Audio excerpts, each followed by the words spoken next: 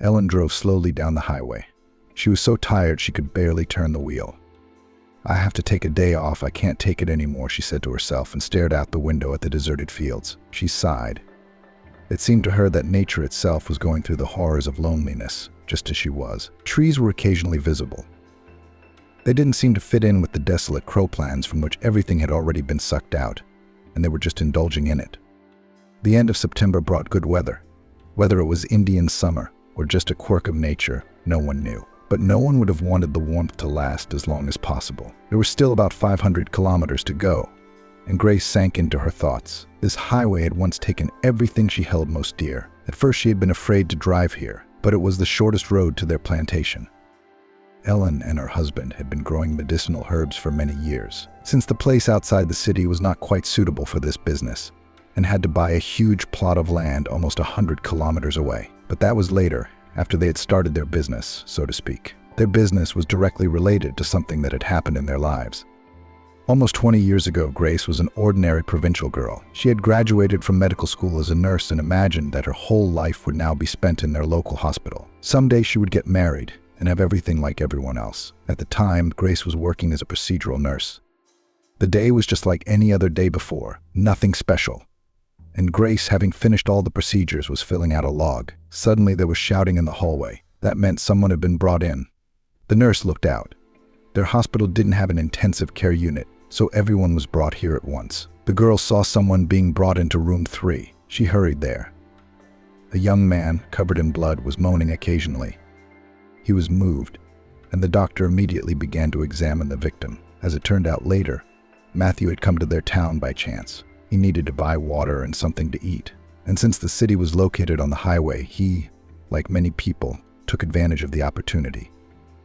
The young man went to the nearest store, near which sat some gang. Apparently, they wanted to have a hangover. One of them looked at Matthew's expensive car, swore and spat. "Listen," he said to him when the stranger left the store. "Give me a couple thousand." Matthew didn't mind helping someone out, but he immediately disliked the defiant man. Naturally, he turned him down. The man started harassing him, calling him foul words. The young man was about to get into the car when he felt someone hit him from behind, and then all 4 of them came at him and started beating him. It was good that some people came and started to drive these thugs away, or they would have killed the guy for sure. Matthew had a broken arm, numerous bruises, and a concussion. That same night, his parents came to visit him. The mom was crying the whole time. "Mom, but come on, I'm alive," tried to calm her son. "It's all right, my leg will heal soon, and I'll get up." "Jesus, son, why do you go to these villages? There's no one here but alcoholics." She wouldn't stop. "Look at you. That's the principle of life. Do nothing. And someone has to feed me. They have plenty of land here. But no, they have to work." Lexi spoke her mind. She herself was once an ordinary village girl who had been through it all. As soon as there was a serious person in the village who wanted to live a normal life, they would immediately give him a hard time. It was much more convenient for everyone to live in poverty and blame others, but not to do something about it themselves. Let those who owed them do it for them. But why should anyone have to arrange a normal life for them? On what grounds? Nobody knew. Especially they were tearing their mouths off, insulting and humiliating. That's the kind of alkies and tract dwellers they were. Grace performed all the prescribed procedures on Matthew, as she did on everyone else. The girl was not particularly interested in the millionaire. She had never dreamed of a rich life. Her outlook on life was the same as everyone else's. Do like everyone else. Don't show off, and one day all your suffering will end and your happiness will come. The pay was miserable. The work was hard. The stress was constant. But that's okay. That's how you earn your happiness. "Thank you," someone's voice brought the nurse back to reality. She flinched and looked at Matthew. He was smiling contentedly. Grace didn't say anything. She was embarrassed and left for her treatment room. After that, the patient started talking to her all the time. The guy turned out to be sociable. Todd didn't like his company. A month later, his parents took him home. "See you soon," he came into her office. Grace didn't quite understand the meaning of his words. She ran out of the office. Ahead of her, Matthew disappeared out the door. For the first few days, Grace even missed him. He made her laugh all the time. Matthew was an optimist. He had gone to law school on his own, without any help from his parents, and had graduated with flying colors. The young man told Grace that his father had been in the plaster business for many years. He had a large business where Matthew also worked. 2 months passed, and Grace had almost forgotten about her new acquaintance. There was always a lot to do, so patience no matter how good they were out of their lives very quickly. "Good afternoon," someone's familiar voice sounded. Grace was putting in an IV and turned for a moment. Matthew was standing in the doorway. "Matthew, hello," she rejoiced. "How are you? Are you looking all right?" The nurse smiled. She finished her work and went with her guest to her office. "Grace, I'm going to stay with you tonight," Matthew suggestively suggested. "Let's meet after your work, because I didn't even have time to thank you."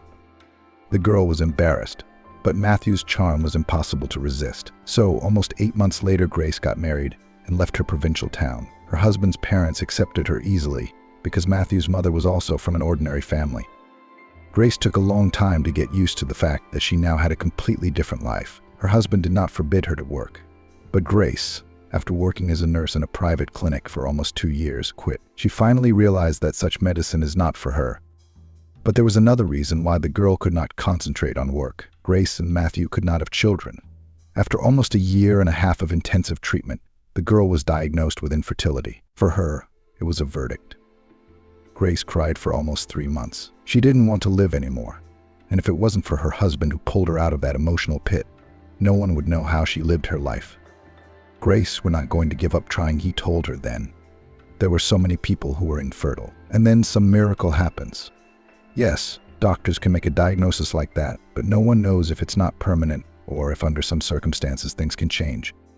Grace was having a hard time coming around, but Matthew took an active search. He kept looking for some new ways to do things. They traveled to resorts and abroad. The problem was mainly that Grace had what she was told at the time was incurable endometriosis. The walls were so thin that nothing could cling to them. They were told right away that it was unlikely to help, so they underwent 2 IVF protocols. But, as the doctors suggested, nothing worked. Then Matthew turned to alternative medicine. He began to take his wife to all sorts of witch doctors and places of power. They visited all the monasteries within a radius of 500 kilometers from home. "Grace, the man got water from healing springs," Matthew continued. "We have also been to New York, to all the major churches and to the best clinics in the capital. But you had your chance." And one gray afternoon, Matthew and his wife went to see some herbal healer, according to an advertisement. "The case is tough," the healer immediately shook his head. "But if you have patience, you may be able to do something." The man put some endless jars and sachets on the table, then began to write the program on a sheet of paper. "Here's the program," he said. "The first stage you will go through together. It will be cleansing. Both of you will drink this composition," he showed on his notes. "In addition to that, you need energy cleansing. While it's summer, walk around Central Park every morning, praying the whole time." He pulled out a stack of papers from somewhere. "Do this for at least half an hour," the healer continued, "before going to bed. Be sure to thank the Almighty for everything He has given you. You can choose something new every day. Today, for example, thank Him for the food on the table, tomorrow for the house, then for the family, and so on. Bless your body 3 times during the day. It is obligatory. You can tell Him about your love. Thank Him too. Especially your wife should thank her body for the fact that she is a woman and can give life to a new man. After that, after 2 months, a new stage will begin. You will stop drinking herbs and your wife will start drinking a new collection. At this time, you will need to work on forgiveness. Now this prayer will work for you. Keep walking around Central Park and recite it before you go to bed every day. Forgive someone or something until you get to the point where you feel resentment in your heart toward God for not giving you a child. Don't be afraid of that point. Say, Lord, I forgive you for the fact that no child comes to me yet. And lastly, the final step. Grace had a new herb gathering and Matthew was entering the process of accepting the situation. He now started each morning with this prayer and said several times throughout the day that he accepts the changes that will occur in their lives. Do you accept that your son will be coming to you soon? The healer asked. I will have a son. Grace looked at the elder in amazement. You see, I see that you do not want happiness for yourself, he sighed. Your problem is in your head. You have an insane inner fear of having a child. As a result, you have uterine problems. That's why your baby can't come. Do what I have told you and maybe a miracle will happen. The herbs I prescribed are very powerful, but without working on your psychology, even they can't help. Grace was in shock that day. She had never felt such resistance inside of her in the form of fear of having a child. It seemed to her that the opposite was true. The couple followed the healer's recommendations for 4 months. Grace tried to be honest with herself, and 1 month after completing her treatment, she became pregnant. It was a real miracle. I don't know how you did it, her doctor said in amazement, but I can tell you one thing. You no longer have endometriosis. 8 months later, Grace had a healthy baby boy. Matthew was so inspired by what had happened to them that he really wanted to get involved with rare medicinal plants. Of course, he realized that collecting herbs was only half of success, that one had to work on oneself. Nevertheless, he and Grace bought a small plot of land outside of town and began growing the herbs that the healer had prescribed to them at the time. Some were common, but a third were very rare plants. It was not easy. The composition of the land was not suitable. In the first year, everything died. They began to prepare special soil, and it worked. Plants began to be in demand, but still Matthew and his wife could not grow a large number. Eventually, they came to the point where they had to look for suitable land and conditions for their business. Nearly 5 years of constant experimentation. How many times they gave up, but some higher power still led them forward. And finally, in the first year after they bought a large piece of land far from home, they succeeded. It took a couple more years for the rare perennials to grow enough mass to make the harvesting of material go full steam ahead. Subsequently, the couple began to prepare collections not only from infertility, but also from other serious diseases. Of course, not everyone's treatment was successful. We can say that complete cure occurred in 20 to 25 cases, but more than half of them noted significant improvements.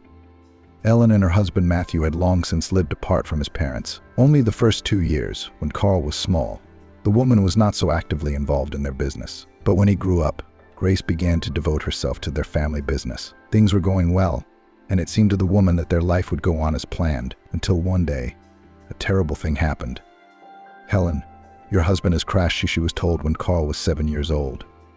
That day, Matthew had gone with his son to his medicinal herb plant. They had had a director for a long time, but once a week, Matthew and Ellen would drive out to the side of their field. They often took their son with them.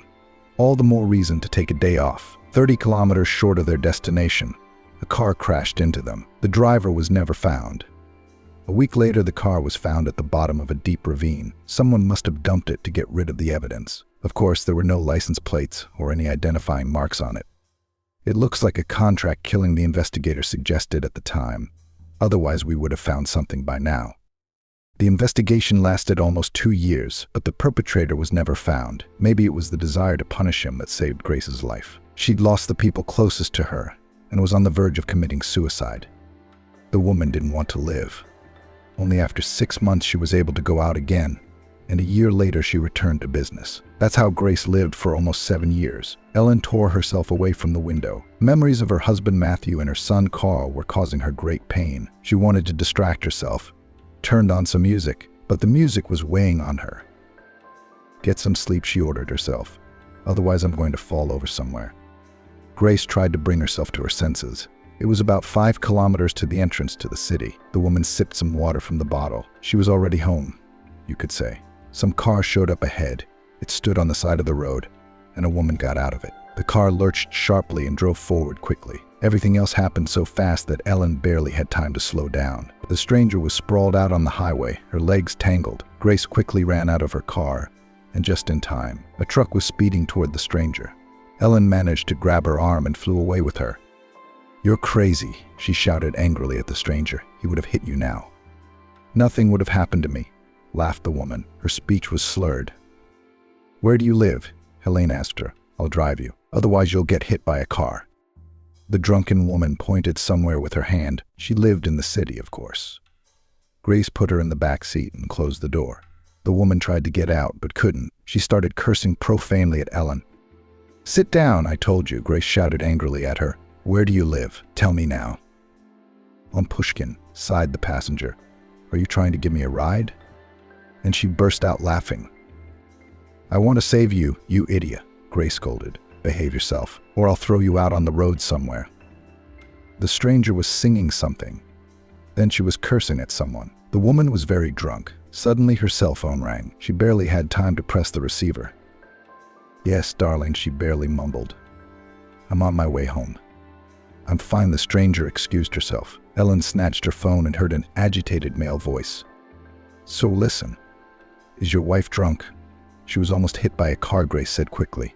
"Where do you want me to take her? Because she's not going to make it home tonight." "If you don't mind, please take her to the 3rd hospital," said the stranger. "I can't come for her now. I have an operation in 20 minutes. Ellen agreed. She turned around and looked at her passenger. She was almost asleep. "My God, how can such a monster have such a husband?" she thought in horror. The man is a doctor, saving people's lives. And this? When Grace pulled up to the hospital, the woman was already asleep. She locked her in the car and went to the surgery department. You must be referring to Christian, the desk nurse sighed. Only he has a dysfunctional wife. He should have finished the surgery by now. I'll take a look at it. A few minutes later, the girl came in with the surgeon. His tired look said that he was exhausted. I'll take her now, he said to the guest after greeting her. Nially, find a vacant bed. I'll pump her, or she won't come to her senses. And he gently took his wife in his arms and carried her into the hospital. Ellen followed. To her, everything that was happening seemed amazing. Thank you, the man said, embarrassed. Unfortunately, this is the kind of trouble we have. He spread his hands. Grace looked intently into his eyes and saw such pain. She said goodbye and hurried to her car. How does he live with her? She couldn't answer her question that kept pounding in her head. He's a doctor, and a surgeon too. It's a demanding job. It's not like he can run after her all the time. The same question was on Christian's mind as well. Annie had become simply unbearable lately. He had put up with her antics for years, but now she was out of line, and he didn't know what to do with her.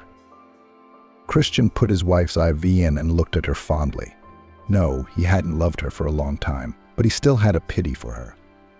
Many years ago, when he first met Annie, he knew immediately that she was his destiny. A fourth-year medical student who never had any money, he ran into the nearest cafe to buy a bun. Hunger made his stomach so weak that he was already nauseous. The young man stood at the side wall for a quick snack. He had already finished the bun when a group of girls came to the cafe, and the guy took a quick glance at them and was taken aback. One of them was unusually beautiful. Her searing black hair reached her shoulders. Her short skirt emphasized her slender figure, and everything about her was so harmonious that it was impossible to take one's eyes off her.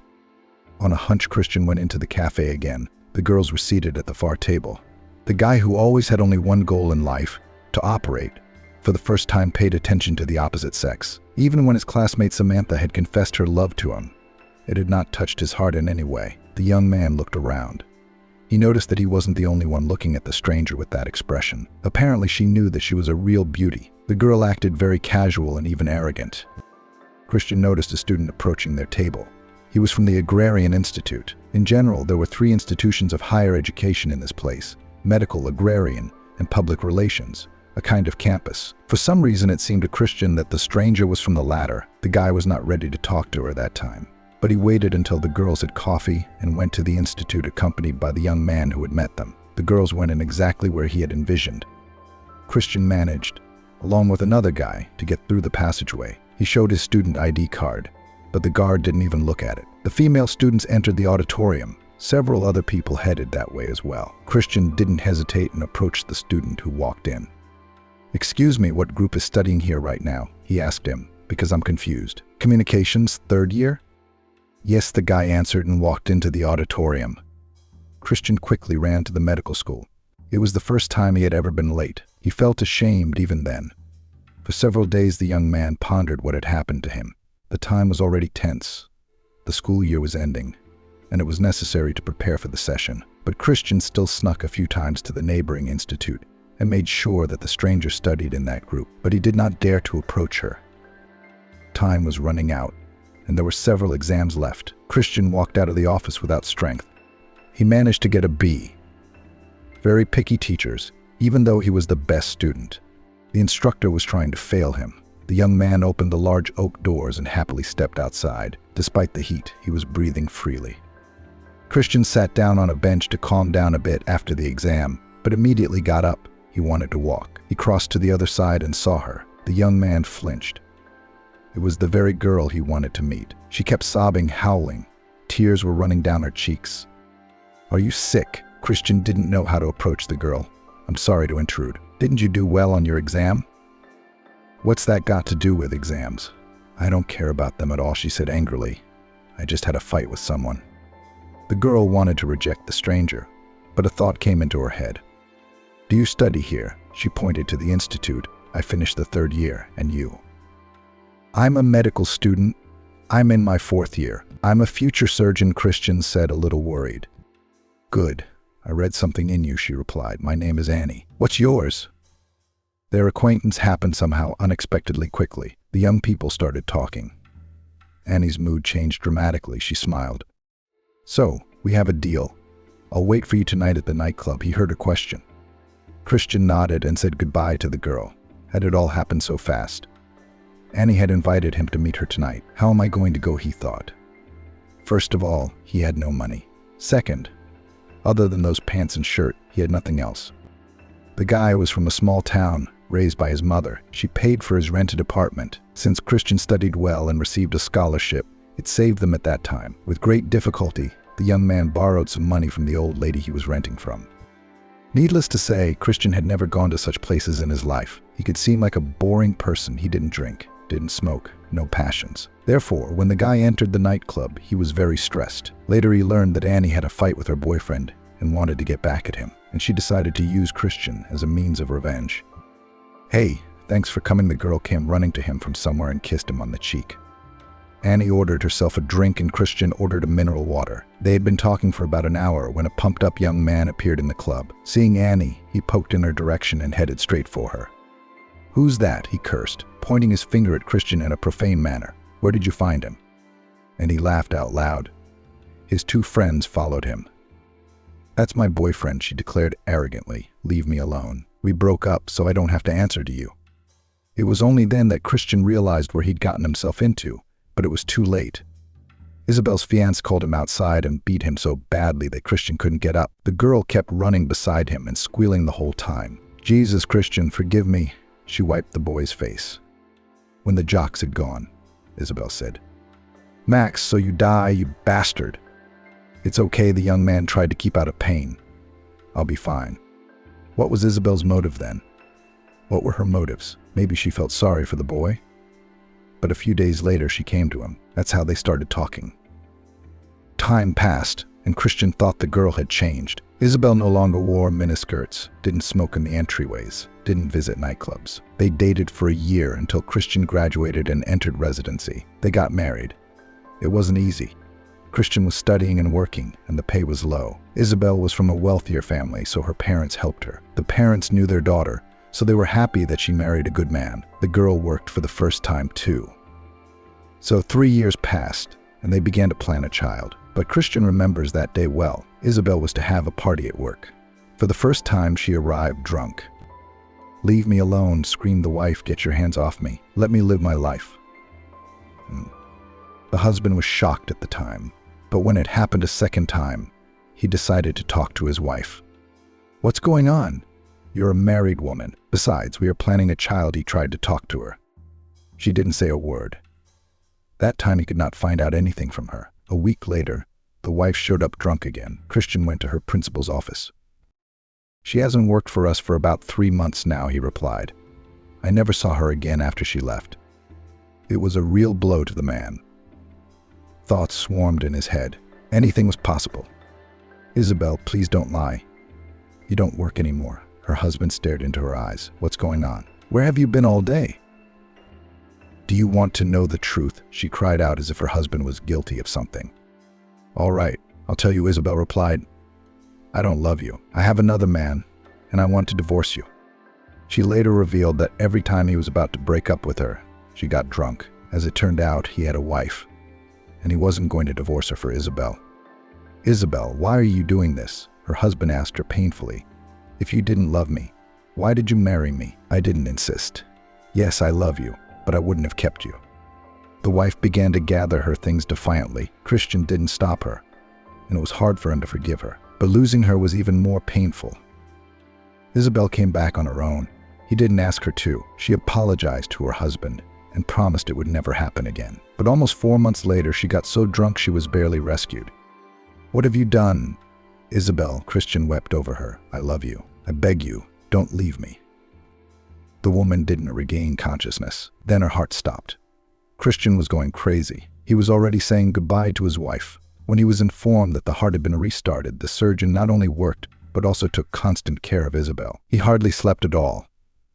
It came to the point that one day at the operation he passed out from exhaustion. It took almost 3 months for Isabel to recover. Christian didn't know if she was just drunk or had a fight with another lover. It didn't matter to him at the time, as long as she was alive. After that incident, he realized that if Isabel died, he would not survive it. She didn't drink for almost 2 years. She kept thanking her husband for saving her. There was hope for the man. Isabel even began to talk about wanting a child. "Isabel, darling, as much as you want," he looked at her with eyes full of tears. "I love you," Christian said, "and I will love all our children too." 3 years later, the woman started drinking again, and with a terrible force. Christian realized that if he left her, she would surely die in that condition. All his dreams came crashing down in an instant. He did everything he could to save her. He put her in expensive clinics, coded her, did everything he could get his hands on, but nothing worked. Isabel was sometimes seen drunk on the street. Christian felt no shame about it. He just wanted to prolong her life a little longer. It was impossible to cure her. She was no longer his wife. Isabel had become his patient, and for years to come. Christian adjusted the IV and stroked his wife's face. The alcohol had taken away almost all of her beauty, but she was still the most beautiful to him. "God, I'm going to let her go," he said to himself. "Her body doesn't have the strength to suffer like this anymore. I will accept it. Let it be according to thy will." The surgeon wiped away the tears that came to his eyes and left the room. The nurse promised to follow her, and he had to get ready for the next operation. Ellen walked into the empty house. The surgeon who had carried his drunken wife so carefully did not get out of her head. Is anyone really capable of loving like that? A shiver ran through her entire body. How can anyone be so forgiving? "I love my Matthew, of course, but our love can hardly be called any great or special. And here a man loved for nothing. His wife is drunk, screaming, shrieking, and there is no malice, no hatred, no resentment in his eyes." Nearly 2 weeks had passed, and Ellen was on her way home again. Immediately near the entrance to town, she saw a car of some kind on the side of the road. The hood was open, and a man was hanging around near it. The woman drove on, but suddenly his face seemed familiar to her. She backed up and stopped beside the driver. "Hello," Ellen said. "Hello." "To be honest, I didn't recognize you at first," Grace said. "How is your wife?" The man stared at her. He, too, thought he had seen the stranger somewhere. "I brought her to the hospital 2 weeks ago," Grace reminded him. Christian remembered. A welcoming smile appeared on his face. He said hello again. "I had bad luck with my car today." He began to wipe his dirty hands. "I'm afraid I can't do it myself," Christian sighed.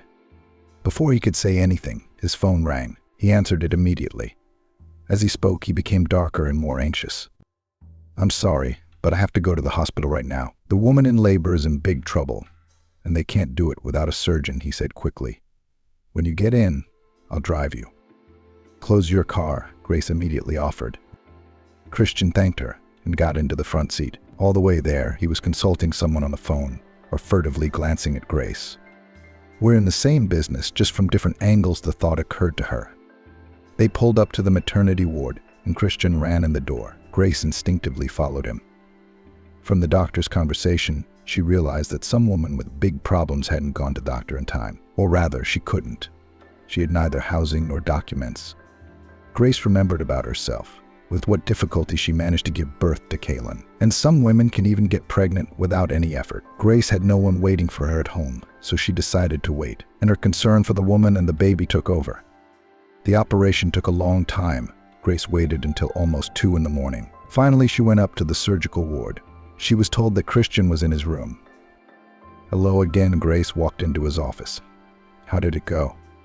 "Not so good," he sighed and sat back in his chair. "She died. We couldn't save her.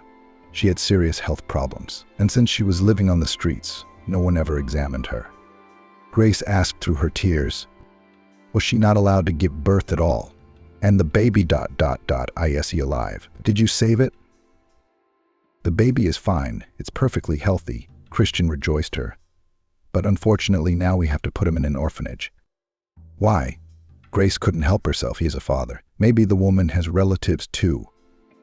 "The child's father is as homeless as she is," the doctor replied with annoyance in his voice. "If someone needed her, she wouldn't be living on the street. All the more reason why her child will be of no use to anyone. It happens from time to time. Unfortunately, it's not up to us." Grace returned home in a low mood. The pain was tearing at her heart. She had once lost her son, whom she had gained at such a great cost. But somewhere there are children that no one wants. A lump came to her throat and she cried. The next day, Grace went to see Matthew's parents. They loved her like a daughter. She came to visit them often. "Mommy, Daddy," hi, she hugged her father-in-law and mother-in-law. "How are you feeling?" The hosts and the guests went into the living room. After the death of his son, his father sold his factory and gave almost all the money to Grace to expand the business. So she bought another piece of land and started a new workshop. At first, everyone was worried that Grace could be killed too. Apparently, such a business did not like someone, so they decided to cut it off at the root. But Grace, despite all these risks, stood her ground and continued her husband's business. "I want to go to them for Steve's birthday," said the daughter-in-law. "If you want to go, I'll pick you up." "Of course we'll go," the mother-in-law said at once. "Isabel, we wouldn't miss it." Matthew's parents understood, but deep in their hearts they wanted Grace to remarry and find happiness. That's not to say the woman was ignored, but she had a reputation as a widow who would carry the love of her husband for the rest of her life. "Grace," the father-in-law said gently and looked at his wife. "Daughter, it's been so many years, you can't bring Matthew back, and we're not forever. You may be alone. We really wanted to see the happiness in your eyes. Maybe there's the right man for you." "Dad, I know you're worried about me, but I'll tell you the truth. I don't have anyone, and I don't think I ever will," Grace said. "All right," he sighed and turned the conversation to another topic. Grace was a grown woman, and she had to decide for herself what was best for her. She drove home and wiped away her tears. Of course, her father-in-law was right. But where would she find a man like that? She had only met two such men in her life. One was her Matthew, and the other was a surgeon who, despite everything, treated his wife with respect. It was very hard for everyone else to look up to them. "Yes, I need to find meaning in life," Grace sighed. "I'm so tired of being alone already. If it weren't for work, I'd probably die of boredom by now."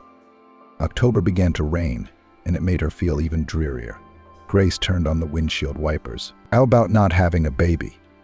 Let them give me IVF," she had an unexpected thought for herself. But immediately she began to contradict herself.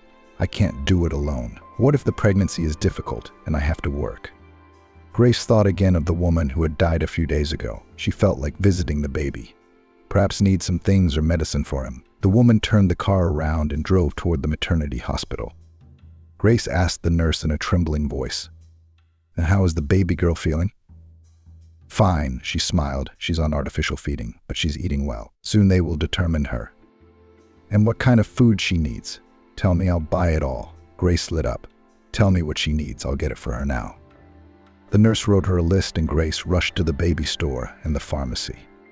"What a beautiful set," she said as she picked out some baby clothes. "I understand that the situation with Kira and her alcohol addiction is extremely difficult for Sergei. Alcoholism is a serious disease that destroys not only the addicted person, but also his loved ones.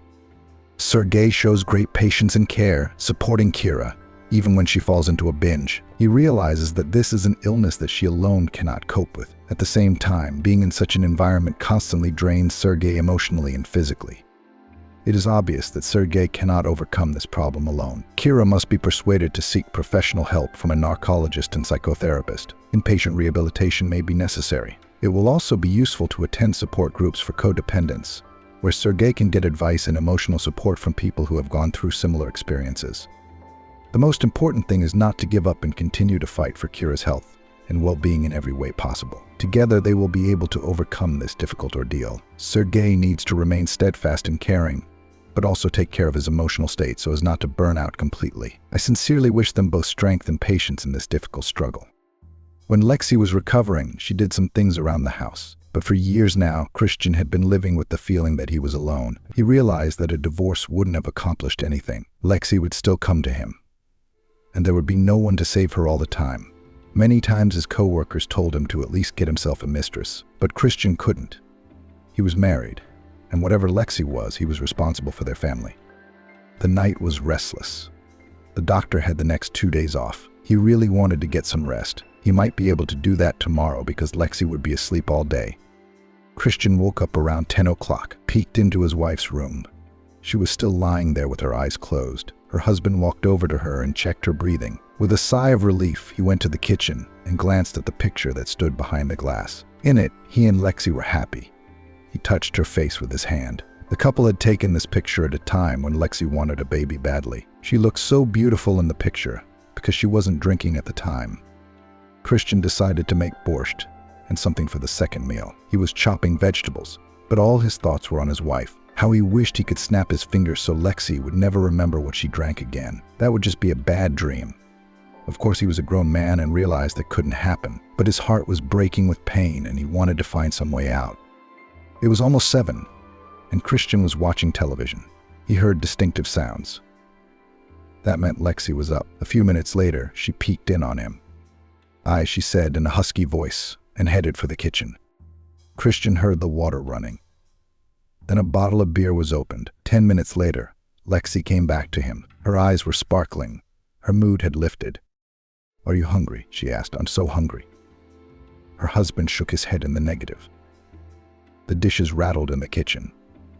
Then something fell to the floor. Lexi was cursing profanely, her hands shaking. One bottle of beer wasn't enough. She ate a little and stared at her phone. "Kira, lie down." Her husband had given her a pill at the hospital. "Your body is weakened." "Christian, leave me alone," she said unhappily. "You don't need to lecture me or save me. I know what to do." "Is it cold?" he asked Lexi. "If you keep going on like this, you're just going to die." "So what? We all die someday." She stared at him with her eyes. "I told you to leave me alone. This can't go on any longer.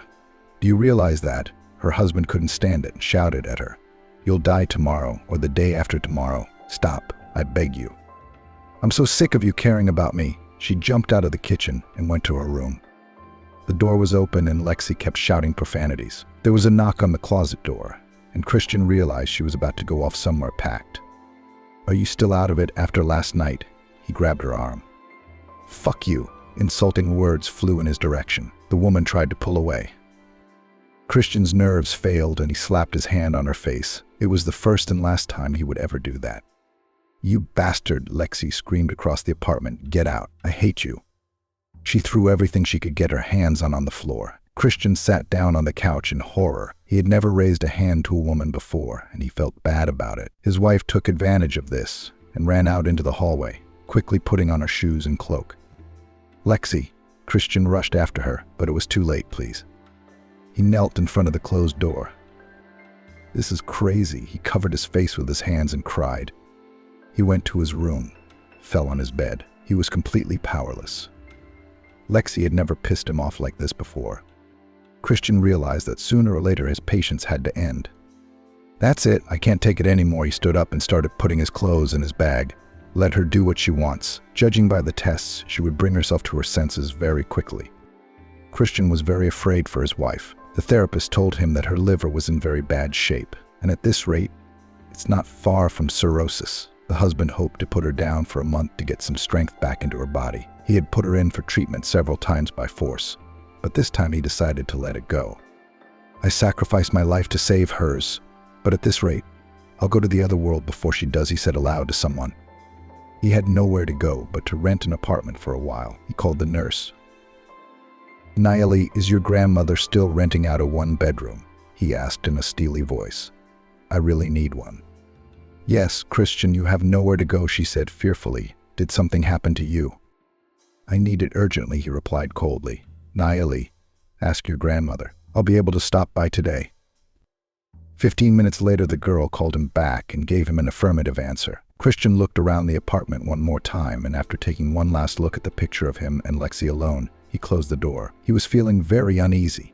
He felt as if he was leaving this place forever. He was in a lot of pain again, but he had nothing more to lose. He got into his car and drove to the address he had been given. It was gray outside. It pressed on him even more. The man wiped away his tears with his hands like wipers. An old woman met him. It took her a few minutes to tell the new tenant where everything was. "Annie, thank you so much," the doctor thanked her. Nayeli asked her grandmother not to charge him any security or deposits. He would pay her later, at the end of the month. Christian was fine with that, since he would need the money now. At least the man felt that way. Christian couldn't stand it any longer and dialed his wife. Her number wasn't answered, and he felt like a jerk for raising his hand to the woman. He needed to apologize to Lexi. "I shouldn't have done that," he berated himself. "No matter what she did, I should have kept my cool." It had to be said that Lexi's parents had long since given up hope, and a year ago when she'd come to them begging for money for a bottle, they'd given up on her. Christian alone continued to fight for her life. His father-in-law and mother-in-law felt very sorry for him. They realized that Lexi would never change. Many times they talked to him and offered to turn her into some mental hospital, but he couldn't. "Christian, you're a good man," his father-in-law once told him. Our Lexi doesn't deserve you. Leave her. She'll never stop drinking. Christian tried calling his wife again, but it was no use. He looked out the window, streams of rain dripping down the glass. The weather didn't promise anything good. Christian didn't even realize he'd fallen asleep. He felt pain. His whole body was bound with rope, but it was so dark that he couldn't see anything. Suddenly, the man thought the rope was moving, and in fact, it was slippery like a snake. "Help!" he shouted at the top of his voice. "Save me!" The man tried to break free. Suddenly, a light came on, and Christian was horrified to see that Lexi was a long snake that coiled around his entire body. "Let me go," he shouted at her. "What are you doing? I'm having trouble breathing." But the snake with Lexi's head was still snoozing. Then someone's hands appeared out of the sky, and they started pulling Lexi's tail. It was very long. Christian noticed that her body seemed to be dissolving. He saw her frightened eyes looking at him, and in another instant, Lexi was gone. No, the doctor woke up to his own scream. God, what was that? He tried to come to his senses, turned on the light. It was almost 1 o'clock. Christian grabbed his phone and started calling his wife. Her number was blocked. He was scared shitless. His dream didn't bode well. Lexi was cursing loudly as she walked down the street. The woman had always been characterized by inflated self-esteem and arrogance. Even when she apologized to her husband, she always did it as if she was doing him a favor. When Christian appeared in the girl's life, she was not going to start a close relationship with him. She wasn't even flattered that the guy was head over heels in love with her. At 16, Lexi knew she was beautiful. Not only were her classmates running after her, but young men were paying attention to her. The girl always knew that her body was the main trump card for her. So, at the age of 18, she had her first boyfriend, or rather man. He was 27. But Lexi was too free-spirited. She wanted impressions. She was not interested in getting married and having children. For almost a year, the young man tried to talk some sense into her, but the girl just broke up with him. Perhaps after a month, Vadim still tried to establish relations with her, but then realized that it was useless and disappeared from her life forever. And as often happens, when you reject one thing, the exact opposite comes to you. At the beginning of sophomore year, Lexi got Steve, a blonde guy with brown eyes. The guy was as narcissistic as she was and was convinced that he was irresistible. And here Lexi began to have the first difficulties in communication with the opposite sex. The guy was not going to run after her for almost 6 months, exhausting clarifications of relations and a grandiose end. For the first time in her life, the girl did not get what she wanted. Not only did Steve dump her, but he also told everyone that Lexi was a real bitch. She'd been depressed for months. She'd always thought she was the prettiest. And before she met Steve, everyone else had confirmed it. And here she was being told to her face that not only was she not the first beauty, but even the opposite. Unfortunately, Lexi didn't draw the appropriate conclusions. She started looking for a brutal guy to prove her true worth to everyone. Callan came along for the ride of her life. It didn't bother Lexi that he was rough around the edges. What mattered was that he was a jock, and he was feared by many. And then Lexi was faced with another problem. The guy blatantly told Lexi that she was just a woman, and he was only interested in her body. "So what?" she said to herself arrogantly. "I'm not interested in all these love stories. Let me have a real man by my side." Most likely, Callan could be called a man to the extreme primitive, but for the first few months he suited her. Then the guy started to get rougher and rougher with her. He would call her names in front of her friends or force her into the car. Lexi realized she was losing control and had a fight with him. "I don't need you," he laughed in her face. "Go wherever you want to go. Do you know how many people like you hang around me? Do you really think you're worth anything?" So the girl came full circle. The pendulum swung back to its original position. Lexi began to doubt that her wish could come true. What did she really want? Adoration, deification, to be the most beautiful, the most worthy, to be showered with attention, but to not have to do much of anything, and to be allowed to live her own life. Someone else had to love her, but she didn't need to. She had once read a phrase that had guided her all her life. Some people love and some people let you love. When Lexi met Christian, she didn't care at all. She'd had a plan to get revenge on Callan in her head for a long time. The guy was not very suitable for this role. He could not physically overpower him. But because the girl at that time had no other options, she chose him. After Callan beat Christian, Lexi was in a strange state for her for a few days. If I become Boris's mistress, she pondered to the respectable local oligarch who had been suggesting she become his companion for years, I'll have money. So what? Money isn't such a big problem. Maybe I should marry someone for Lexi. This was the moment of truth. Her life now depended on which way she turned. Okay, well, I could get married, and if I didn't like it, I could get a divorce or just live my life. Of course, it all depended on who the husband would be. She revisited the question again. Lexi simultaneously wanted to be loved and committed to her, but at the same time, for her husband to give her complete freedom. Yeah, no man would agree to that. The girl argued with herself. It is necessary to find one that he really loved me madly. At that moment, Christian came to her mind for some reason. Lexi decided to try to play her part, and to her great amazement, Christian idolized her. The girl liked it very much. Her self-esteem was boosted. She wished that someone else could do that, to have some important person in Christian's place. But then Lexi had agreed to it. And the best part was, the guy did affect her somehow. She wanted to change. Lexi was no longer interested in company or the attention of other young men. Her relationship with Christian had opened up something new in her. She even began to think that she loved him too. But as time went on, Lexi began to grow bored with her marriage. Christian looked like a bore in her eyes. She began to think more and more often that he was not worthy of her. Unfortunately, Lexi never fully overcame her sense of superiority. Her husband looked small and unattractive in comparison. There was one manager at the company where Lexi worked. Ryan was a real looker, but he was married. The woman hesitated for a while, and then decided, why not? Passion boiled in her so much that one day she and Ryan ended up in a hotel room together. The encounter had been spectacular. After the boring, work-obsessed Christian, Annie felt like a queen for the first time in a long time. At first, she hadn't even claimed to be his wife, but the longer their affair dragged on, the harder it became to let him go. And her unloved husband was waiting for her at home. Annie began blackmailing Ryan. They'd break up and then they'd get back together. It was really stressful for the woman. She had no choice but to soothe her nerves with wine, a little at first, and then the dosage started to increase. The more Annie's dignity rolled downhill, the more she needed the dope to bring it up. Annie hadn't noticed the connection between her arrogance and her penchant for alcohol. The main thing was that it always made her feel her high value compared to others. Was she afraid that one day Christian would find out about her affair? No. Annie didn't care at all. But after she'd gotten really drunk once and almost gone to the other side of the world, she was scared. But there was something else. And that became her second moment of truth. Annie knew that Christian loved her. But when she saw the care and concern with which this man cared for her, she felt shame for the first time in her life. She was disgusted with her lifestyle, with the way she looked down on her husband.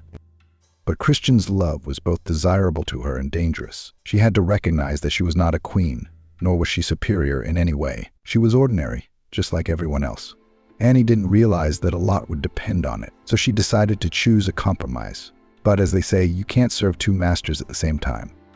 Her husband's love raised the bar considerably in her eyes, and Annie decided to become a mother and keeper of the hearth. Christian had always encouraged her in this. He did everything he could to make his wife see how much he appreciated it and how much happiness it brought him. Annie really struggled, but after a few years it began to seem to her that everything she was doing was meaningless, that her life had become gray and colorless. Gone was the drive. Gone was the passion for new experiences. I'm going to die of this boredom soon, she kept pounding in her temples. How can you even live like this? I've turned into a gray mouse. I don't want to pretend to be a loving wife anymore, nor a potential mother. Annie went to a bar that afternoon and took great pleasure in relieving the stress that had been plaguing her for months. After a few drinks, she felt great, just revitalized. Annie felt light. She was in this kind of oblivion for about 4 months, until one day she just couldn't open her eyes in the morning. It could be said that after that, Annie lost herself. Apart from her arrogance and pride, there was nothing else left in her. Naturally, from the outside, she didn't see herself as an alcoholic. It seemed to her that others were lying, doing it on purpose to defame her. Only at times, when she felt very bad, she remembered her husband, who still continued to love her even in such a terrible state. "Fuck you," Annie shouted. "You mean nothing to me at all. You're a coward and a weakling. You've never been a real man, Christian," she laughed hysterically. "You've ruined my whole life. I hate you so much." Annie headed toward the nightclub. She was no longer young, but that didn't bother her at all. She was so angry with her husband that she was ready to kill him with her own hands. Annie had not worked for a long time. At first her parents gave her money, but as soon as she began to drink heavily, they denied her everything. "I'll rewrite the sequel according to your instructions." Christian realized that during her drunken frenzy, if she didn't drink some alcohol, she just might die. He would furtively leave some money in the closet under some papers. One day Annie found it and started stealing it. Then she always took the money from there without hesitation. She looked around and smiled contentedly. She noticed a man looking at her sadly. "Hello, beautiful. You look good," he approached her. "What can I get you?" Annie started flirting with her beau. The man was a little surprised because his new acquaintance drank a lot. "Shall we go?" he asked her. "I can promise you that we will have a great night." The woman got into his car. Her husband had already called several times and she was cursing profanely. "Pull over," Annie ordered as they drove over the bridge. The driver looked at her in bewilderment. There were no cars, so he pulled over to the side. Annie barely got out of the car and threw the phone with all her might. It flew over the bridge and fell into the water, and Annie got back into the car. But as soon as they got off the bridge, she demanded again that the driver slow down. "Fuck you, you fool," she shouted at her beau, and quickly jumped out of the car. He drove off. Everything was jumbled up in Annie's head. She was walking along the highway, staggering from side to side, and could not understand where she was and where she should go. Suddenly, the big headlights of a van lit up ahead. Annie didn't have time to move away, and the driver, who was drunk himself, didn't even notice when he hit the man. Christian couldn't sleep anymore. He called a cab and went home, but Annie wasn't there. He tried calling her again and again, but the number was unavailable. "Annie, where the hell are you?" he scolded. Jesus, had something happened to her? He ran outside and walked around the block. He stepped exhaustedly into the elevator when his phone rang. "Christian," an unfamiliar voice said, and Christian broke out in a cold sweat. He had even heard in advance what he was about to be told. "Your wife is dead. The doctors can't say anything." Tears flowed from his eyes. He promised to come to the morgue to identify the body. "No," he shouted at the top of his voice as he disconnected the phone. "Rachel, why did you do this? This is all my fault. If I hadn't hit you, you wouldn't have left." He blamed himself. The pain was unbearable. Christian felt like his heart was going to stop. Everything he had lived for was destroyed then. Even though Rachel had completely taken him out, he loved her. He could still recognize the spark of God in her that somewhere very deep still lingered in her. "I'm sorry," he whispered, standing beside the gurney in the morgue. "I love you. I didn't keep you safe. God, forgive me for that. You gave her to me in the hope that I could change her, but I couldn't." Christian came home. Barely able to stay on his feet, he went into his wife's room. There were her things everywhere. Christian felt dizzy and collapsed in front of Rachel's bed, came to his senses a few hours later, even though his head was splitting. Had to go to the hospital. The man had already informed Rachel's parents that she was dead. Ellen had been up most of the night. The little girl had penetrated her heart so deeply that the woman no longer doubted that she wanted to adopt her. "When I go to work, the nanny will look after her," she thought, "and then I will take her with me." The thought made Grace's body swell with joy. Her life made sense. She would be a mom now.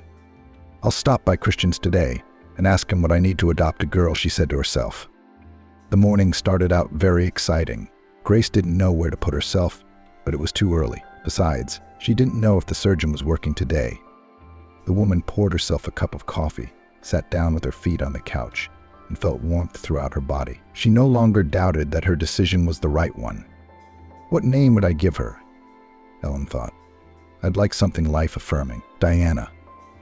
My daughter will be Diana, my little princess. Over the long hours, Ellen pulled out the family album. She looked at her husband and her son. Of course she was in pain, but now she could bear it all. Here Carl is 6 months old, she touched her hand to the picture. And here he is 2 years old. Grace and Matthew's son was a very quiet boy. He was rarely capricious, always obeyed his parents. The boy especially loved spending time with his father. In his eyes, he was an unquestionable authority. But now I have to be a mother to a girl. And that's different, she sighed. Of course she'll grow up asking about her father. One day Diana will find out that I'm not her birth mother. I'll do my best to make sure it doesn't make any difference to her. Ellen came to her senses and looked at the clock. It was the beginning of 9. The woman began to get ready to go to the hospital. It was almost 9 when she went up to the surgical ward. Yes, he's in his room. But he's here for a while, the nurse informed her in a quiet voice. Grace knocked. There was no answer for a long time. She opened the door uninvited. Christian, hello, she said quietly, and was startled. The surgeon had his head in his hands and was crying loudly. Excuse me, he turned pale. Grace, I'm listening to you. He raised his head and began to wipe his eyes. Did you want something? Yeah. Yes, I'd like to adopt a girl. Please help me. What girl? Christian couldn't get over it. The one the bums gave birth to, he guessed. Ellen nodded. He turned away and looked out the window. For a while, the guest waited for his answer. I'm sorry, I can't deal with this case right now, but I'll help you. Let's meet in a couple days, he finally said. Grace, agitated, left the office. She felt that something had happened. So excuse me, I thought Christian wasn't feeling well, she said carefully to the nurse. His wife died yesterday, hit by a car, she sighed. He'd been suffering with her for so many years, and still it ended so badly. Grace shuddered. The horror paralyzed her. She stood for a moment and on woozy legs walked toward the exit. God, she thought, because not long ago I saved her, and then yesterday. I feel so sorry for him. You can see, he's a good man. What's all this for? Grace got into the car and brushed the tears from her eyes. This whole situation, despite Rachel's horrible lifestyle, was causing a lot of pain. Maybe there's something I can do to support him. A thought crossed her mind. I'd like to help him in some way. Maybe organize a funeral or pay for a wake. Ellen quickly got out of the car and headed back to the surgery department. Christian was also sitting at the desk with his head down. I'm sorry for your loss, Grace said. Christian, I'm sorry to intrude. I know you're hurting right now, but let me help you. Thank you. But I'm afraid there's nothing I can do, he tried to smile. I have money for her funeral. When and where is the funeral? The woman asked at once. I would like to come. Christian told her in a nutshell, and she did not bother him further. I'll give him money on the spot. That way he certainly won't refuse, Grace decided. God, how I wish there was something I could do for him, some way to support him. For the rest of the day, Grace thought about the surgeon. She had admired the man before, but now he was even more dear to her. The woman remembered his wife, who didn't care about anyone else. She closed her eyes and again saw Christian lovingly carrying his drunken wife into the hospital. I have no idea how much he's done for her, and for others too, she sighed. The day was coming to an end. It had really worn Grace out, and she went to bed early. Christian's face flashed in her mind, the newborn baby girl, Carl's son, Matthew's husband. The woman tried to let it all go and fell asleep immediately. There were a lot of people at the farewell ceremony. Grace realized it wasn't a tribute to Rachel, but a tribute to her husband. People came in and out of the apartment. The woman saw a doctor. He was sitting quietly wiping away tears. On the other side, an elderly man was hugging his wife. It was Rachel's parents. Next to Christian sat his mother. Grace couldn't contain herself. She was drawn in by the doctor's gaze. She stared at him intently and finally realized it was no longer appropriate and turned away in the other direction. The woman watched as some people kept coming up to Christian and Rachel's parents, offering their condolences, and the guest made up her mind. Christian, my condolences. Grace walked over to him and placed the money in his hand. Thank you for coming, she said, a smile at the corner of his lips, and for saving her back then. Unfortunately, I wasn't there for her yesterday, he sighed. Oh, hold on. Grace didn't want to give Christian $100,000, so she settled for $50,000, especially since she had told him that she had her own business, so he must have realized that it wasn't that much money for her. The people stirred and Grace realized that the exit was about to begin. The procession followed to the cars and the bus. The woman followed them. More people turned out near the cemetery. Many of Christian's co-workers had come just for a few minutes to support him in his time of need. Grace followed the people.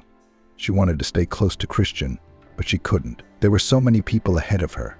The woman kept glancing at the surgeon's half-gray hair that flashed ahead. The last minutes were the hardest. Grace kept her eyes on Christian. Grace wanted desperately to run up to Christian, to hug him. With an incredible effort, she was able to restrain her impulses. He was holding up well. With one hand, he held Rachel's arm. With the other, he closed his eyes and cried. His shoulders kept shuddering. Grace turned away. The funeral of her husband Matthew and son Michael flashed before her eyes. She was just separated from their coffins then. She had been screaming like a madwoman throughout the cemetery. She was then given a sedative shot, and her father-in-law and a few of the guys carried her to the car. Grace noticed people starting to disperse. Christian asked everyone to make their way to the wake at the cafe. The woman followed the bus that was taking those who didn't have cars. She saw the surgeon completely immersed in himself. He looked at everyone with unseeing eyes. Unbearable pain was in his gaze. Christian, she approached him. I know how much it hurts. Almost 7 years ago, I buried my husband and son on the same day. It was a contract killing. My husband was being hunted, but unfortunately, the hitman didn't care that Michael was with his father that day. They died together. The doctor seemed to come to his senses. He stared at Grace, and she didn't take her eyes off him. "You'll be fine," she said. "If I can do it, so can you." Those were very important words for Christian, as if he could see from the outside that his life wasn't over, that he didn't just have to go on living, but that there was meaning in it. The woman took his hand. "Thank you," he said quietly. His blue eyes brightened, and in their depths Grace saw a ray of light. She shuddered and walked out of the cafe, saying goodbye. Grace's heart was racing. It seemed to her that in Christian's eyes she could see something very close to her. The doctor also felt some inner impulse, but at that moment he was very depressed about what had happened. Grace returned home in complete excitement. It seemed to Ellen that her whole life was now bound up with Christian. She was both happy about it and afraid at the same time. "He is a good man," she said aloud. "If I were ever to marry again, it would be to a man like him." And here Helene lied to herself a little. She clearly felt that she didn't want a man like Christian. It was him she wanted.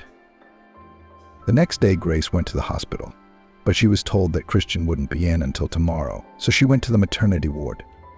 "Do you want to adopt a girl?" the superintendent asked in surprise. Grace nodded. "Then let's not drag this out too long. I'll give you a list of the documents, or rather certificates, that you have to collect." Grace drove home happily. Today she was allowed to hold the baby in her arms. She immediately fell in love with her future daughter. She couldn't stand it any longer and stopped by the baby store, picked up 2 large bags. Of course, no one gave a guarantee that she would be allowed to take a child because she had a single-parent family. But nevertheless, she had a good chance. She could provide for the girl completely. Grace's next day began very intensely. She went straight to the surgeon.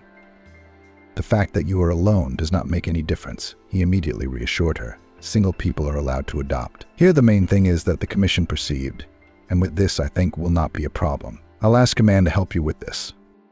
"Christian, thank you so much. You have no idea how happy it is to hold a child in your arms," said the guest with joy. "You are right. I can't imagine," he sighed. "All my life I wanted to, but okay. When you gather all the documents, come to me first. I'll look at everything. Don't worry, everything will work out." Ellen liked it very much when Christian said we. She was melting with happiness. It took Grace almost 2 weeks to prepare all the documents. Christian, as promised, called a friend of his who was a member of the committee, and Ellen was finally able to breathe easy. The day came, and the surgeon and his acquaintance went to pick up the child. Ellen was very worried. She had not been able to sleep for almost several nights. The excitement was so intense that Grace was crying and laughing. The hardest thing for her then was to tell Matthew's parents about everything. The woman wasn't so friendly with her mother and father, but her husband's parents held an important place in her life. 2 days before she took her daughter, she visited them. "I need to tell you something," she said nervously. "Mom, Dad, I adopted a newborn baby girl." "Well," the father-in-law looked intently into her eyes. "I, of course, dreamed that you would get married, but this is also very good news. I named my daughter Isabel." Grace smiled. "She'll be home in a couple days." "Darling, we'll come and see her right away," smiled at her mother-in-law. "I'm very happy for you." Her mother died in childbirth, and she has no relatives. She described the child's history in general details. Ellen was happy that Matthew's parents were so supportive. Their opinion was very important to her, and the fact that Isabel would now have 2 grandparents was also important. Grace's parents were less enthusiastic about the news. "Daughter, but she was born to a woman who was a degenerate," resented her mother. "No one guarantees that the child will be mentally healthy." "Mom, what is this nonsense?" Grace cut her off immediately. "The girl is perfectly healthy." Ellen had long ago bought a house for her parents in a neighboring town. They didn't interfere with her.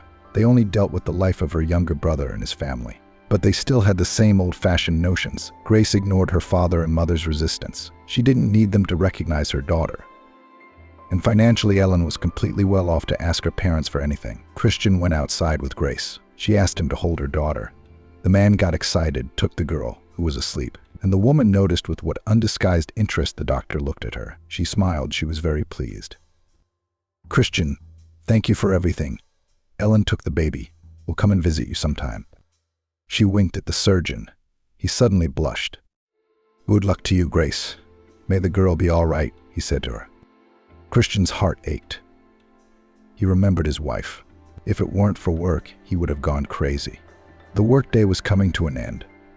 The surgeon was working 24 hours a day this week. Tomorrow was his day off and he wanted to go to the cemetery to visit his wife. He opened the door, stepped into the apartment, and immediately dropped his gaze to the floor.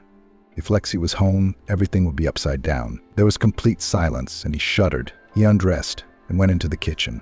He hadn't been eating very well lately, but he needed to keep his strength up. He took out the pilaf he had made a few days ago from the refrigerator. I feel so bad without her. Tears ran down his cheeks. If we'd at least had a child, I wouldn't be in so much pain. Christian was 46. In fact, it was not yet an age to bury oneself, but not in his case. A person who had been living the same dream for years could understand him, but others didn't. When hopes are dashed, it always takes time to recover. Christian picked up the picture, ran his fingers over Lexi's face, then couldn't bear to go into her room. He hadn't cleaned anything. All of her things were in the same places she had put them or left them. Christian lay down on her bed and closed his eyes and tried to feel her presence. But there was only emptiness around. How long the man lay like that, he did not know. But he came to himself when his phone rang. It was already 12:30 at night. It was his partner calling about an upcoming operation. The young man had not yet had such experience, so he often consulted with Christian. The host left Lexi's room and went to his room, turned on the TV. But he had no interest in what was going on. "Should I quit?" he asked aloud.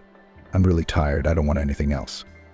He wondered if he could live without his job, and he admitted to himself that he could. But what to do next? That was the most painful question. You can't live without a job either. You have to pay the rent, buy food. At least 6 months off, and then I'll go back to the hospital. He seriously thought about his future. With such thoughts, he fell asleep. He woke up late. Outside the window hung a gray sky. The new year was approaching. The man looked out the window. It was snowing. Despite the weather, he still decided to go to the cemetery. It looked desolate and horrifying in the wintertime. Christian put red roses on his wife's grave. "You know, Lexi, the only thing that makes me feel better is this idea that you're in a better world than you are here," he said. "I'm sure there are tools out there that will cure any disease." But he covered his face with his hands. "I miss you very much. I'd give anything to have that day back. I would never have let you go. And now you would be alive." Christian realized that none of this was realistic. He sighed heavily, touched the wooden cross, and after professing his love to Lexi, he walked toward the exit. He didn't feel like driving home. It was desolate and lonely. He got in his car and decided to go somewhere where there were lots of people. The New Year's Eve fairs had already opened, and all the stores were filled with souvenirs and gifts. Christian walked through a few stores, but nothing appealed to him. All his thoughts were with Lexi. He remembered one year when she was sober. It had been the best holiday of his life. Lexi was so sweet and adorable that all Christian did was thank life that he had her. "I love you," he kept saying. Lexi laughed, running around the big pine tree she wanted to put up in the apartment for that New Year's Eve. The man lowered his eyes and felt tears come to them. He went down to the first floor. In the center of the hall stood a large Christmas tree, and children with their mothers were hanging around it. The latter were trying to take a nice picture of their naughty children. I wonder how Samantha had spent the night, he suddenly remembered. The girl had slept surprisingly well, unlike her mother. Ellen had sat over her all night with her eyes open. She was very afraid. Only by morning she didn't notice that she had fallen asleep. "Oh shit," Grace's neck snapped. "I fell asleep in the chair," she remembered, and went over to her daughter. The girl was still asleep. Ellen realized she needed to take it easy. She was doing well as it was. For almost a week she was very worried, and then she started to get used to it. And Steve's parents came to see her almost every other day. "Annie, daughter, let me hold her," said her mother-in-law. "Aha-oh-oh, a ring. You're ours." The baby looked at her grandfather with innocent eyes and started yawning. The man laughed. "Mom." I'm like a cat, Ellen sighed. "I can't leave her for a minute. I wanted to find a nanny." "To what?" "I realized I don't trust my daughter to anyone yet." "Tone, Isabel, it's okay. It'll pass," her mother-in-law patted her on the head. "It's just that your fear of losing someone close to you is now spreading to Samantha. I'm sure you and she will be fine." Ellen was fully into the role of a mother. Confidence began to come to her, but with it came thoughts of Christian. How worried is he, she thought. I would so like to meet him. After a while, Ellen realized that the surgeon was dear to her. She was an adult and understood everything, but she still dreamed at least of their friendship. "Why don't we invite Uncle Christian to dinner?" her mother said to Samantha while Sikata. The girl smiled but did not realize that it was a sign, and it was necessary to deal with the matter. A few days later, Ellen went to the hospital with her daughter. She saw that Christian was glad too. "How are you doing?" He looked cheerfully at Samantha. The girl had grown a little. "Christian, we have a big favor to ask you, both from me and from her." The guest was worried. "We want to invite you to visit us. You have done so much for us. Let me thank you with a friendly dinner." The surgeon was stunned. He wanted to refuse, but something inside him seemed to stop him. "What if Samantha insists that I come?" he said suddenly to himself. "But pretty girl, when are you going to get me to Gully?" Grace was overjoyed. She doubted that the doctor would agree to come to see her. Her heart was singing and she wanted to prepare something special. She had several servants in the house, so Grace could afford to welcome guests. Ellen looked at herself in the mirror. It had been a very long time since she had worn a dress in years. Jeans, a t-shirt, and a sweater were the staples of her closet. "Jesus, I look like an old woman," she said unhappily. "And I'm only 45. Grace had forgotten how to spend hours in front of the mirror to please her favorite man. After all, this is a friendly meeting. She closed the closet, so no need to make eyes at him. Christian turned out to be very punctual. He was standing in the hallway when Grace came down from the second floor. "Samantha is asleep," she answered his question. After the greeting, the man handed his hostess a bag containing a plush toy. Christian didn't bother to invent anything new. Grace asked that a table be set for them in the next room. She listened now and then and went to look at her. "When you said you had your own business, I didn't realize that you were also involved in medicine, although not in that traditional way," the guest said in surprise. "It happened quite by accident," answered the hostess. "If it were not for my problems with conception, we would hardly be engaged in it. And now I can't imagine my life without all my herbs. We have very beautiful fields. Very often we are asked for a tour, but I don't allow it. After all, cleanliness is important to us, and someone is always busy on the plots." "I'd like to see it," Christian said suddenly. "I like that sort of thing. But unfortunately, we don't have anything at the moment. But in spring, I'll definitely take you there, when everything is in bloom. It's so beautiful that you don't need to go to France. By the way, we also have wild lavender, which smells. The cultivated varieties don't have such an aroma." Christian didn't expect to be so absorbed in the conversation. He was enjoying his conversation with Grace. It was the first time they had talked on such broad topics. As they said goodbye, Grace held out her hand to him. He touched her lightly and was thrown by an electric shock. Grace, too, turned pale. The surgeon was returning home with strange feelings. He liked the woman, but there was a fear in him that their friendship might develop into something more serious. In general, Christian had never thought of any other woman but his wife. It seemed to him that Grace felt very good about him, or rather, she felt sympathy for him. Christian got home in an excited state and went straight to Lexi's room. "I don't want anyone but you," he said out loud. "I can only have one wife." All the following days, the doctor struggled with the feeling he discovered in his heart. He often thought of both Grace and her daughter Samantha. Grace realized after this encounter that she was head over heels in love with Christian. She thought about him all the time, despite his inaccessibility. He drew her to him. It wasn't just an everyday feeling. It seemed to her as if they knew each other. 5 days before New Year's Eve, Grace couldn't take it anymore. She bought a present for Christian and went to the hospital with her daughter. "Christian, let me give you this from both of us," smiling. She handed him the package. He was embarrassed. Lexi rarely gave him gifts. Mostly she forgot his birthday and New Year's Eve. "Thank you," he lowered his eyes. "I'm sorry, but I didn't have anything for you." Grace was very nervous, but she decided to go all in. She drew more air into her chest. "Christian, we'd like to invite you to celebrate New Year's Eve with us," Grace said and looked at him intently. "Grace, I'm very grateful to you," replied the surgeon quietly.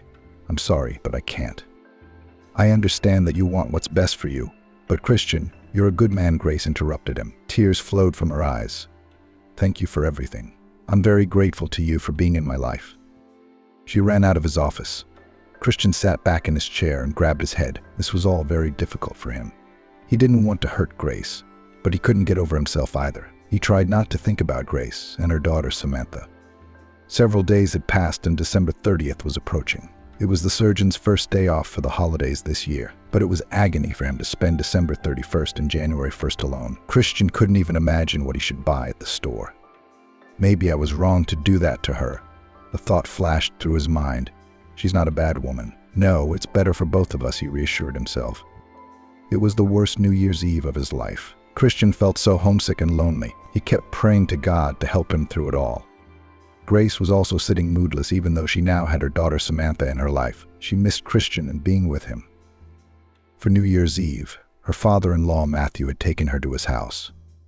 "We'll spend a little time together, and then you can go home. If you want, I'll even drive you myself," he offered.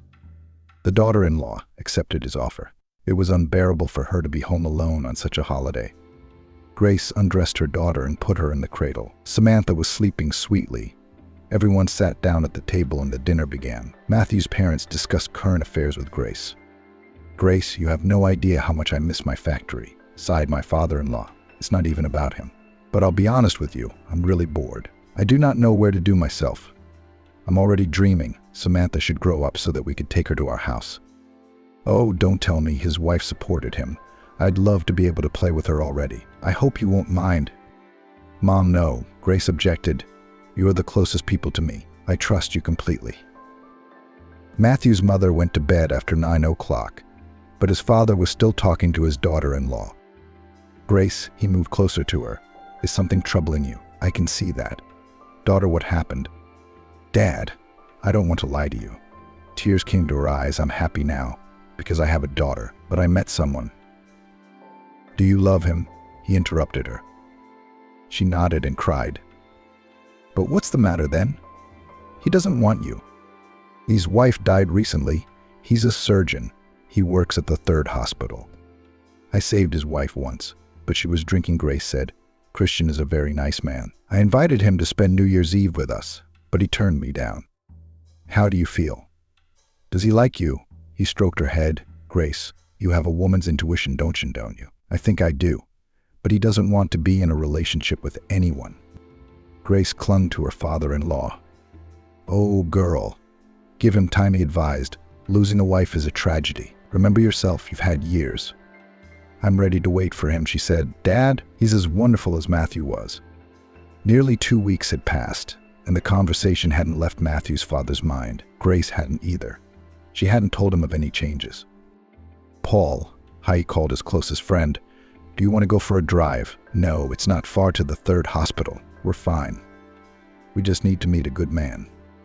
Half an hour later, there were 2 expensive cars outside my father-in-law's house. "Hello, Pavel. I see that you're not alone." He shook hands with the younger brother of his friend. "Well, let's go. Of honor for our city," he laughed. The motorcade drove into the hospital courtyard. They were immediately attacked by curious stares. The delegation got out of the jeeps and went to the front door. Fortunately, Christian was free. He had a surgery scheduled in an hour. "Hello, young man. Permission to come in?" The surgeon nodded and looked questioningly at the visitor. He stared at his face, but quickly realized that he didn't know him. "Christian, I'm here on a personal matter," he introduced himself. "I am Matthew, Grace's father-in-law, her husband's father." The doctor turned pale, embarrassed. Christian looked at him carefully. He didn't know what it would be about, but he knew it would be something important. "Son," Grace's father-in-law said, "believe me, I know what it's like to lose someone close to you. It is very, very painful. No one can ever replace my son in my heart. But no one's asking me to." "Neither do you," Matthew said. "Let your wife always live inside you, so your own. But that doesn't mean you can't love another woman. Listen to me, old man. Grace is mean, she's smart, she'll never betray you. And if you feel anything for her, believe me, in my experience, you'll find happiness with her. I know her like I know myself. She's not my best friend. I can't always tell my wife what I share with her. You both deserve happiness." The guest left, and Christian continued to sit as if paralyzed. Everything Grace's father-in-law had told him was true. He felt it deep in his heart himself. He realized that he needed her. She was his woman. A few days passed, and he still couldn't get that conversation out of his head. It was a day off. He got up from the couch, walked into his wife's room, suddenly ran into the kitchen, pulled out large bags, and started packing Lexi's things in them. It was late, and it took him until 2 in the morning to carry it all outside. "I can't do this anymore," he sobbed. "Lexi, let me go. Let me live my life. I've wasted so much time on you. I've had enough." He stared at the empty walls. He had taken out everything in his wife's room. He had somehow managed to take apart her closets, take out the bed. He closed his eyes and inhaled a full breath. The window to the room was wide open, and the cold January air burned his face. The next day he drove to Grace's house. He was let in at once. The landlady ran to greet him. "Christian," she shouted. Grace did not hide her tears, and the surgeon came over and hugged her. "Grace, forgive me, I liked you at once, but I was so afraid." He stroked her hair. "I love you. I need you." "I need you too, Christian, my darling." Grace hugged her guest. "I love you so much," she said. It had been almost 2 years. Christian was returning from the factory after he had quit his job at the hospital. His wife brought him up to speed and he took over the plant. Grace stayed home with their daughter Melanie for the time being. Melanie was growing up fast, and Grace wanted to hire a nanny to help her husband in a couple months. "Grace, how are you?" Christian dialed his wife. "I'll be there in about 40 minutes. I'll bring something over. I can stop by the store." Christian, go straight home, his wife asked him. "I have some very good news for you." "What's wrong?" he asked. "Well, tell me, does it have to be told now?" "You'll find out soon," she replied cryptically. Christian disconnected the phone and plunged into thinking about a new herbal remedy. A few months ago, a man had suggested they make herbal pills. He liked the suggestion. As a former physician, he realized that in some cases their effectiveness could be greater than that of mere collections. In addition, such herbal pills could serve as semi-finished products for the production of both medicinal and cosmetic products. The direction was very promising. Christian drove into town. A picture flashed before his eyes of how he had stalled one day, and Grace had driven him to the hospital. It had been almost a year since Lexi had stopped bothering him. He'd been able to let go of his ex-wife. Plus, he'd had time to realize that she'd never loved him. Grace's love created such a contrast that Christian now didn't even understand why he was even living with Lexi. Coming to Grace's house that day had been the best decision he'd ever made. "But where's our princess?" Christian said loudly as he entered the house. "Grace, where are you?" His wife showed up on the second floor. She quickly took her daughter and went downstairs. Her face was radiant. "Well, show me what you've got here." "I'm ready to wonder where your surprise is," Christian laughed. Grace held something out to him. Her husband looked at it in bewilderment. There was a test in the palm of his hand. "Grace, are we having a baby?" He couldn't believe it. "Me, Isabel. I'm going to be a daddy for the second time." He ran over to his wife and daughter. "My favorite girls, what are we expecting? A brother or a sister?" "Christian, I think we're going to have a son." His wife kissed him. "Thank you so much for everything. I love you very much."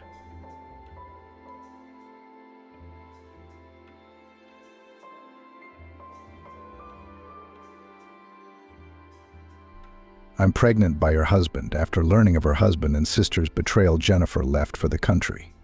And barely. Jennifer was just leaving the clinic when she got a call from her younger sister. "Hi, what are you doing?" Her sister's voice vibrated with joy, which was very audible even over the phone. "I just got off work," Jennifer replied tiredly. "I'm getting off work. I'm going to drive home and sleep it off." "Listen, sister, Maggie said. "It's the same thing every day. Aren't you tired of living such a boring life yourself?" Jennifer gritted her teeth to keep herself from saying something sarcastic to Maggie. No, she'd always been able to keep her temper in check with her younger sister. But lately, apparently because of the increased workload and the unstable family situation, Jennifer was beginning to feel her nerves fraying. "Aren't you tired of telling me the same thing every time?" she said. Jennifer got into the car and switched on the ignition. She wanted to go home, have a cup of tea, take a bath, and then crawl into bed with a blanket over her head. "Well, I'm sorry," Maggie said in a softer voice now. "No offense. I just wanted to ask you something."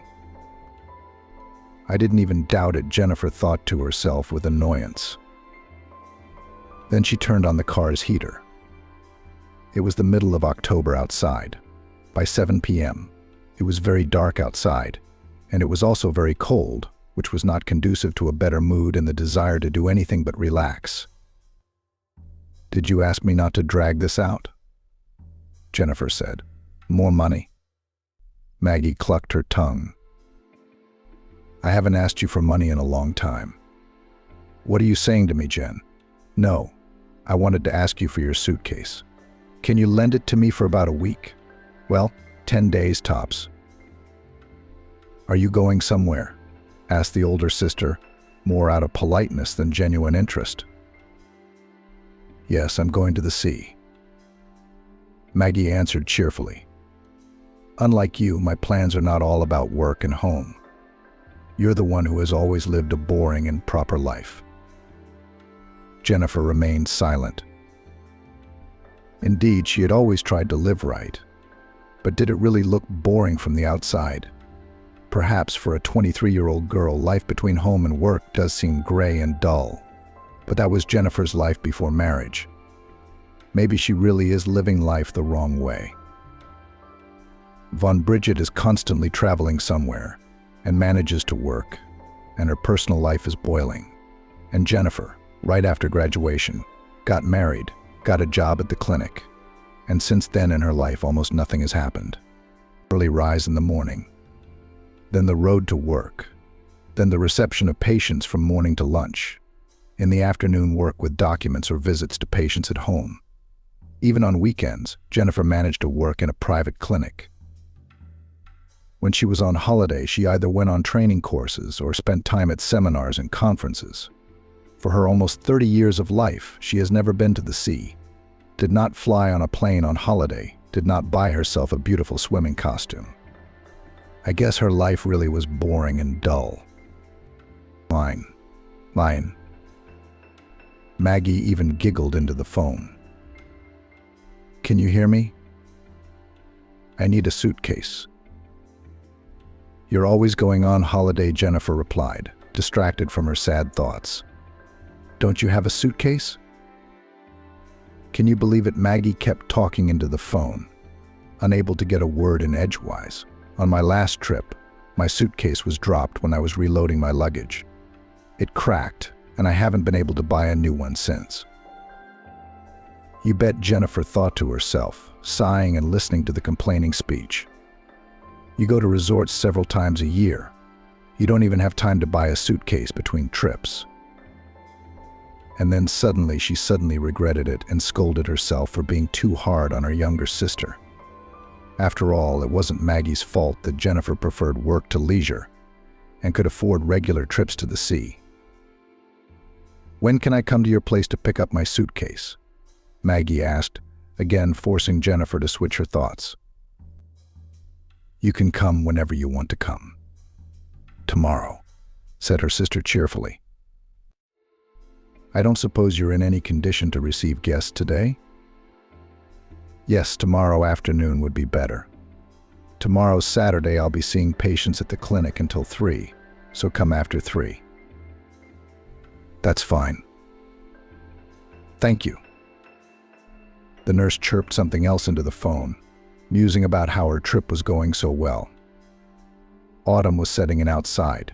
She'd be going to some hot country, splashing in the warm sea, and she wouldn't have to freeze in the city until the heating came back on.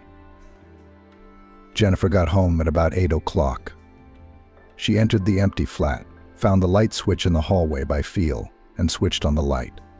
She sat down on the banquette by the entrance, stretched her legs out. She sighed heavily. How lonely it was on nights like this, when Winston was late at work and Jennifer had to return to the empty, dark flat. How many times she'd wanted a cat or a dog, but then she'd talked herself out of it because she realized that, because she and her husband were always busy at work, it would be hard for the poor creature to sit alone and cooped up for long hours. She took her phone out of her coat pocket. Jennifer dialed Winston's number. She didn't expect her husband to answer immediately, or that he would answer her call at all. Sure enough, the phone rang with long beeps, and her husband never answered.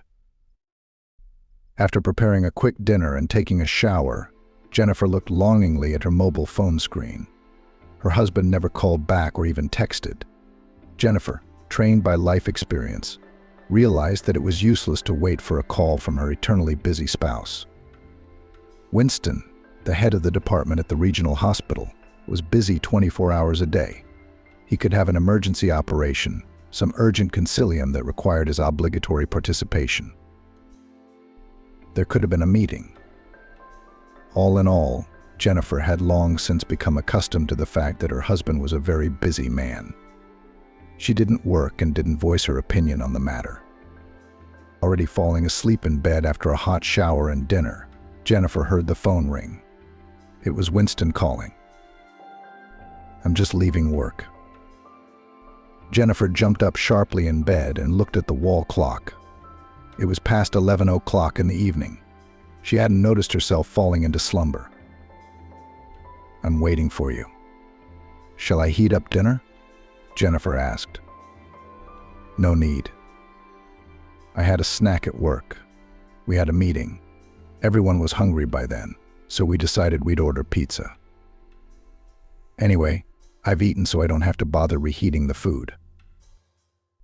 Jennifer breathed a sigh of relief. By the time her husband arrived home, she had a headache. So after waiting for Winston, she immediately fell asleep, not really knowing what the head of the department was so late for. In the morning, when she awoke, she found her husband no longer at home. Hopelessness, longing came over Jennifer. She ate breakfast and stared out the window alone. Then she started to get ready for her part-time job at a private clinic. For more than 5 years, Jennifer had been working as a general practitioner at the city's polyclinic, while managing patients at private clinics. She enjoyed her work, especially when she saw the results of her labor and heard the words of gratitude from her patients. Everything was going well in her work. And even despite all the difficulties, Jennifer always came out of work satisfied with herself and the results of her work. As for her personal life, then everything was not as simple as we would like. Jennifer's husband, Winston Kudryashov, was older than his wife for 20 years, and for 15 years he had been the head of a department at the regional hospital. As a specialist, Winston enjoyed high prestige, had behind his back a huge professional experience, thousands of grateful patients, and a lot of awards. Jennifer felt like a girl next to him, and given the difference in age, experience in both professional and life, the young wife only had to listen to the opinion of her wise husband. "Why are you marrying such an old man?" Jennifer was asked by her mate Maggie. "Is it a duty? Winston is almost 45, he's older than you, and he's older than you, and he's a doctor. So you'll be in constant competition. He's bound to always be better than you." "He is the best for me," Jennifer replied with a smile. "I love this man very much. You have no idea how strong my feelings for him are." She was 24 years old at the time. She was in her final year of medical school, and Winston, in her eyes, was a medical guru. Jennifer even then looked into the mouth of her future husband, listened to his advice, listened to stories from practice, and believed that fate has made her a real gift in the form of meeting and mutual sympathy with such an intelligent, beautiful, and very responsive man. They met when Jennifer was 20 years old. Winston had already turned 40. She was in her 3rd year of university, and he was consulting teachers at the university and lectured for a while on obstetrics and gynecology. Jennifer met Winston in the library. He was just dictating to one of the students a list of literature required for the course. Jennifer went there to prepare for the seminar. "Young lady, you're wasting your time in this library," Winston addressed her when she asked the librarian to look for an ophthalmology textbook for her. "Why wasted?" Jennifer looked up in surprise at the man she had often met in the walls of her university. Winston did not lecture at them, but the girl had seen his picture in the hall and knew exactly who he was. Because the university's library is sparse on teaching materials. In terms of terminology, I advise you to buy your textbooks from a bookstore. Or better yet, order them online, Winston replied. "That's a strange suggestion from you," Jennifer grinned. "Usually our library gets all the praise, and you say the exact opposite." "I just always tell the truth," Winston said. Winston grinned, then winked at the librarian. "And don't look at me like that, Rachel. Am I wrong? Your library's been short on manuals for a long time," he said. You're right, Winston, she sighed. Jennifer took a couple of textbooks. As she left the library, she ran into Winston again. Will you take my advice? He asked. Jennifer looked at Winston in surprise. What kind of advice? Go to the shop or order online. Well, going to the shop and choosing the textbook you want would be faster. While you're waiting for the online order, it might not be relevant to you. Jennifer shrugged her shoulders. Well, I'll go to the bookshop then. Can I give you a lift? Jennifer was taken aback. She had never once spoken to this man. She hadn't even paid attention to him, thinking he was too experienced and not interested in talking to young female students. Winston's question, however, confused her. She looked at him incredulously, then nodded suddenly. Okay, bring me in. From that day on, communication began between them. At first, it was just idle chatter, not so much about medicine, but about the lives of students and faculty, Jennifer's childhood and Winston's adolescence. It turned out that the man had been married once. My ex-wife herself filed for divorce because of eternal employment, and I did not keep around a woman who was far from medicine and considered my work frivolous, said Winston. She was not ready to wait for me in the evenings and wanted me to socialize with other women, jealous of them and of my work too. But as a gynecologist, how could I restrict myself from socializing with the female sex? It's my job, my duty, my life after all. And then I realized that I could only live with a woman who, like me, has something to do with medicine, who would be sympathetic to my late returns and would not make hysterics and scandals about it. Is that so much to ask, Jennifer? Winston asked. Jennifer shook her head at the sound of her name in Winston's mouth. Goosebumps ran down her spine. She looked at the man differently now.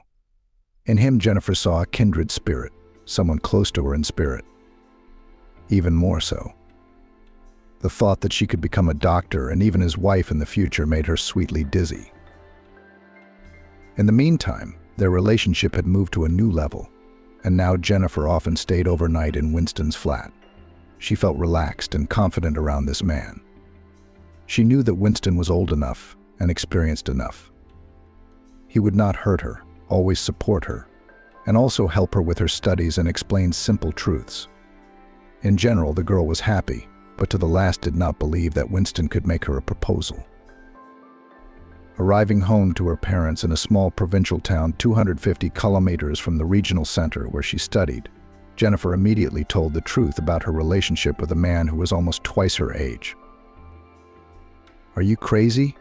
Her mother rounded her eyes and clutched her head. You are 23 years old and he is 43.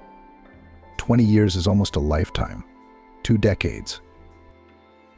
Jennifer's father wasn't thrilled with his daughter's choice, but he was sympathetic to her feelings. Sharon, why do you resent it so much? There are a million families in the world, and they're strong enough, where the husband is older than his wife. It would be worse if it were the other way round. And Jennifer would be the guy who fell in love with an old aunt, he said. Dad, Winston is not old, Jennifer interceded for her lover. He's mature, he's wise, he's very experienced. What kind of doctor is he? Asked her mother. I'm glad your Winston is a good doctor, she said, her lips tightening. But it would be good if he was your age, not 20 years older. 80, this is a disaster. Edward only hummed, without saying anything else. After a while, Jennifer dared to invite Winston to her parents' house for a visit. They came along with a cake and a bouquet of flowers. And then Marian melted, seeing before her a manly and intelligent man. Edic also did not say another word about what he thought about the choice of his daughter. Then Jennifer finally realized that Winston was the man with whom she would be truly happy. Maggie, however, when she saw what a grown-up groom her older sister had brought into the house, did not keep silent. He's an old man. Wrinkled nose, said 17-year-old Maggie when she and her sister were alone. What do you need it for?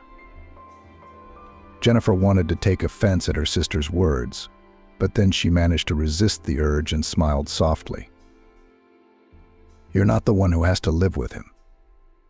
What am I, you crying about him being old for me?" Maggie twitched her nose upwards and wrinkled it funny again. "Well, he's going to be a relative of mine. You look at him like you want to eat him. I'm sure you're already dreaming of marriage and a long life with that old man." "Don't call him that," Jennifer said, feeling herself getting angry with her younger sister. "He's not an old man. He's only 20 years older than I am. When you choose a fiancé, you can choose your own, but don't meddle in my affairs." "Your choice." Maggie shrugged her shoulders. "But sooner or later you'll regret marrying such an old man." Her younger sister's words were not prophetic. And not once in almost 6 years of married life Jennifer did not regret that she agreed to become Winston's wife. He proposed to her in her 5th year. Then Jennifer moved into his spacious 2-bedroom flat. Soon received a diploma, got a job in the clinic, and was going to enter the residency. When her parents came to visit their daughter for the first time after the wedding, they no longer opposed Jennifer's choice, but on the contrary, they were happy that the girl so successfully married and settled in the regional center. First impressions are deceiving, Marian grinned, strolling through the huge 3-bedroom apartment in the center of town. Winston turned out to be a very nice man. He paid for the wedding and brought you to his place.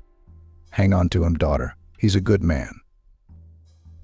"I know," Jennifer said with a smile. She was in love, happy and ready to move mountains.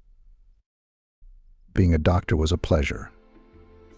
Jennifer was sure that she had found a job she liked, and the results of her work pleased her, and each time convinced Jennifer that she had done the right thing.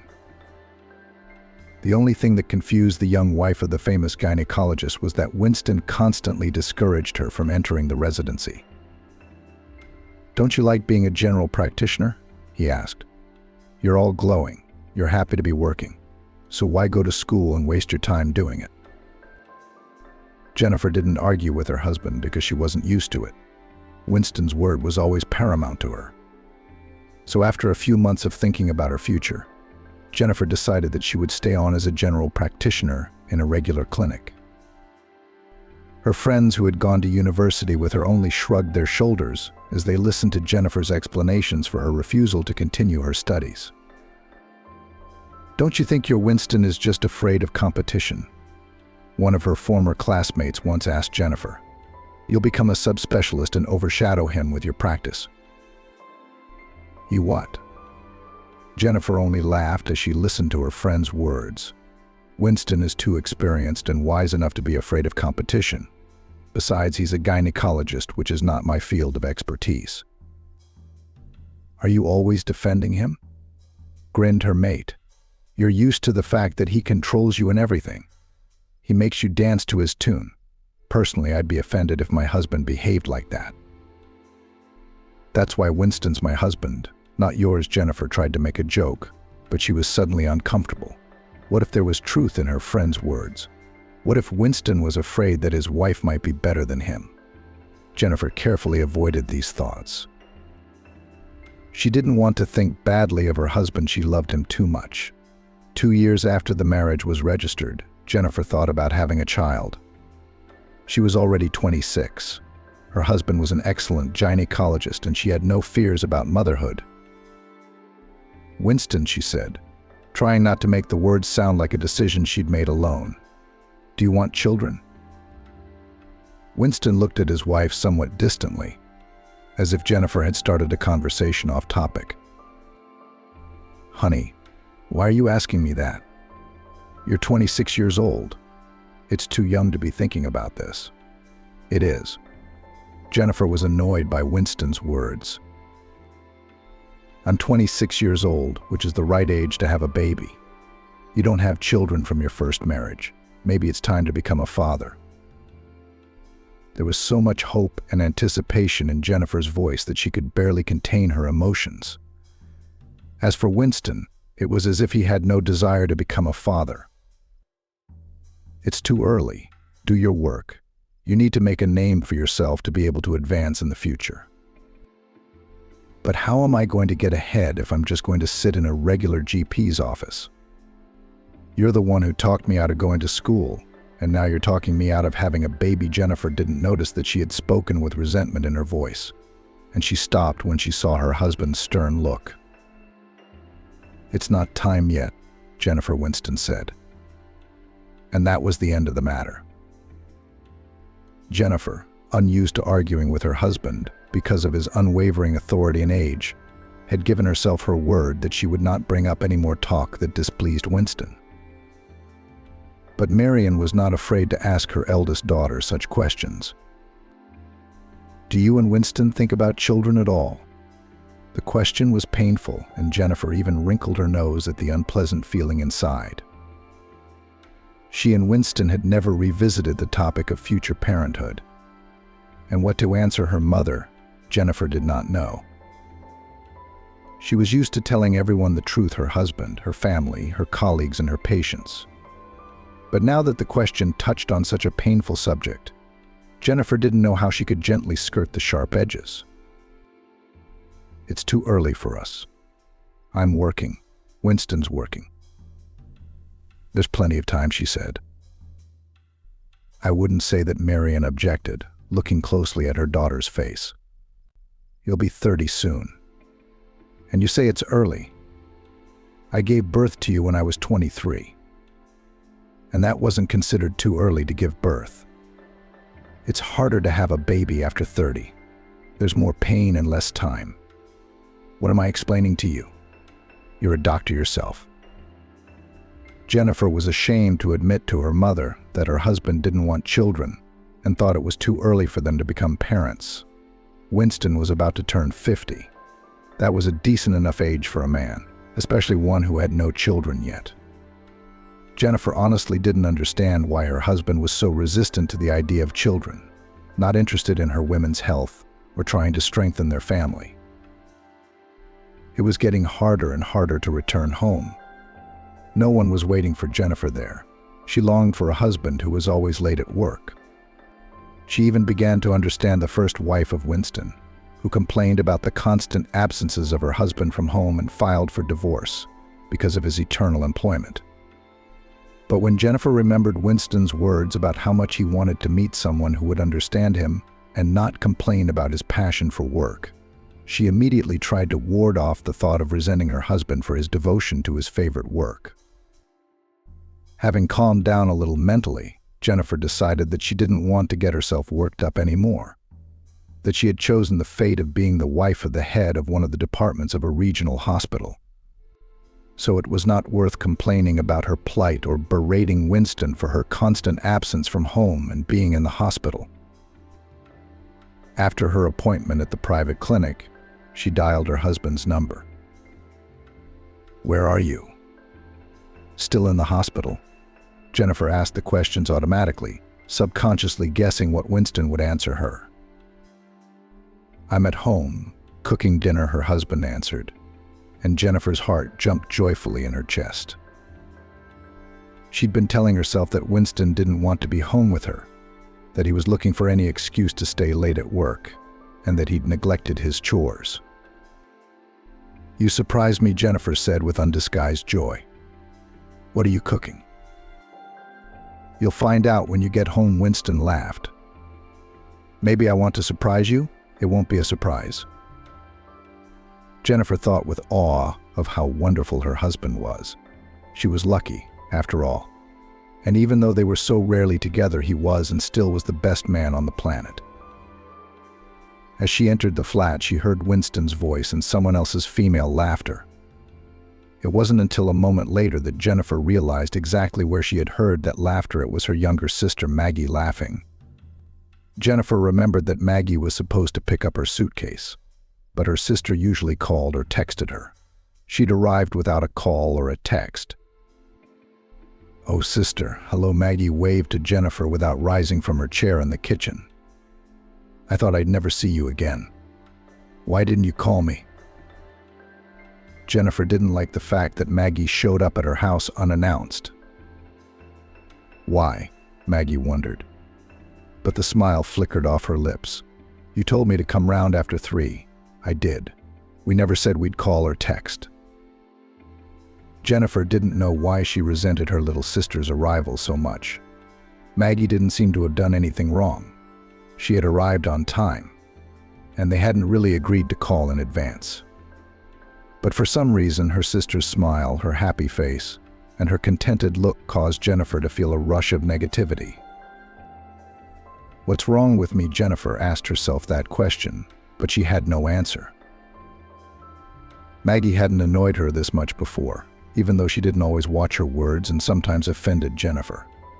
Maggie was the exact opposite of her older sister. Daring, self-assured, self-loving, and not tolerating objections, and Jennifer was malleable, kind, and non-confrontational. It was easier for her to agree than to argue to the point of frothing at the mouth. Maggie liked to argue, refute, prove her point of view, even if it was obvious that it was wrong. Winston set the table.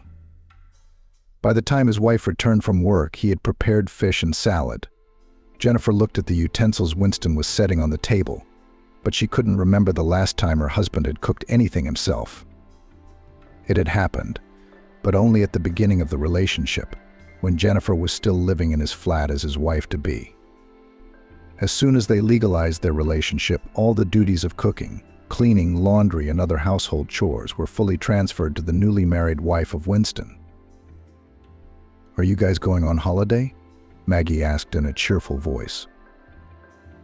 Jennifer heard a kind of gloating in her sister's question. Maggie regularly went on holiday with different men and in different countries, often allowed herself to go abroad alone. Jennifer, on the other hand, had never been to another country in her nearly 30 years of life. "We don't have time for holidays," she said, trying to keep her voice calm and confident. "We are working. You're the free-flying one." "That's right," Maggie smiled broadly.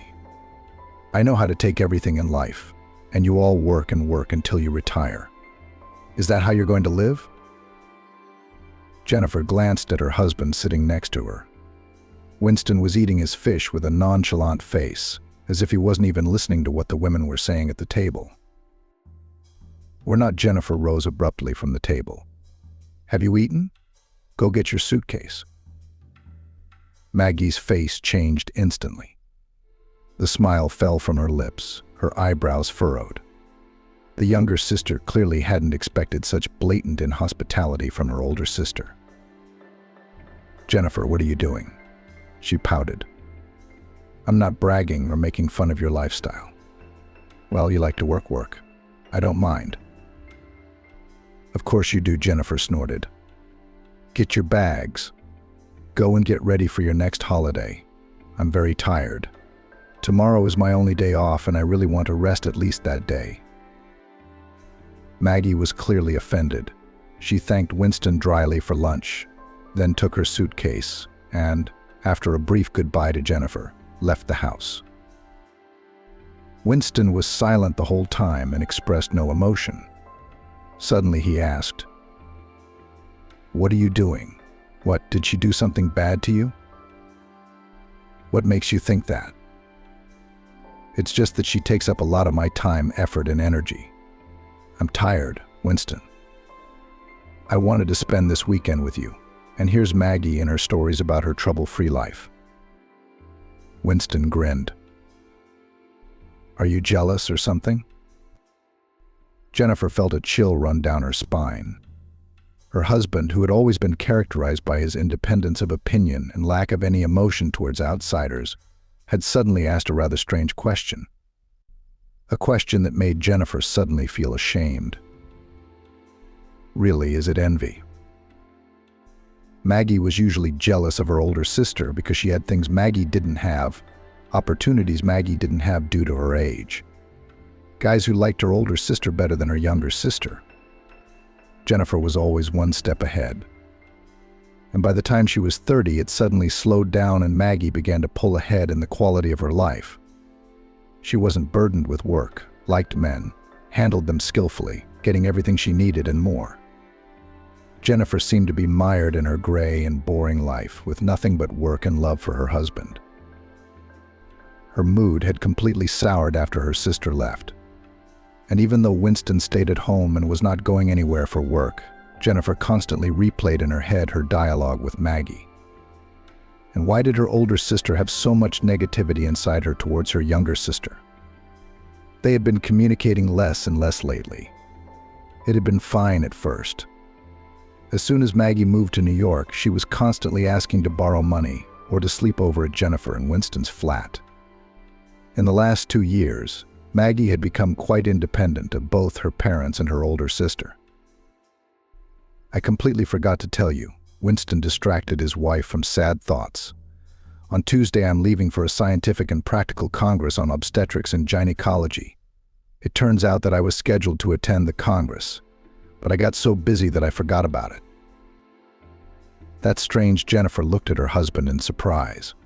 Usually you prepare for congresses in advance. Suddenly you seem to have changed your attitude to such events. Winston brushed it off. Work's a mess. People are quitting in droves and going to private clinics. I've lost track of time. HR called me last night and reminded me about the trip. Where are you going? Jennifer suddenly had a brilliant idea in her voice. What if she went to the Congress with her husband, took a few days off at work, spent time with Winston, and generally changed the environment? The idea was reckless, unusual for Jennifer. But she, annoyed by the meeting and conversation with her younger sister, suddenly also wanted to change something in her life. To Boston, Winston said, for 5 days. Jennifer smiled. What if I come with you, take a leave of absence at my own expense, and we'll go to Boston together? I'll walk around the city waiting for you. We'll go to restaurants, visit a museum, go to the theater. Do you remember the last time we went out together? Winston shook his head. The Congress will go on from morning until late at night, and I won't have time to go to the theaters and restaurants, Winston said. You're going to be upset, and you're going to tug at me and keep asking me when I'm coming to see you. I'll piss you off with my absence, and our mini holiday will be a nightmare. I've been through this before, honey, and I don't want it again. Jennifer looked at her husband as if he were directly discouraging her from traveling together. Not once in the 6 years they had been together had she said a word of reproach to him. Not once had she held him or made a scandal of his prolonged absences. Why now Winston spoke as if he did not know his wife at all, as if she in his eyes had turned into his ex-wife, whom he tried with all his might to forget. Winston, don't you want me to come with you? Jennifer asked uncertainly, still hoping she was imagining it. I do, Winston said hotly. He jumped up from the couch where he'd been sitting watching TV, running around the living room with his arms crossed behind his back. Jennifer watched her husband as if she didn't recognize him as the man she had loved for so many years. But I also want to work in peace, without the distraction of worrying about you sitting in a foreign city waiting for me. I want to meet my colleagues, chat with my professors. I want to get some sleep, after all. Okay, Jennifer interrupted Winston and nodded briefly. Please, just don't be so nervous. Let it be as you say. Winston abruptly stopped talking, sat down on the sofa and continued watching some medical TV program. Jennifer sat next to him and occasionally glanced at her husband, but it was as if he didn't see her. They used to sit and watch TV together like this, but now they had become complete strangers to each other. No children together, no jointly acquired property, no desire to go out and spend time together. Maybe this is the end of our marriage? Jennifer thought bitterly. He does not even want to hug me, kiss me. And we haven't had intimacy in almost a month. My husband hasn't laid a finger on me in a month, and that thought made me feel even more miserable. It seemed as if the whole world called family, so lovingly maintained for 6 years, had collapsed. Winston left on Tuesday, and up to that point nothing at all had changed in their relationship with Jennifer. The spouse no longer initiated intimacy. Jennifer kept looking at Winston, trying to figure out if he'd really lost interest in her, or if she was just imagining the problem. "There's no need to see me off," her husband said at once. "I'll go straight from the hospital to the airport. 5 days will fly by, and I'll be sure to bring you a present from Boston. Would you like that, honey?" "Of course I do," Jennifer said, and smiled a strained smile. The mood had been bad for a long time, and the situation with her husband's departure had spoilt it even more. Now Winston had asked her not to walk him to the airport, even though Jennifer couldn't do that. She worked until 3, and Winston's plane was due to leave at 5. Returning to the empty flat became a complete drag for Jennifer. She tried to stay late at work, pretending to work on paperwork and reports while she tried to stretch her time so she could get home as late as possible. The clinic closed at 8 p.m., and by that time Jennifer had to go home anyway, having vacated her office. To distract herself and not go crazy with boredom, Jennifer even signed up for yoga. She decided that she would attend a yoga studio in the evenings instead of coming home. It was both good for her health and a way to pass the time. When Jennifer returned from her first class on Thursday, she felt much better. She seemed to be energized after the workout. Her muscles were humming nicely and her body felt pleasantly tired. She wanted to go to bed as soon as possible, so that the day would be over. The sooner it was over, the sooner the new one would come. It wouldn't be long before Winston returned. Lying in bed under a blanket and looking at her social networking page, Jennifer saw Maggie's holiday photos. Her younger sister posed against the sea, standing in a brightly colored swimming costume. Jennifer quickly woke up looking at the pictures, trying not to dwell on the unpleasant thoughts that had arisen in her head. Enviously again, she thought, and quickly refreshed her social media page so that the pictures of her beautiful and happy little sister would disappear from her sight as soon as possible. However, updating the page, Jennifer suddenly noticed something unpleasantly cutting her eyes on one of the photos published by Maggie. Returning to her sister's page, Jennifer scrutinized Maggie's postings once more and then zoomed in on one of the photos. Her heart twitched unpleasantly in her chest. Her palms instantly sweated with excitement. In one of Maggie's photos, Jennifer saw a familiar figure in the reflection of a shop window. It was the figure of her husband, who had personally taken the photograph for the young girl. Jennifer enlarged the photo once more to make sure again that it was Winston. She recognized his figure, his hair, even his sunglasses. He was also wearing the plaid shirt Maggie had given him for the holiday. Back then, Jennifer had wanted to give that shirt to her father, but Winston had persuaded her to keep the gift. "Maggie gave the shirt to me. Why should I give it to your dad?" Winston asked unhappily. "Because it doesn't suit you," Jennifer replied. Jennifer didn't know why she was suddenly so attracted to Maggie's gift. Maybe it was because the shirt fit Winston so well. Jennifer herself had never guessed his taste. Her husband always dressed himself in the shops. He picked out his own shirts, trousers, jeans. He even bought his own underwear. And then some Maggie gave him a nice gift that Winston liked. Jennifer was nervous at the time. She was uncomfortable that her husband openly admired Maggie's taste, but he had a very different opinion of his own wife's taste. Until the last moment, Jennifer didn't want to believe that Winston was in the photograph. Then suddenly she remembered how her husband didn't want her to go to Boston with him, how he refused to let his wife accompany him to the airport. And that dinner he'd cooked, supposedly for his wife, had probably been prepared solely in honor of Maggie's arrival. Jennifer grabbed the phone in her hands and dialed Winston's number. "The caller is temporarily unavailable," an automated female voice answered.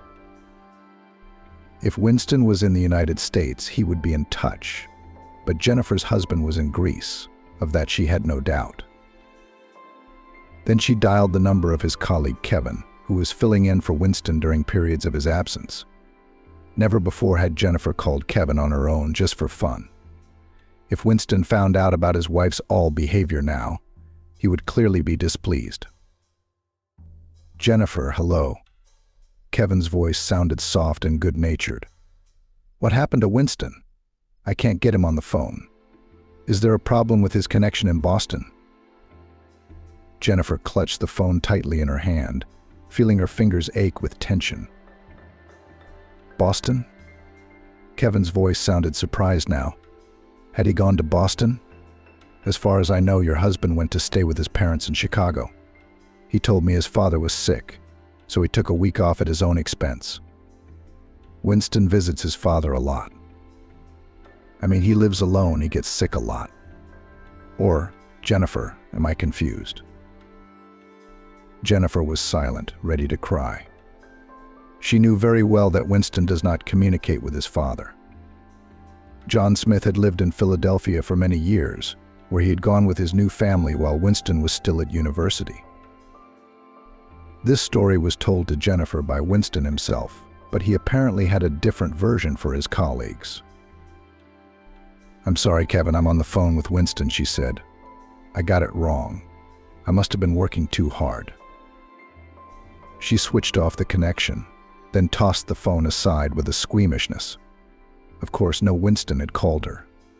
She'd made up the story for Kevin, who could easily guess that Winston was misleading both his wife and his colleagues. So all her husband's trips to congresses, conferences, and other business trips were staged exclusively for her. For his colleagues, Dr. Smith went to his father, while his wife was quietly waiting for him at home, even unaware of the double life her husband led. After a while, Jennifer's hand reached for the phone. Fighting her own reluctance to know the truth, she went back to her sister Bridget's page. Here was her trip to Hawaii in April. Winston had flown to Los Angeles for a fortnight, and Jennifer had been surprised to see how tanned her husband had been when he returned from Los Angeles. And it turns out that in April in Los Angeles is so sunny. "I walked a lot. I did not notice how I burned," said Winston then. Jennifer didn't say anything to him. It did not even occur to her that her husband could be somewhere else, for example, in a hot country with her younger sister. And here was another of Maggie's trips, this time to the Bahamas. Winston was away from home then, too. He was supposedly on a flight to Denver. Except it was summer outside, and it was normal for him to return with a slight tan. There were other trips. Jennifer had counted at least 5 in the last 40 minutes. It had started almost 2 years ago. At least the joint disappearances from Jennifer's life had been observed since the December before last. And Ben had just turned 21 at the time. She'd barely graduated from university and got a job as a receptionist at a beauty parlor. But she worked there for just under 6 months. She quit in December, and then in March she and Winston were out of town together. Bridget chattered something about a new lover, after which there was another, then again another and another third. But Jennifer was not interested in her younger sister's private life, and for nothing. I wonder if she met only with Winston or in parallel? Jennifer thought. Did she have other men? She was still in shock at her own discovery. To have lived with her husband for so many years, and now to suddenly find out that for the past 2 years he had been lying to her, dating her sister, traveling the world with her, paying for her purchases, catering to her every desire. His wife had done his laundry, cooked his breakfasts, lunches, and dinners, and waited faithfully for him at home. Without a word or a hint, she never let him know she was unhappy with anything. Jennifer was comfortable. People like her were usually called patient. By morning, she was sick of her own thoughts. All night she had been thinking that she had to make some decision about her future, because she would never have a future with Winston. I wondered, Jennifer thought, what was the purpose of this marriage show? He would have divorced me and lived with Maggie if he liked being with her so much. He'd long since grown cold to me. Winston came home as promised on Sunday, happy and lightly tanned. He called Jennifer a couple of times via Messenger, sending her some meaningless pictures to put her guard down. She'd responded to him with something to keep Winston from guessing that she knew all about his cheating perfectly well. Jennifer prepared herself for the conversation, going to clear the air. She had to gather her strength, to find the right words that would not make her feel ashamed. No, she wouldn't make hysterics and scandals. They would part ways quietly if Winston wanted them to. What do I want? Jennifer thought. I want to endure further. I am willing to endure because I love this man and would do anything to be with him. I haven't existed apart from Winston for a long time. I belong to him completely. I'm like his soulmate that would die if I was separated from him. Winston talked cheerfully about his trip, making up stories as he went along that didn't really happen. Jennifer listened to him, smiling and nodding, while she realized with every passing minute that she couldn't tell Winston that she knew everything. She couldn't live without him. She never got round to talking to him, and after a few days she calmed down and decided that she would not part with her husband. She loved him and let him have an affair on the side. It was easy to break up a marriage, but to keep it together was still a challenge. So Jennifer decided she would endure to the end. At the end of another working day, when she was about to go home, there was a knock at her office. "The reception is over," Jennifer shouted, but the door opened anyway. Maggie stood on the doorstep, and the older sister's insides snapped at the sight of her younger sister. "Why are you here?" Jennifer asked with whitened lips. "We need to have a serious talk," Maggie replied. Jennifer realized then that something had happened. Something had happened that was out of her control. Something she had miscalculated. What it was, she was going to have to find out from her younger sister. "I'm pregnant," Maggie said after a long silence. The sisters sat next to each other, carefully avoiding the opportunity to look into each other's eyes, and remained silent until Maggie said two words that turned Jennifer's mind completely upside down. "Do I have to answer something?" Barely moving her lips, Jennifer asked. Jennifer's insides felt as if they had collapsed, and her lips and tongue stopped obeying her. "Shouldn't I?" Maggie replied shortly. "I'm the one who has to tell you. I'm pregnant by Winston, your husband. I'm tired of hiding the fact that I've been with him for a long time." Jennifer was silent. She fumbled with a piece of paper that had appeared on her desk.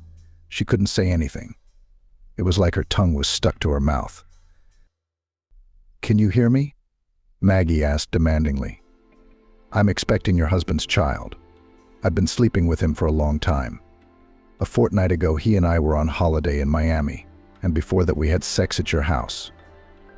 Remember that spontaneous dinner at your place? You came over and told me to get my suitcase and you were leaving. I did. Only before that, I slept with your husband in your marital bed." The words were harsh, and Jennifer felt completely embarrassed by the filth. She didn't feel like it. She had tried to save her marriage to the last. Except who wanted it? Nobody. The child needed a father, no matter how immoral the child had been conceived. He was not to blame for his mother's recklessness, for his father's uncontrolled behavior. "What do you want from me?" Jennifer asked dryly. "For me to congratulate you? That I run home and scandalize my husband? That I look at myself in the mirror and try to see horns on my head?"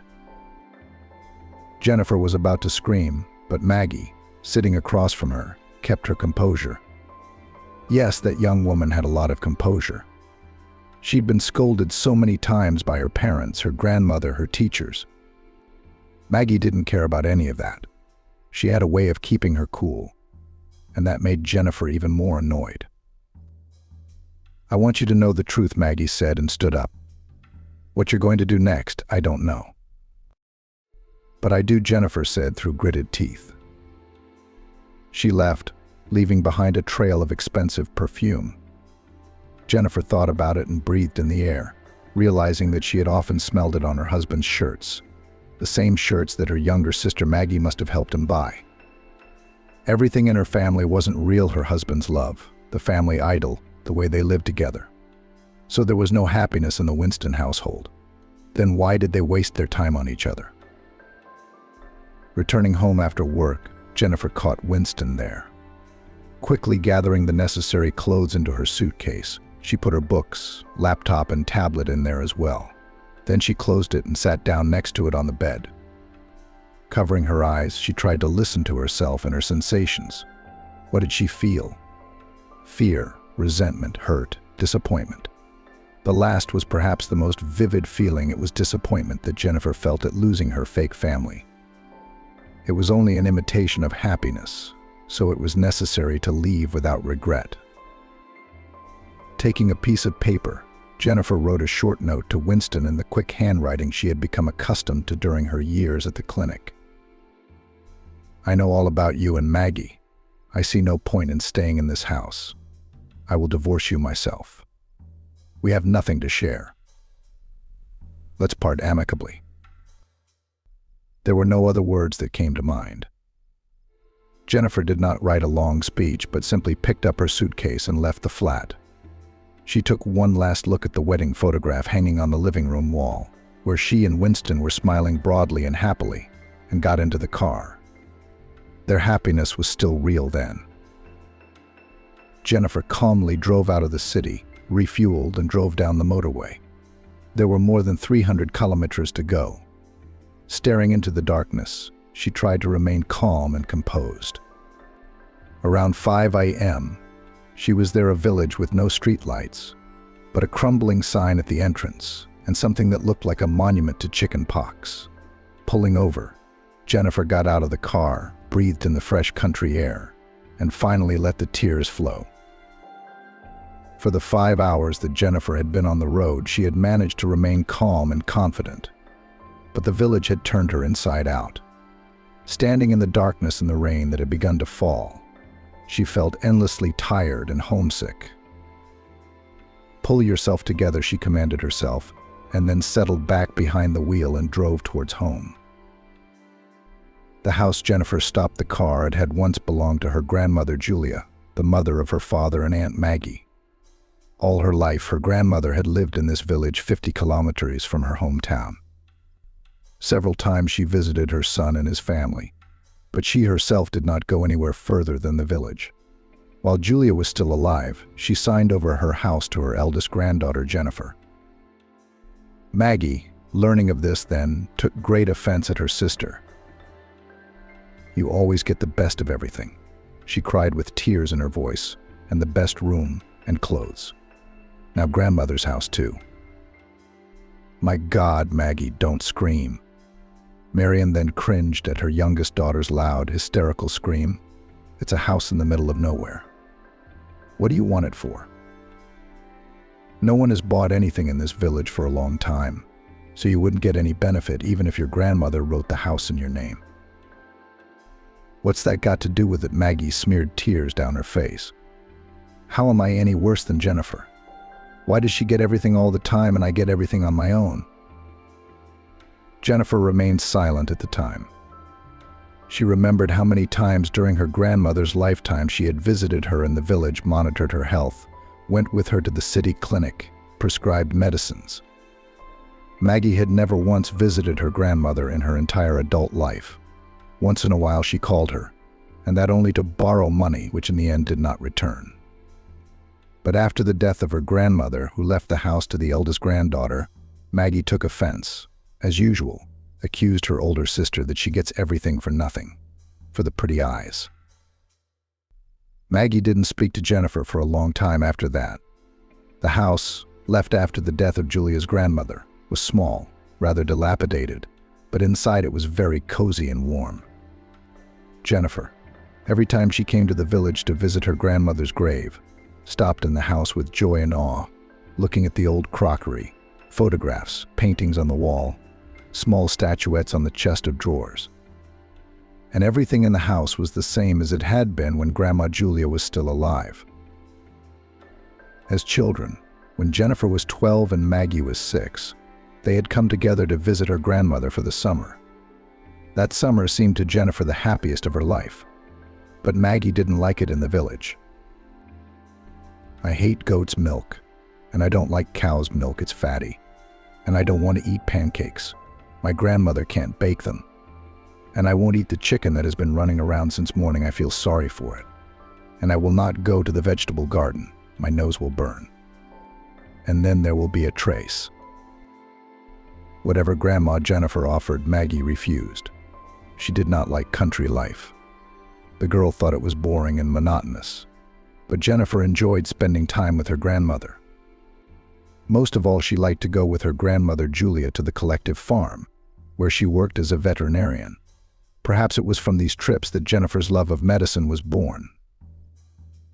"You have the makings of a future doctor," Julia said. "Think about your future. You may want to connect it with medicine." Jennifer had made up her mind then. She would definitely be a doctor. She would help people. That was her calling, and she was happy with her choice, immensely grateful to her grandmother for her support. And now Jennifer was back at her grandmother's house.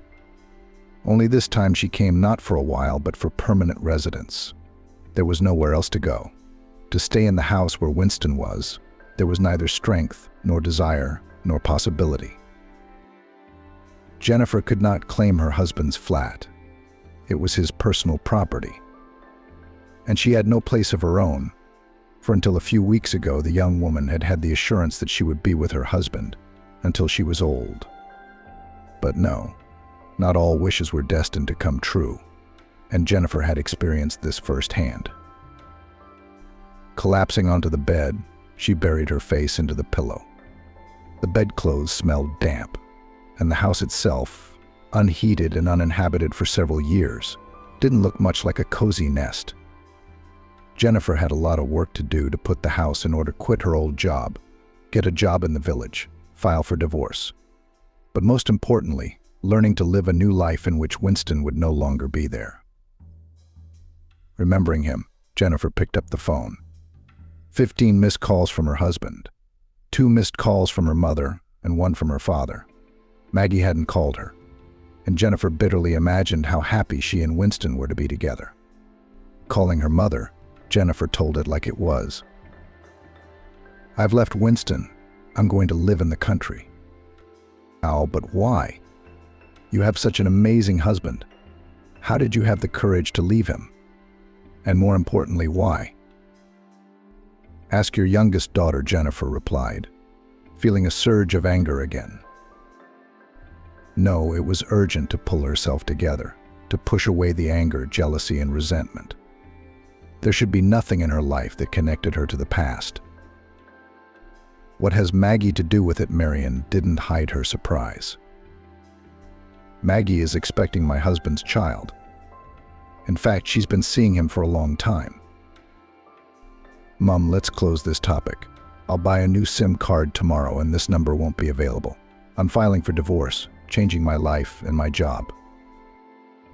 Marion was still shouting something into the phone, but Jennifer wasn't listening to her anymore. Jennifer was terribly sleepy. It was already late at night. She didn't want to think about anything. She fell into sleep. At her grandmother's house, Jennifer thought longingly of the next day, which would now be radically different from the days she was used to. In the morning, she woke up with her nose tangled in the blanket. The house was cold, and it appeared that the first snow had fallen outside the window. Jennifer was glad that she had managed to cover the 300 kilometers on a dry road. But she would hardly have dared such a rash act if there had been ice on the motorway. She had to do something about the stove. She also had to buy groceries and call her former job. Having somehow explained the situation, Jennifer listened to a lot of complaints from the head doctor, but managed to agree to send her resignation letter by registered mail. "You've really let us down," shouted into the phone head doctor. And Jennifer understood it well without him. Leaving the polyclinic without a therapist in the midst of flu and acute respiratory viral infections was unfair, ill-considered, and selfish, in the doctor's opinion. Jennifer did not initiate him into the details of her personal life, saying that she went to another city for family reasons. Having resolved the job issue, she dressed warmly and went to the post office. "Oh my God," Jennifer, the operator, addressed her, holding out an envelope and a blank sheet on which Jennifer was to write her resignation letter. "Yes, that's me," Jennifer smiled weakly, remembering how she and her grandmother Julia had once gone to this woman's house to watch little newborn piglets. postal service operator Rachel lived 2 houses down from the late Julia. Why are you here? I'm here to visit my grandmother's grave. And why would you write a letter? Jennifer sighed. Now she would have to get used to a new life where everyone and everything had to know everything. That was what village life was like, and there was nothing Jennifer could do about it. Jennifer guessed that after her visit to the post office, news of her arrival would spread throughout the village. I'm going to live here, she decided that it was better to tell the truth at once than to answer a million more questions from the villagers. There were about 200 people living in the village. All of them had known the late Julia, and Jennifer herself might have to meet them all. Some she knew and remembered, some she had yet to make acquaintance with. Live Rachel's face stretched. Why's that? You didn't fit in at the regional center. No, it didn't, Jennifer sighed. And we've got a paramedic about to retire. Now Rachel's face lit up with a happy smile. Listen, you're a doctor. Why don't you come down to the paramedic station and talk to Sharon? She's just sitting there. She's almost 70 years old. She should be looking after her own health, not treating the villagers. Jennifer nodded, not really thinking about working at the paramedic station. In fact, she was more inclined to think about working in a nearby town that would have its own clinic. Rachel, do you know who can help me with the cooker? I don't know how to use it. It's very cold in the house. Is that what city folk mean? Rachel grinned. I think my Oliver can help you too. Oliver.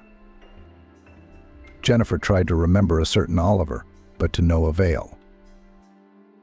Yes, my son, he's just visiting me right now. He came back from his shift, and instead of going to his place, he's staying with me for the time being. Either he had a fight with his wife, or he just doesn't want to go home. Anyway, come to my place. He was supposed to chop wood today. And he'll give you some wood and help you with the stove. Jennifer thanked her neighbor and almost ran to her house.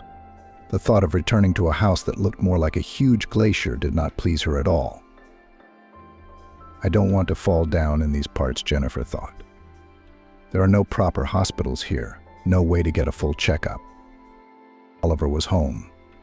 When Jennifer saw him through the fence, she didn't immediately recognize him as the boy she had once run to the river with. They had been 14 years old then. The boy seemed overly bold and brave, and he was a real bully. And I recognized you straight away, Oliver smiled. Remember when you almost drowned, and I saved you? Jennifer laughed. I didn't drown. You didn't save me? You pushed me into the river yourself. But now you could very well save me. My cooker doesn't work in my house, and I have no idea how to use it. Will you help me? Oliver agreed. Together they worked out how to use the cooker properly. Then they drank tea, laughing and reminiscing about their childhood and their childhood mischief. Afterwards, they discussed mutual acquaintances, about whose fate Oliver knew much more than Jennifer, who had lived in the regional center for a long time. Then the topic drifted to a discussion of her own personal life. Jennifer didn't go into details, only briefly told him that she had left her husband and would now try to start a new life. But you're a risk-taker, Oliver said admiringly. To take a sudden change like that, I don't think I'm capable of that at all. You don't know the details, that's why you think that way, Jennifer replied sadly. Before she knew it, she was talking to her childhood friend, and they sat there until lunchtime. The house was warm and cozy, and she didn't want to stop talking to such an interesting person.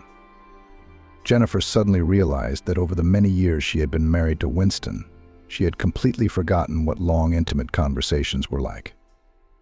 After all, in the last few years, Winston was always busy. He had neither the time nor the inclination to talk to his wife. He must have discussed all the interesting things with Maggie, Jennifer thought bitterly, sinking back into her sad thoughts. And why are you stuck at your mother's? Why aren't you going home? Jennifer asked Oliver to distract herself from the realization of the worthlessness of her past life. Oliver shrugged. Honestly, I'm afraid to. My wife recently had a baby and I don't feel like I can handle it. Jennifer raised her eyebrows in surprise. You're afraid you won't be able to handle your own child. Are you serious? Oliver nodded. Seriously. Why? I'm a regular working man. My hands aren't made for this. When I pick up a pram, God forbid I drop it or push it. I'm afraid. Anyway, so I've been stalling. I fixed my mother's shed, rebuilt the roof. I'm thinking, what else can I do so I can go on shift right afterwards without going home? Oliver, it doesn't work that way. Jennifer shook her head. You put yourself in your wife's shoes. How does she feel? What does she think about you not going home?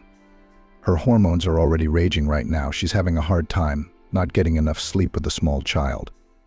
And you didn't even come and see him? You want to, don't you? Oliver nodded, lowering his head. I want to, but I'm afraid to. You're a big man, and you're afraid of a small, helpless baby. Oliver, come on. You have a little brother, don't you? You spent your whole childhood with him, carrying him everywhere. Your mom almost left you with him forever. Nothing happened. I wasn't thinking straight then, Oliver said. I didn't have much choice. My parents made me do it. Now no one does. Yeah, Jennifer grinned. Did you ever think about the fact that your stressed-out wife is going to take it upon herself not to let you on the doorstep when you finally get the courage to do it? Oliver looked at Jennifer, and his eyes grew wider and wider. Why wouldn't she let me in? I'm the husband. And where are you now? Are you the husband? Why are you sitting here? Not with your family doing everything you can to avoid seeing your wife and child, Oliver. But she has every right to do the same, to never see you, Jennifer said. Oliver fell silent. There was nothing for him to object to. The next day, though, when Jennifer met Rachel, she learned from her that Oliver had gone to stay with his family. Packed up all his things dramatically yesterday and ran for the bus this morning. Thank God his brains are back in place. And that stuck out at my place, and at home a small son with his wife. Even I was embarrassed. Jennifer smiled and said nothing. As she walked to the shop, she thought about the fact that she might have made a husband and wife closer by bringing something good into the world. Now that she wasn't treating her patients, and she'd fled the city in disgrace, leaving her patients for other doctors, she felt guilty. The situation with Oliver at least redeemed that guilt a little. Entering the shop, Jennifer looked disappointedly at the shelves. She realized that village grocery shopping was going to be a disappointment. The shelves were lined with cereals, sugar, salt, washing powders, and shampoos. And it was impossible to buy the usual meat, frozen vegetable mixes, and dairy products. What are you going to buy? Jennifer was approached by a shop assistant, and in her Jennifer recognized her childhood friend Chloe. She recognized her with great difficulty because Chloe had changed so much. She and Jennifer were about the same age, except that Chloe was 1 or 2 years older. But she looked in her 30s and tails for all 45. The woman was clearly a heavy drinker. Her face was haggard, her eyes were red, and her hands were shaking, as if Chloe had drunk a lot the day before. Chloe, it's you, isn't it? Jennifer asked instead of answering, and the woman tightened her lips and nodded faintly. Let's say it's me. What are you going to buy? I have a closing in 10 minutes, Chloe replied impolitely. Ah, closing time, Jennifer grinned to herself. Behind Chloe's back, she saw an open bottle of vodka on one of the shelves, and next to it a shot glass and sliced apples. Chloe was clearly not going to close up to finish the day's work, but to get a hangover. You've just changed so much, Jennifer said, continuing to insist and watching the way Chloe's eyes raced. And you smell so heavy in here. It's spoiled goods. It stinks from the back room, Chloe replied quickly, and then threw her chin up defiantly. What are you doing here? Telling me off? Buy your food and go back to your place." "Rude," Jennifer said in an even voice, not trying to take offense at her former mate. "It's not my fault you look 40 years old. You have kids, don't you? My grandmother told me." "Look, get out of here," Chloe shouted. She ran out from behind the counter and forcefully pushed Jennifer towards the exit. "You're going to teach me about life. Idea girl, teach others." "Chloe, if you need help, come to me," Jennifer managed to say before the shop assistant slammed the shop door in her face. Having not bought anything from the shop, Jennifer decided that she would drive to a nearby town. The snow on the roads was already melting. She needed time to buy groceries and change the summer tires for winter ones. When she returned home in the evening, she noticed a female figure at the gate of Julia's grandmother's cottage. In the darkness, it was hard to make out who it was. But then Jennifer realized it was Chloe, the same one who had pushed her out of her shop back in the morning. "Let's go inside," Jennifer said, holding out 2 bags to Chloe. "Will you help me carry the groceries in?" Chloe obediently followed Jennifer in. At first, they sat in silence. Then Jennifer put the kettle on, poured tea into mugs, placed vases of sweets on the table. "Try some, they're delicious. I know they're very rare here. I used to buy them for the kids." Chloe suddenly burst into tears.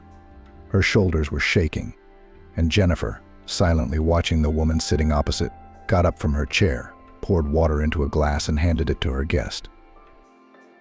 "Help me," Chloe pleaded. "I can't stop. Since Ben died, I've been going downhill. I know I should stop, but I can't. It's like there's a force in me that makes me drink vodka. I drink it, but it doesn't get easier, and I keep dreaming about Ben and the children crying, and I can't control myself," Chloe said through her tears. Jennifer nodded. "Okay, I'll try to help you. Firstly, you're going to buy some pills in town. You're going to take them, and if you drink after them, they'll take you to the hospital. Secondly, they'll dull your desire to drink. We'll go into town together tomorrow. We'll make an appointment for you to see a doctor there. You should definitely do that. I'll drive you myself, go with you to the appointment, because I suspect you won't have the courage or strength to do it yourself." Chloe looked at Jennifer with wet eyes, nodded occasionally, and sipped water from the glass. "Are you really going to help me? Is that what you want? I want your children to grow up to be normal people, not afraid of their mother and not see everything that happens to you. You don't think about them as much as you usually do."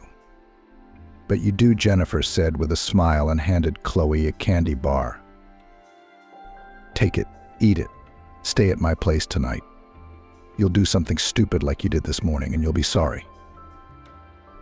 A few days after this conversation, when Jennifer and Chloe had already gone to the city, together went to the hospital, and Chloe was scheduled for treatment, people came to Jennifer's house.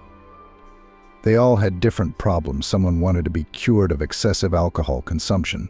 Someone was worried about back pain. Someone in the stomach.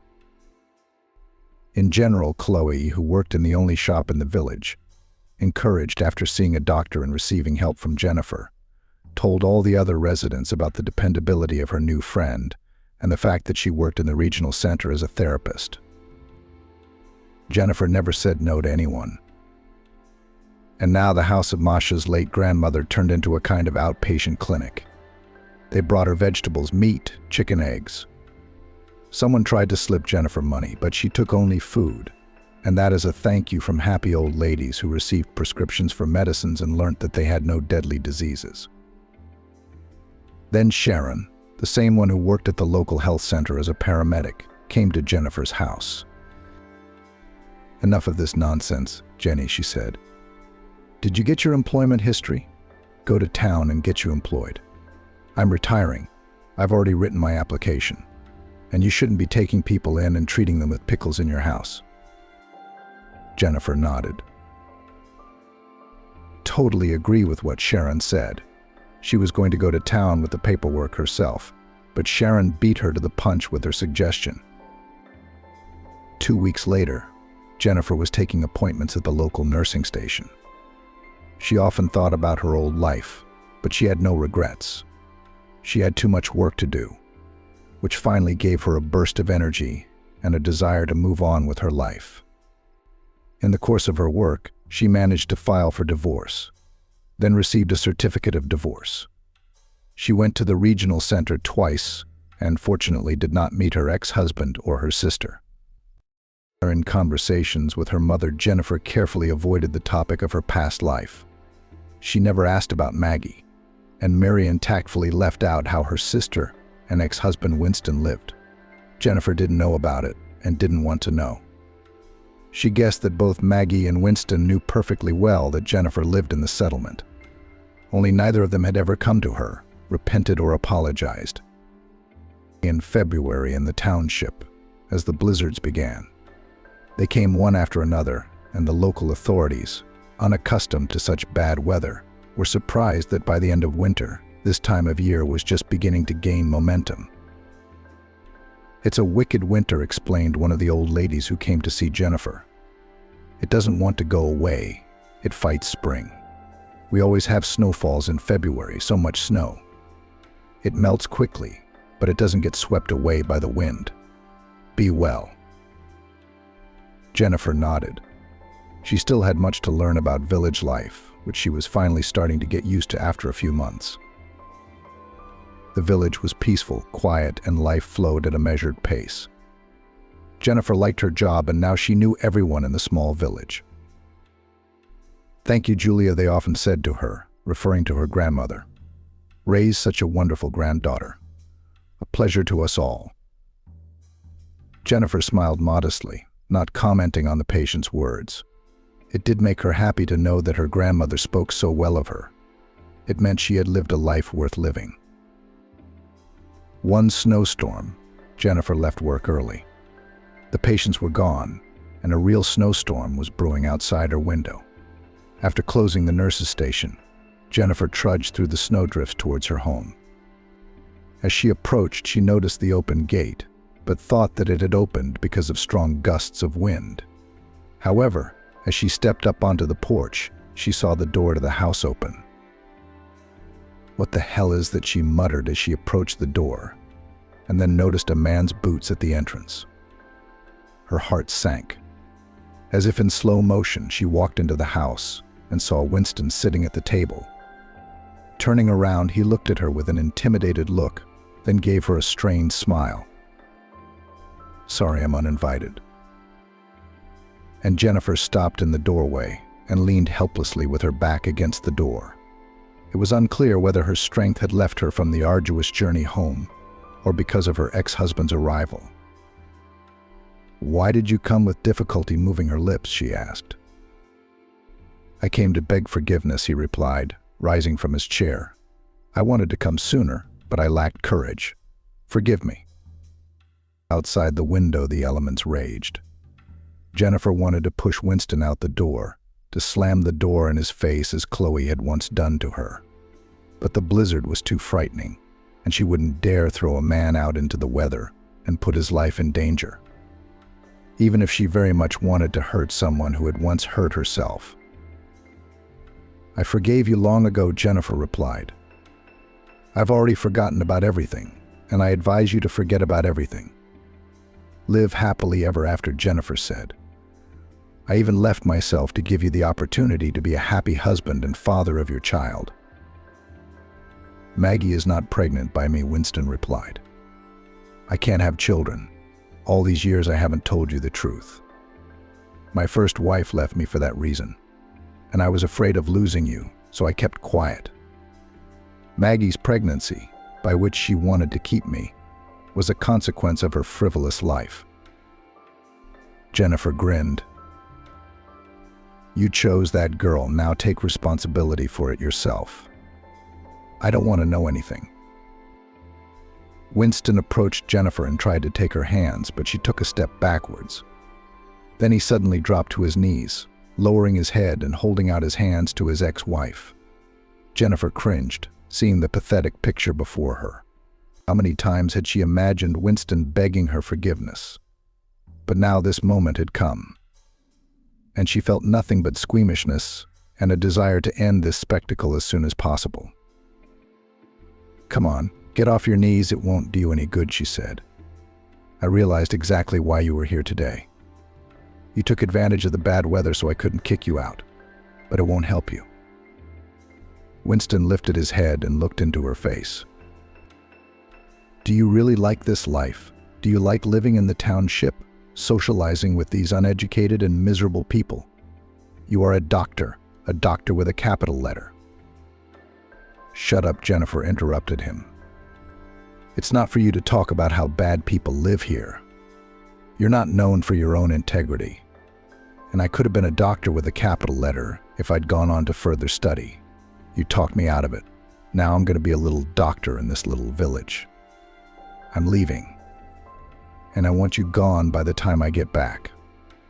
You put the key back where you got it from." Jennifer walked out of the house, breathing heavily and gulping for air. It was hard to walk, the wind whipping in her face, filling her eyes with snow. But Jennifer didn't stop, stepping firmly through the loose snow. After a few minutes, having overcome a snowdrift almost a meter high, she knocked on the door of Chloe's house. Half an hour later, they were sitting at the table drinking tea. "So, did you really kick him out?" Chloe asked. "I asked him to go home. I didn't kick him out," replied Jennifer. "I can't live with a man who betrayed me once. If I do, I'll be constantly expecting him to betray me again. No, I can't do that. If my Ben were alive, I think I would forgive him for the sake of our children," Chloe said then, sobbing, and put her arm around Jennifer's shoulders, rocking her like a child. "We don't have children, and there's no point in our marriage," Jennifer replied. "Winston can't have children." After saying those words and looking at Chloe's 2 kids playing cars on the bed in the room, Jennifer smiled. She wants kids. She wants to live a happy new life where there will be no room for betrayal. It was necessary to wait a little while. And sooner or later, a big love was sure to appear in her little life.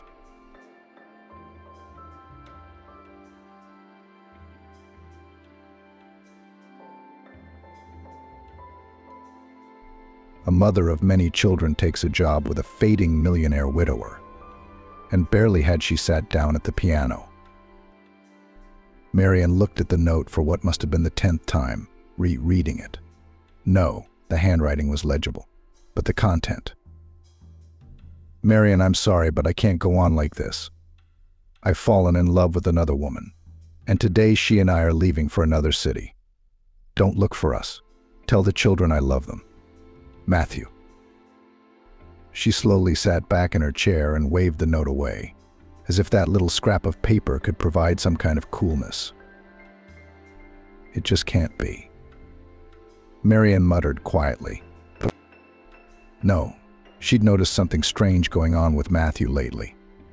She had noticed it, but she didn't want to believe it.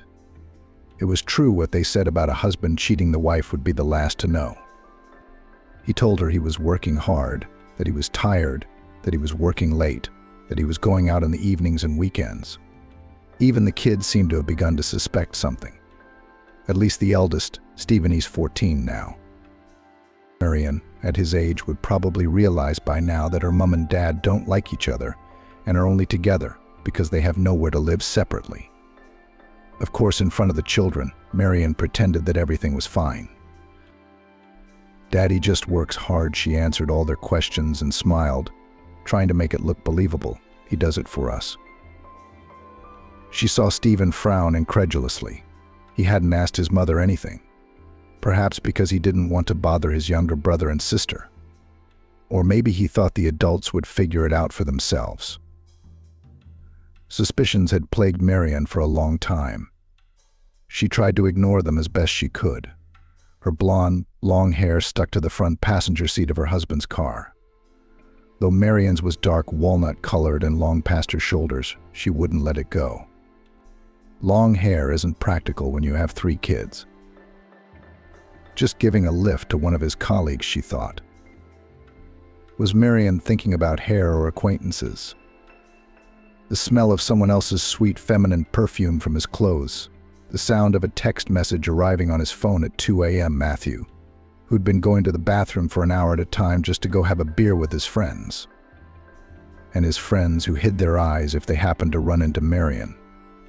All of this she found an explanation for. Why, she thought, clutching the note in her hands. Why did I make excuses for him when it was so obvious? Just because I was used to trusting him? Or because I'd never cheated anyone myself? In 15 years of marriage, Marian had never once lied to Matthew, even about the smallest things. Or maybe she was just afraid of ruining their stable, steady world she'd grown so accustomed to over the years. "Don't wake trouble while it's quiet," Marian's grandmother was fond of saying. Marian didn't wake her up, just pretended everything was the same as before, until he decided to make the first move. "Mum, are we having dinner tonight?" Stephen came into the kitchen. He had always picked up her moods like radar, and now he knew at once that something was wrong with his mother. Marian twitched, tried to hide the note, but the son jumped to her in 2 steps, practically pulled the paper from his mother's hands, read it in a couple of seconds, sighed in a mature way, without surprise, as if he had long been prepared that such a thing could happen. "I see. Have you called him yet?" "Why?" "What do you mean, why?" The eldest son sat down next to me. Of all the children, he was the most like Marian, the same dark hazel hair, expressive green eyes and straight, neat nose. But unlike the soft Marian, Stephen was serious and sensible from childhood, as if he was preparing for the fact that he would have to become the head of the family. "We'll have to discuss divorce, alimony. Who will pay for the flat? We have a mortgage for another 5 years." "You're probably right. We should just talk to him about it. I just don't believe it's real yet." His son sighed and put his hand over hers. "I know it's very difficult for you right now, Mum, but you and I both knew this was going to happen at some point. How long has he been cheating on you? 3 years? 5 years?" Marian flinched as if struck by a blow. "I don't know. Let's not talk about it. You'd better call the younger ones. We must have supper." Stephen got up. "I'll get them." "You're not going to tell them yet?" "No. I'll contact your father first." Marian threw the note into the rubbish bin. Matthew didn't answer his phone or text messages. Marian even called him at work. They said Matthew had tendered his resignation a few days earlier, and they never saw him again. Marian also called some of his friends. They replied that they didn't know anything either. Only one of the mates, Alex, said that Matthew had told him about his plans to leave his wife and kids and run off with his mistress. "I thought he was joking," Alex sighed. "It turned out to be a joke." "You knew Matthew was cheating on me, didn't you?" Marian asked. There was silence in the phone for a few seconds. But then Alex answered. "Yes." "Okay," said Marian. "I understand. Thanks for telling me everything." She finished the calls, looked thoughtfully out the window. The children were already asleep, and now she had time to think and decide what to do next. After Molly, their youngest daughter, had been born 7 years ago, it was clear that Marian wouldn't be working for a long time. "And what are you going to do there?" her husband said then. "Even if you worked double shifts at your hospital, your salary wouldn't even be enough for 1 child, let alone 3. Marian sighed. She realized that nurses weren't paid that much. "Quit," Matthew continued. "Take care of the house and the children, and we'll have enough money." So she listened to her husband and resigned from the hospital where she had worked for many years. Of course, they were very upset. There was already a shortage of nurses, and there were very few responsible and careful professionals like Marian. She didn't really want to quit. She enjoyed her work, but it was difficult to combine it with caring for her husband and children. After she was fired, Marian didn't know where to put herself for the first time. She was used to being torn between her shifts, her husband, her children, and household chores. Only maternity leave was a rest for her, but only from work, because the rest of her duties were not canceled. Now she could take Molly and Alex to nursery in the morning and Stephen to school. On the way back, she had to go grocery shopping, then do the dishes, put the toys away, throw things in the wash, sweep and mop the floors. And then it was time to make lunch so that by the time it was ready, she could run to pick up the younger ones from kindergarten. Marian used to run to the school to pick up Stephen, but after the little sister started kindergarten, the eldest of the family protested. "I'm a big boy," he told his mother. "I can walk to school on my own." "You're only 9?" Marian objected. Stephen only furrowed his eyebrows stubbornly. "The school's near the house. You've got 2 kids to drag from kindergarten, and then you have to follow me. And I'm ashamed to walk with my mom, like a little kid, honestly." His mom sighed and agreed. Once Stephen had made up his mind about something, there was no changing his mind. In time, Marian fell into this cycle of home life and didn't even realize she'd ever worked. Matthew's money was enough for them, and her husband was satisfied with the fact that after work he had a clean house, a hot dinner, fed and washed children, and a wife who did not smell of chlorine and iodine. Only now Marian did not understand what she should do in this situation. She hasn't worked in 7 years.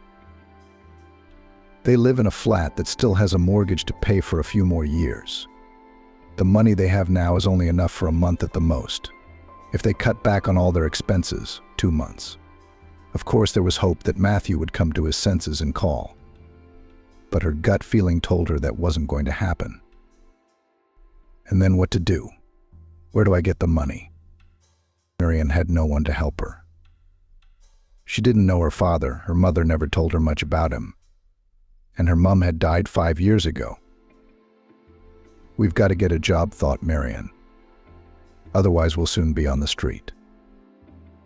The woman who sat across from her took another look at her CV and sighed heavily. She lowered her heavy metal-rimmed glasses closer to the tip of her nose.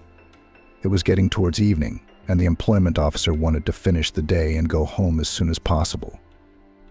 And here was this misunderstanding, a 35-year-old mother of 3 minor children who had last worked 7 years ago as a nurse in a regular hospital. "I don't know what to offer you," she said. "I don't suppose you'd consider per diem or full-time work at all?" Marian sighed and waved her hands. The woman snorted unhappily. "Then I have nothing to offer you." "Nothing at all?" Marian clarified. "No." Noticing the disappointed look on Marian's face, the woman said, "I still have your phone number, and if anything comes up, I'll call you." "Thank you," Marian replied, smiled, and walked out, carefully closing the door behind her. Already outside, when she got into her old black Toyota, which she had bought before her marriage, Marian exhaled slowly and leaned back in the driver's seat. "It's okay," she said to herself. "We'll make it." She mentally counted the money she had left there should be enough for another month. She had already cut back on her own expenses, but she didn't want to save money on the children. Though if she couldn't find a job, she'd have to cut back on their clubs and activities. She could also sell some of her things, especially expensive clothes or shoes. Marian didn't have any, but it would be possible to take the jewelry, laptop, and maybe the TV from the bedroom to a pawn shop for appraisal. All the jewelry, TVs, laptop, and even Marian's new winter boots that Matthew had given her last New Year's Eve had already been sold. They were very nice, but uncomfortable, and she'd hardly ever worn them. Then she remembered and decided to check how much they were worth. Turned out to be a fortune. Marian dropped the price by a quarter, and within a couple of hours some happy woman took them. "I spent 6 months looking for them in all the shops," she told Marian. "Now all my girlfriends will be jealous of me." When she had gone, Marian breathed a sigh of relief. They could last another fortnight. What then? She had already cut every expense she could. There was nothing left to sell. Would she really have to settle for full-time work? What about the kids? Leave them alone from morning till night. Of course, Stephen's 14, Alex is 10, and Molly's 7. They're not toddlers. And the eldest has been telling his mother for a long time that he can handle the younger ones if she has to feed them, pick them up from school, make them do their homework. But does she have the right to put the responsibilities of adulthood on her boy's shoulders so early? The sound of the phone suddenly ringing almost made Marian jump. She wasn't expecting a call, and the number was unfamiliar. Normally she tried not to take such calls, but suddenly she thought that she was about to be told something good, because she was tired of bad news. "I'm listening," she said cautiously into the receiver, dreading the thought that she was about to be offered some kind of credit or told a story about a suspicious transaction on her card. But the pleasant female voice on the other end said something else. "Marian, my name is Amanda. I got your number from the unemployment office. Are you still considering a job offer?" "Yes," Marian shouted hastily and then, ashamed of her impulsiveness, added more calmly, "I'm still considering it." "Good." Amanda seemed genuinely pleased. "It says here that you've been a nurse for many years. You also have experience with critically ill patients." "That's right," Marian replied. "I would like to ask you if you would consider a job as a carer." Marian thought for a moment. She had never worked as a carer, but it was hardly more difficult than a nurse's job. If she'd ever handled an entire ward, she could certainly handle one seriously ill person. "I can think about your offer," she said cautiously, "but I'd have to know all the conditions." "I'll be sure to tell you everything," Amanda promised. "Would it be convenient for you to come to my office at 10 o'clock tomorrow morning?" "Yes, of course." "Great. Then I'll text you the address. I'll see you tomorrow." "Goodbye," Marian replied and pressed the end button. Her heart was pounding frantically for some reason. No, of course it was too early to rejoice, but at least one sentence had come to life again, and hope had been rekindled in her. After taking the children to school, Marian drove to her appointment. On the way, she once again ran through her mind the answers to all the questions she thought she might be asked. She also wrote out in notes on her phone what she wanted to find out for herself. Amanda's office was located right in the center of the city, a huge, modern business center.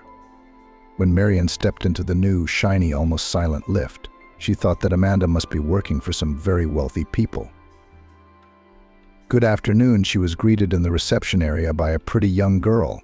"Amanda's secretary, I think. My name is Vivienne." "I have an interview here at 10 o'clock, Marian informed her. "For the position of a carer," she said sympathetically or surprisingly, but she pulled herself together and smiled politely. "Please have a seat. I will clarify everything now." Marian sat down, and the secretary rang the telephone and asked something quietly and quickly into the receiver. The answer was apparently in the affirmative. Then Vivian stood up, smiled once more at Marian and said, "Amanda is expecting you. Come in." Marian was escorted to the door like royalty. For a second she was even frightened. A place like this wouldn't treat a mere nurse like that. Maybe she was confused. "Hello," Marian said timidly as she entered the office. Amanda appeared to be a pretty woman about her age. Black hair, gathered in a neat low ponytail, business suit, expensive glasses. "Good afternoon, Marian," she said. "Please have a seat." She pointed with her hand to a cushioned armchair directly across from her. Marian sat down. Amanda smiled and clicked on the clipboard lying on the desk in front of her. "According to our information, you have extensive experience as a nurse, including you indicated that you've cared for critically ill patients?" Marian nodded. "And you are also considering a position as a carer. Is that correct? That's correct, Marian confirmed. Good. I'm representing a client who needs a carer. Mr. Jacob has been paralyzed from the waist down for a number of years, and he has several other cardiovascular, respiratory, and digestive problems. Marian nodded again, showing she was listening intently. From a physical point of view, your job would not be considered hard, Amanda continued. The whole house is equipped for Mr. Jacob's needs. Motorized wheelchairs, lifts, handrails, and so on. There'll be no complicated medical procedures, either shots, pills, IVs, etc.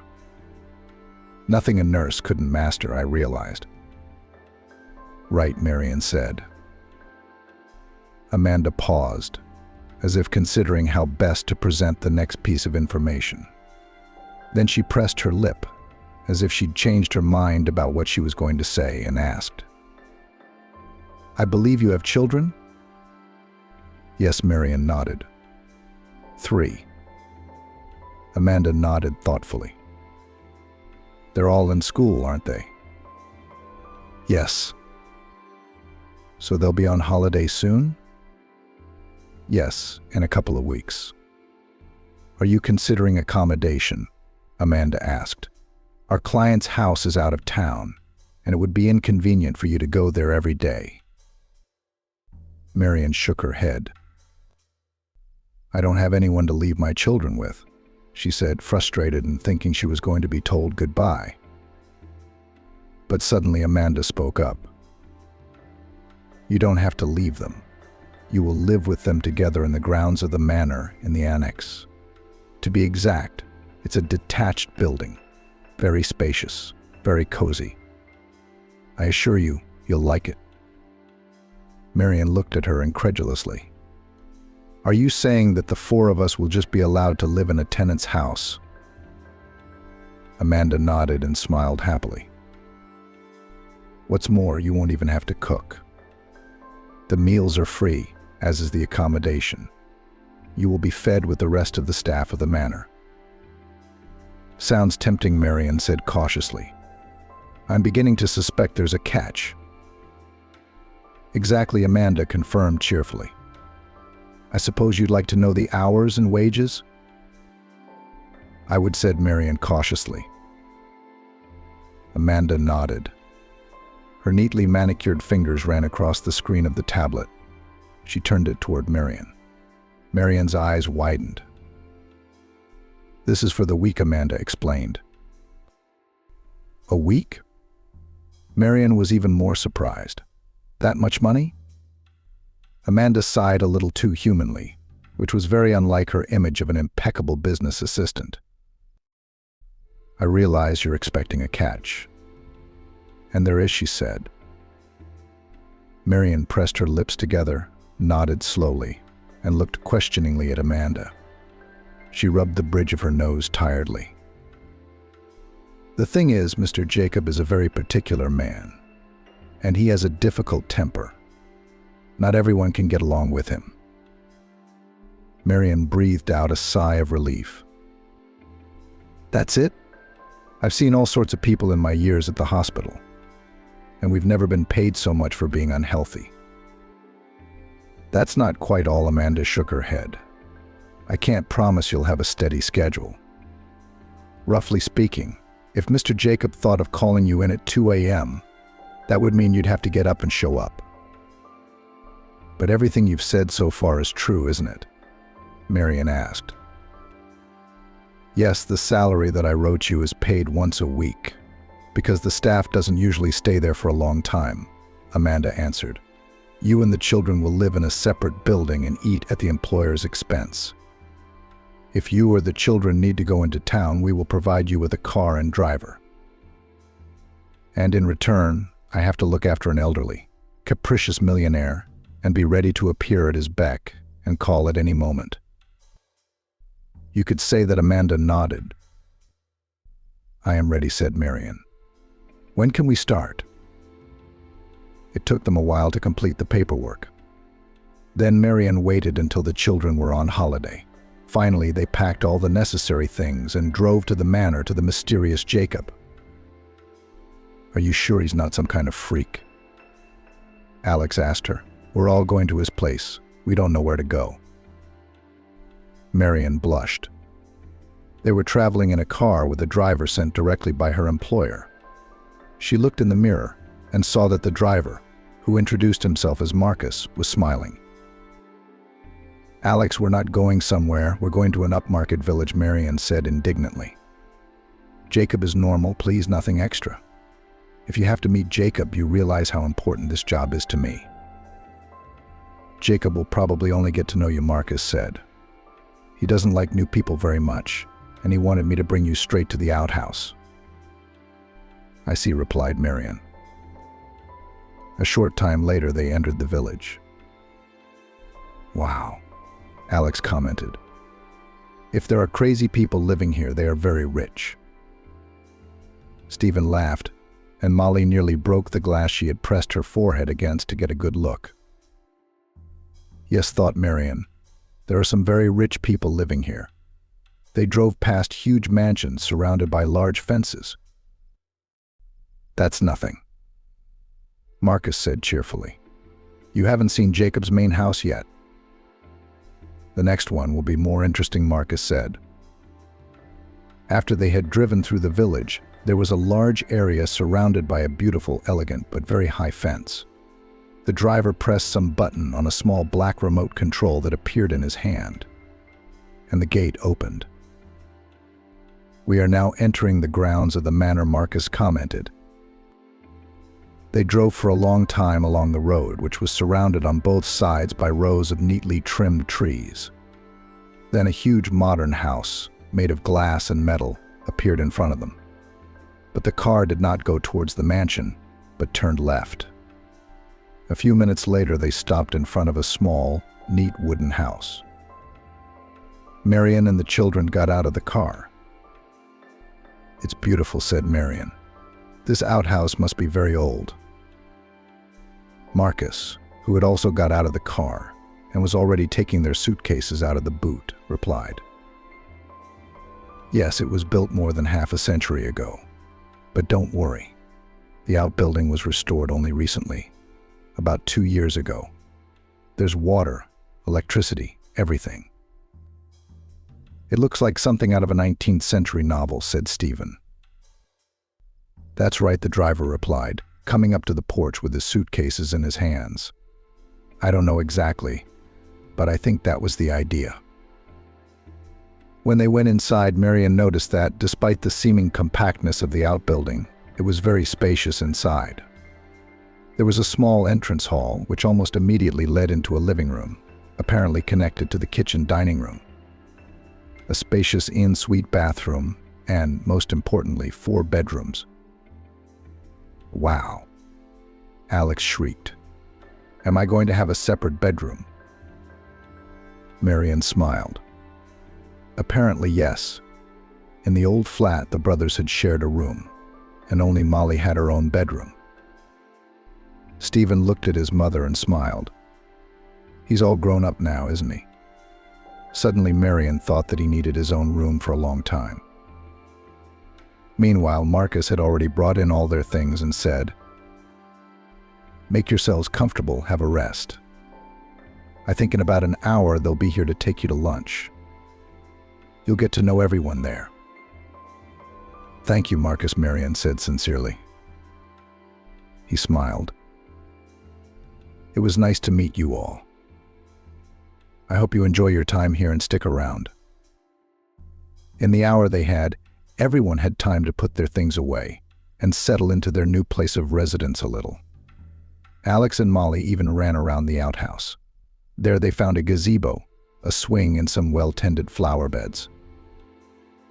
"Mummy, I love it here," Molly exclaimed, running up to Marion and hugging her legs. Marion smiled and stroked her daughter's hair. "I'm very glad," she said. "I hope you won't be bored here." "Not while you're working," the younger one said confidently. At that moment, there was a knock at the door. "Yes, come in," Marion answered.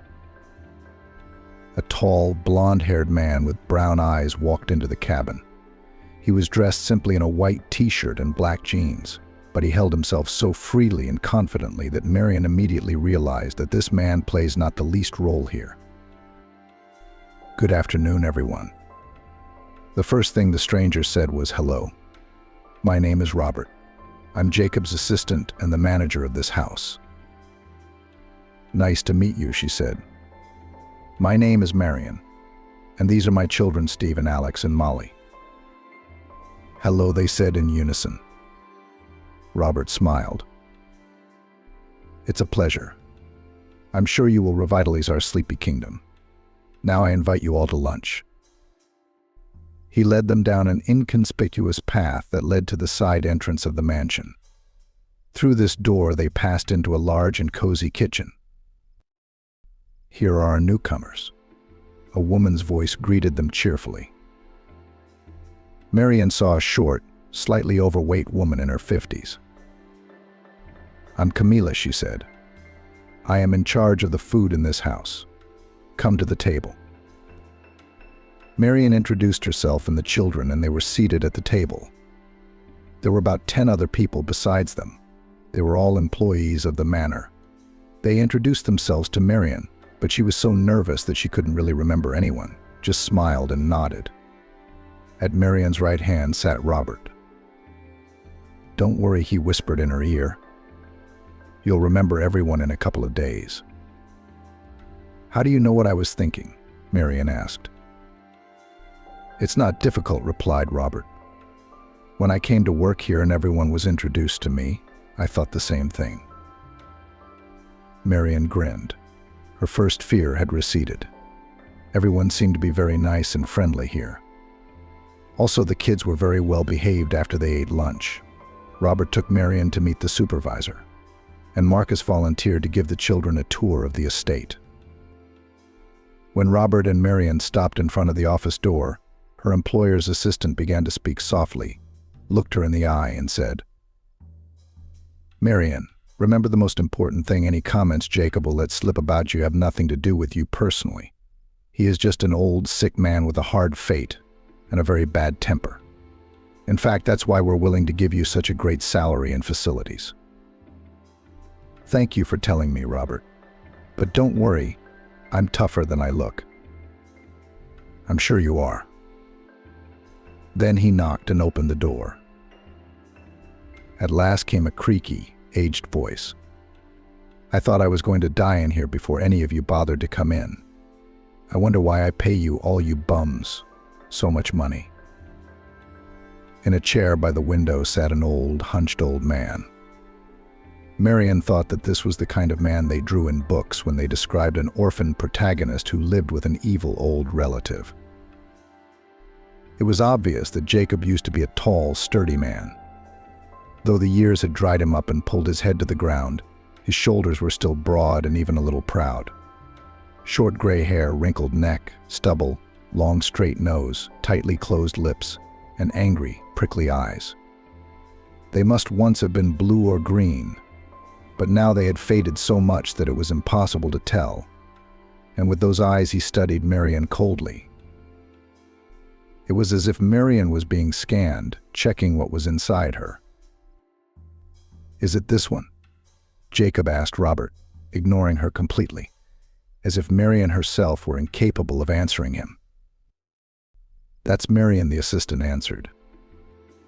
"She will be your new nurse." "Hello," said Marion, deciding that she would not stand here waiting to be addressed. Jacob frowned as if he'd eaten something sour. "Yes," he said, "it gets worse every time. Come on, Robert, let's go see what we can do with her." The assistant smiled encouragingly at Marion and went out. Without Robert, Marion immediately felt somehow defenseless, but she was determined that she would not let her charge spoil her mood. She needed this job. She liked the bright, spacious outhouse they were put in. She liked being able to spend quality time with the children. She liked the fact that she didn't have to go anywhere, and she certainly wasn't going to be leaving here in a week. So Marion pulled herself together, smiled, and said, "Well, where do we start? How about a shave for starters? Otherwise you look very overgrown. not like a millionaire, but like a homeless man. Oh, why did I say that? She immediately thought in horror. I wanted to say something else about my skills, about what a highly skilled nurse I am. Now he's going to fire me for sure. Jacob raised his bushy gray eyebrows in surprise and suddenly laughed like a madman. Like a homeless man, you say? He said, when he could laugh. Well, take me to the bathroom, if that's the case. Where's your bathroom? She asked. The old man rolled his eyes. Yeah, that's professionalism in all its glory, he grumbled. Then he pressed a button on the arm of the chair, and it went somewhere along the line. All she had to do was follow him. Jacob led her into a large, airy room. It took Marion a few seconds to explore the place and marveled at how conveniently everything was arranged. She found a cape, shaving foam, and a clipper. Do you even know how to do that? Jacob asked her doubtfully. I do, Marion said calmly. The last time she had used a clipper had been a long time ago, when she was still working at the hospital. One of her patients had asked her to shave his neck before an operation. He couldn't do it himself, his hands were too shaky. That's all right, thought Marion, I can do it now. When she had finished, she looked with satisfaction at the result of her work. There, she said, turning her ward to the mirror. A different look. Jacob saw himself and gasped. What have you done, you fool? He shouted. Couldn't you at least leave a few millimeters? Why cut everything to 0? You can see all my wrinkles and folds.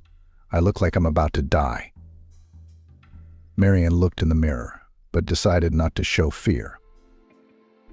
It's hygienic, she said sternly. And it suits you better, believe me, as a woman. The old man chuckled. Any man has ever been a woman. Marion's face seemed to flush. Yes, she had come here in a simple dress, with her hair unsightly in a ponytail. But to take her for an old maid was too much. Don't worry, she said dryly. I have 3 children. Jacob whistled. And from different men, too. One, Marion said wryly. But he's an interesting guy, having 3 kids and a woman to work with. Marion pressed her lips together. We broke up. Why are you panting like that? Did you run away? That's none of your business, she said more sharply than she intended. What's next on the plan? Snake, get the clipboard from the table, the old man grumbled. Marion should have left a detailed schedule there. The tablet was found in the indicated place. Marion ran her eyes over it. Yes, there's a lot to do. It seems that Jacob is indeed seriously ill. At least judging by the number of pills and shots he gets every day. Have you had lunch yet? She clarified. No, I was waiting for you. Of course I've had lunch, I see. Marion decided not to react to the abruptness. Then you have rest and IVs now, she said. You're a genius. Jacob pulled the tablet down so his fingers shared the screen but said nothing. Are we going to drip lying down or standing up? How many more stupid questions are there going to be today, Marion thought. Marion, hardly gritting her teeth, answered. There will be questions until I fully understand your regimen and appointments. For your information, some patients prefer to sit during the procedure. I'm thrilled for them. We're laying on you, she continued, ignoring the sarcastic tone, which means there should be a couch. Marion began to look round. The old man sighed and nodded his head. There's a door over there that leads to the treatment room. The IV went relatively quietly, too. Marion was afraid she wouldn't get into a vein the first time after all.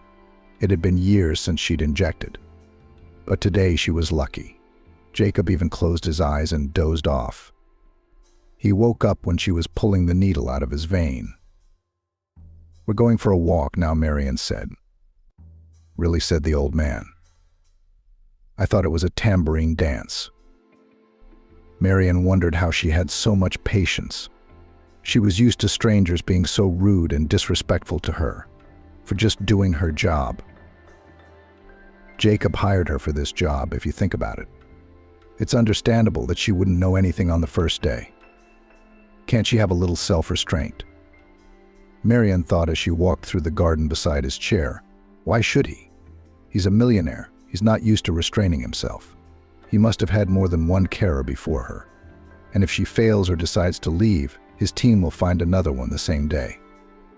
In the meantime, he can just take his anger out on people like they're his punching bags. During the walk, however, Jacob was a little quieter. It was as if he was immersed in his own memories, not paying attention to Marian, who was walking beside him. He just rolled along the paths, automatically switching buttons to turn in the right direction. He doesn't really need me right now, Marian thought. He can ride on his own. The paths are perfect everywhere. But according to the terms of the contract, I must accompany him at all times and never leave him alone. "I wonder if you like that kind of work, Merlin?" Jacob asked suddenly. "I'm Marian," she corrected. "I don't care. It's just a job, a normal job." He chuckled. "You don't say. I have a lot of my own companies, employing thousands of people.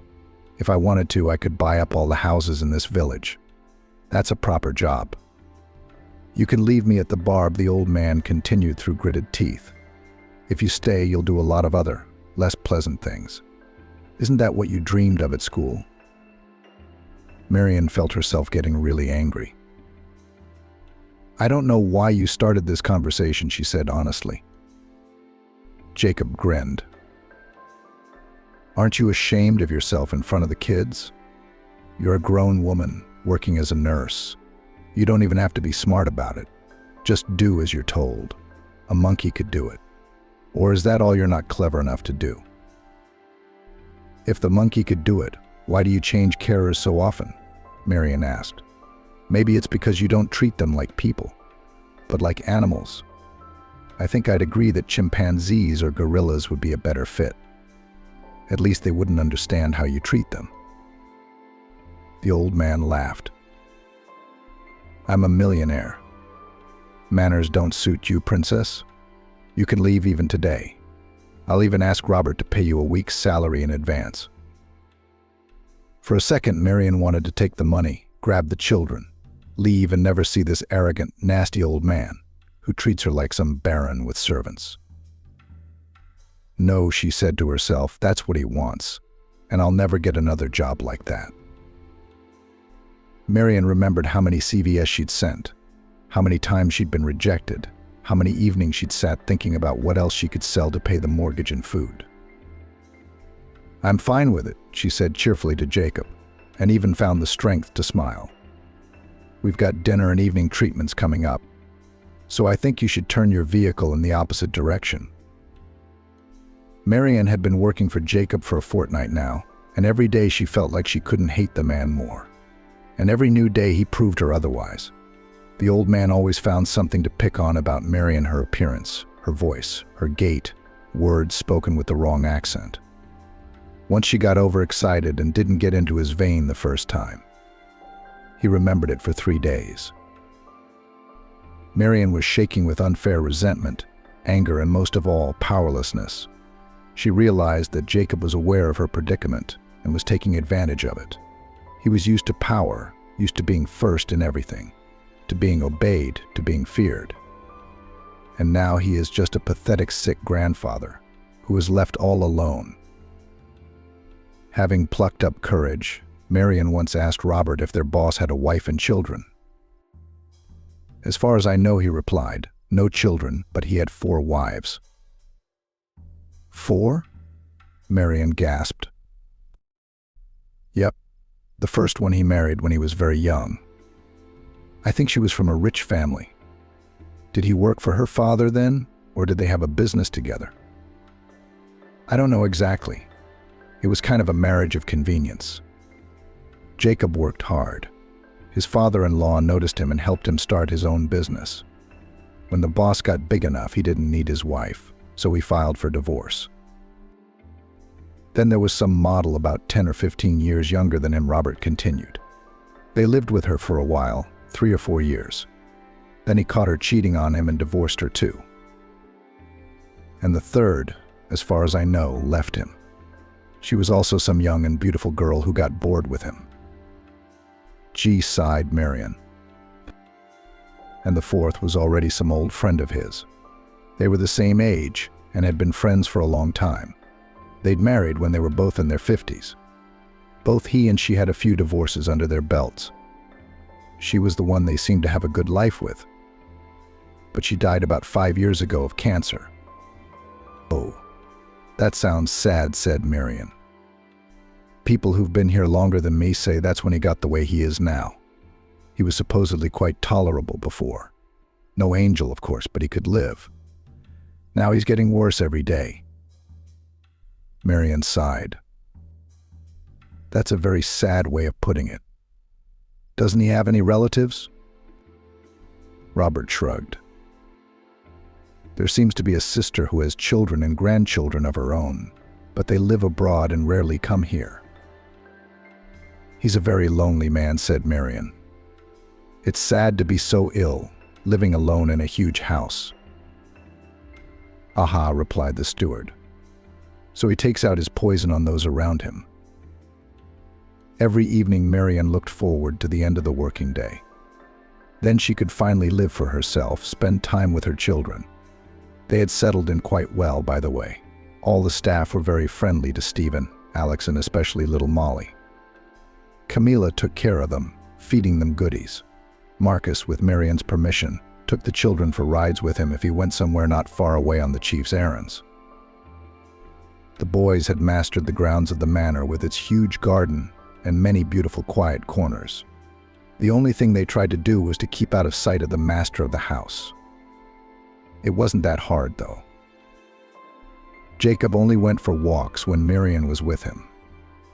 It was usually in the morning, and only sometimes in the afternoon or late afternoon. A fortnight later, Marion was reminded for the first time that she had an irregular working day. She and the children had long since gone to bed when Marion's phone suddenly rang. Robert's number came up. Yes, I'm listening, Marion mumbled sleepily. Marion, get in the house right away. Jacob's having a seizure. Marion jumped up on the bed. She was wide awake. She had been warned that the ward could have such attacks. In such a case, Marion should immediately run into the house and administer first aid. She didn't even bother to get dressed, just threw on a dressing gown over her nightgown and rushed into the house. The lights were already on everywhere, and frightened night maids and guards were running around. Marion made her way to the bedroom without wasting time. Jacob was half lying on the bed, breathing so heavily that she could hear him whistling and wheezing from a distance. Beside him stood Robert, who had put the supervisor in, opened the windows, now pulling out anything Marion might need. She nodded gratefully to the manager and set to work. She put the oxygen mask on Jacob's blue face and started the oxygen supply. Then she quickly found the vials in the medicine cabinet, filled the syringes, and administered the injections. Fortunately, the attack was not severe, and the medicine began to take effect quickly.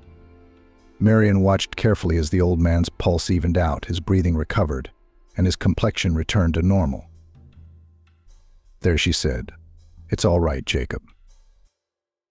The old man nodded and gave a hoarse squeeze. "For someone who's just been hoofing it, that'll do. You should have some hot tea with mint or linden now," Marion said. "I'll have them make it for you." "Yeah," said the chief. "And I have one more favor to ask of you. Will you do it?" Marion nodded. "Yes, of course. What is it?" "Next time move faster, or you'll be dead before you get there." Marion felt all her pity, which she had just felt, watching the old man suffering a seizure, as if blown away by the wind. I'll do my best, she replied discreetly. I'll go and tell him about the tea. A minute after Marian had asked for tea to be made, Robert came into the kitchen. How are you? He asked. All right. That's just the way he is. He'll play the villain to the last, even when he's dying. Marian asked. I think that's what he is. The steward sighed and ran his hand through his hair. You know, he said in a confidential tone, I sometimes think that the chief isn't really like that. It's just that at some point he's decided that this is the only way to communicate with the world, and he's afraid to act human. Marian shrugged her shoulders. A noble theory, Robert. But I'm sorry, I'm sure he's being sincere. Robert smiled. How about some coffee? He suggested. No, I'd rather go to bed. Good night. Good night, Marian. The next day, when Marian and the children came for breakfast, Robert made an unexpected announcement. Marian, you have the day off today. Why is that? She wondered. The manager shrugged his shoulders. The chief said so. His sister and her children are visiting him. Apparently they'll look after him. Marian frowned. And the injections? IVs? Robert waved his hand. Don't worry, we call a nurse from the private clinic for such cases. Why doesn't she come every day? Why should I? Marian didn't understand. The boss doesn't like new people. Camila suddenly intervened in their conversation with a smile. He was just putting the children on the second portion of pancakes, so he demands that there should be one constant. Someone who knows all his habits. I see, Marian replied. That's why he drives people crazy and makes them quit, she added mentally. And it's more pleasant to abuse a permanent slave than nurses from a private clinic who will be different every time. But she didn't want to say it out loud in front of the kids. Let them think she had a good job. We've almost all got the day off, Marcus added. If you don't mind, Marian and you guys too. I can take the kids to the zoo and then we can go out for lunch on the way, Marcus said. Yes, Uncle Marcus, Molly shouted happily. Of the three, she was most attached to the young, cheerful driver, who always paid attention to the children. No, my good ones, Robert said firmly. Marcus has the day off and I can't force you on him. The driver waved his hand. Don't worry, Robert, he said. I'm going there with my nephew anyway. He's 10, and I'll take yours with me. 2, it won't be a problem. Marian looked at the children doubtfully. We'll behave, Alex said, looking at his mother pleadingly. The eldest shrugged his shoulders, saying that if necessary he would go. Marian never worried about his behavior. All right, she sighed. Then I'll go get the money. No need, Marcus replied. The chief always leaves money for such small expenses. The others present nodded. Don't even worry about it, Camila assured her. After breakfast, Marcus and the children went to the garage to start the car and drive to the zoo. Robert and Marian were the only ones left. Do you have plans for the day off? The assistant asked Marian. I don't know. I should probably go into town, see how the flat is. Robert perked up. Do you want to go for a ride together? I've got a couple of chief cases to take care of. It won't take long, and then we can see your flat. And we can have lunch on the way back if you don't mind. Yes, that's all right, said Marian. Robert was easy and comfortable with her. He could keep up a conversation without being intrusive. He talked interestingly about the things he was doing now, but did not spill too much. Marian suddenly realized how little she had ever had such simple human companionship in her life. After she quit her job, all she had left in her life was her husband and children. Sure, there were her friends from college and work, but they had their own lives, husbands, kids, jobs, and they didn't get to see each other very often. And after Matthew left, she'd lost herself. Constant thoughts of how to find a job, how to pay the rent, worrying about how her children would feel about their father leaving. There was no time for herself. "How long have you been working for Jacob?" she asked Robert. He thought for a few seconds. 5 years. That's a long time. Well, if you don't count me, I'm hardly the newest guy in the house. Wow, how you're all holding up. Is there a secret? Or was the manager not like this before? The manager laughed. When I came, he was perhaps a little gentler, but he wasn't particularly kind. I won't hide it. He's not easy for me either. I can imagine, said Marion, sighing. Robert smiled. For the first 6 months, I wanted to quit, probably 7 times a day, then a little less often. Now I don't think about it at all. Why not? Marion frowned. Salary, of course, it plays its part too. Not the last, but not the first. What else? Marion wondered. Robert is so clever, so confident. He must be a good professional and, unlike her, could find many more excellent jobs. Experience, Robert said. I not only run the house, but I help Jacob run his business remotely. Don't look so weak and decrepit. He's got a pretty good head. Marion wasn't sure, but she decided not to argue. And now I'm unlikely to find another job where I can watch how to manage such a huge amount of money, the assistant continued. Understand? I do, said Marion, except that your life keeps revolving around Jacob. Don't you feel sorry for yourself? Your wife and children hardly ever see you at home? Robert laughed. I guess I don't look very young, he replied. But I'm only 33. Marion was confused. I don't know what you mean, she admitted. And you look wonderful. Thank you. May. I'm flattered. It's not every day I get compliments from such beautiful young women, Robert said. I mean, I don't have a wife or children yet. A fiancé? Marion asked. No, no girlfriend. I see that looks suspicious, laughed Marion. A little, Robert admitted. I'm just a workaholic. I want to start a family when I'm sure I can provide for them. By the way, we're here. It'll be 15 minutes in the rain. Then we'll see your flat. Of course, Marion replied. Robert took some folder with documents and went out. Marion was left alone in the car. She suddenly thought that perhaps, like Robert, she would be tied to this house and the mean old man for years to come. Okay, it's summer now. What about in the autumn when the kids go to school, she pondered. Marion suddenly realized that Amanda, who had hired her, hadn't talked to her about the matter, most likely because she hadn't counted on Marion holding out this long. And Marion has, and she's not going to quit.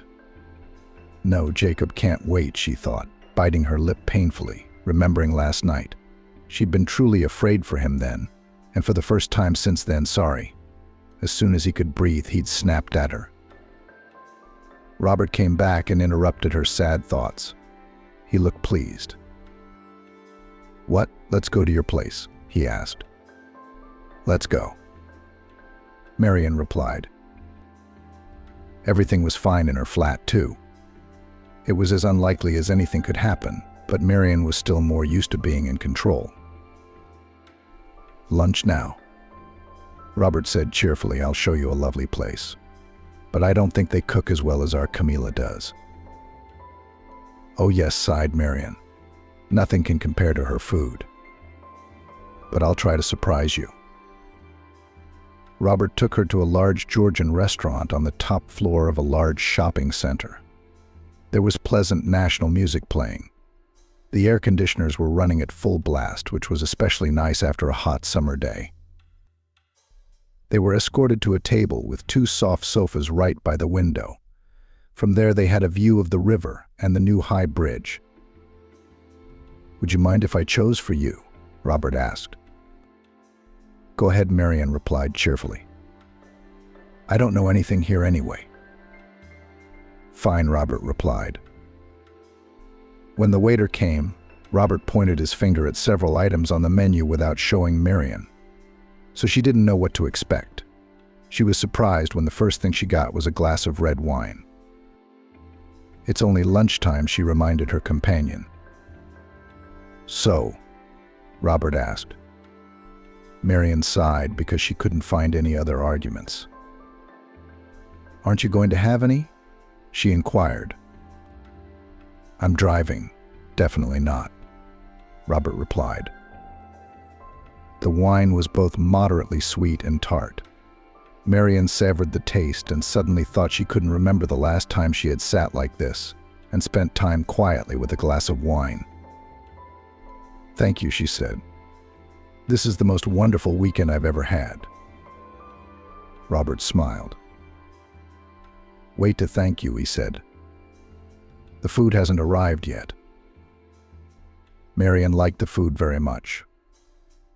The soft, hot dough of the khachapuri with the slightly difficult-to-stretch cheese, the salad with crisp mini aubergines and lots of greens, the flavorful meat, and the juicy sauces. "Oh," she said, leaning back on the soft back of the couch. "That was wonderful." "I'm very glad," Robert replied.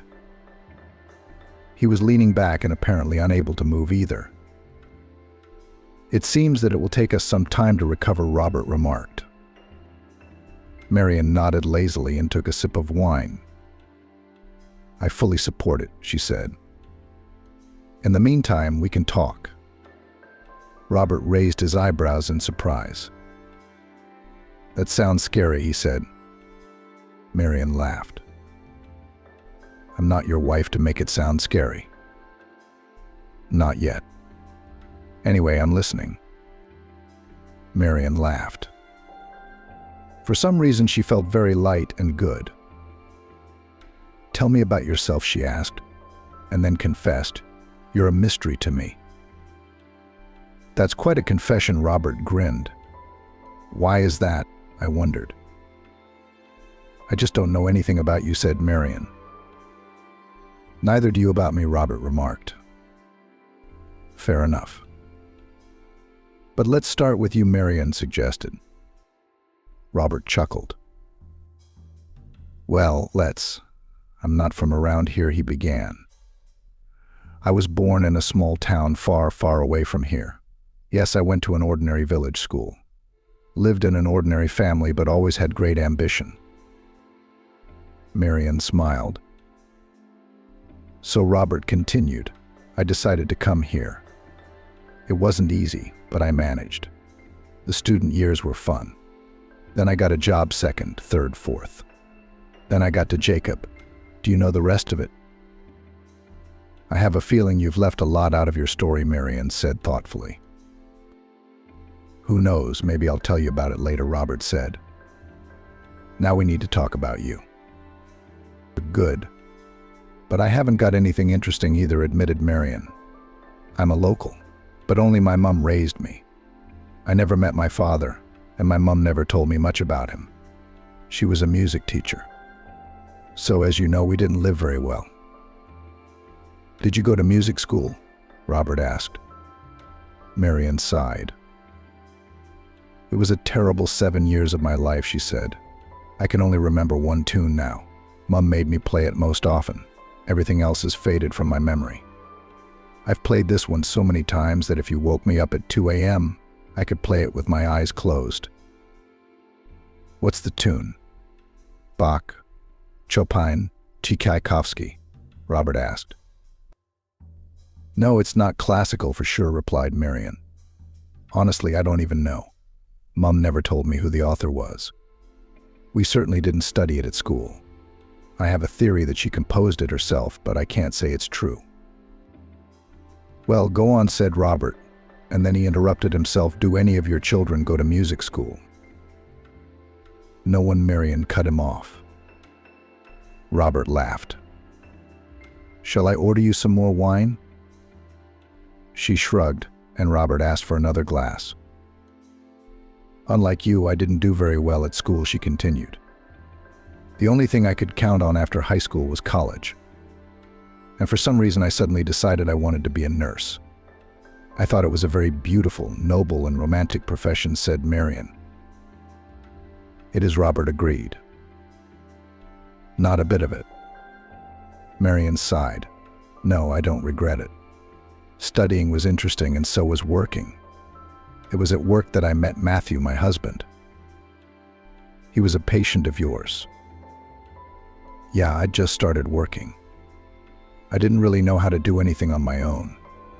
I remember my hands shaking when I was giving injections or dressings. I thought I could see it from a mile away. But Matthew didn't notice. Robert smiled. I'm sure he fell in love with you at first sight. He said he did. Marion nodded. In fact, I liked him too. Soon we started seeing each other, and 6 months later we were married. And then I found out I was pregnant. You've become a very young mum, Robert smiled. Yes, of course it was difficult at first. But then Mum was still alive and she helped me a lot, said Marion and sighed. Then Stephen grew up and went to kindergarten. I went to work, but not for long. When he turned 4, I got pregnant with Alex. And 3 years later, Molly was born. Wow. After Molly was born, we decided I was going to stay at home. That's why I didn't work for 7 years. Wow, Robert said. I must say you're doing a wonderful job, especially after such a break. Marion smiled. Thank you. That's nice to hear. Can I ask you a personal question? Ask away, she nodded to Robert. Marion took another sip of wine. Why did you separate from your husband? Robert asked. Why did I leave my husband? She asked him again. Yes, he left me. Maybe the wine played a part. Maybe it's been a while, but it's the first time I've ever made that confession so easily. He just left a note saying he was in love with another woman, she explained. He didn't even talk to you, Robert wondered. Marion shook her head. What about the children? He didn't even say goodbye to them either? How awful, Robert exclaimed. Marion smiled.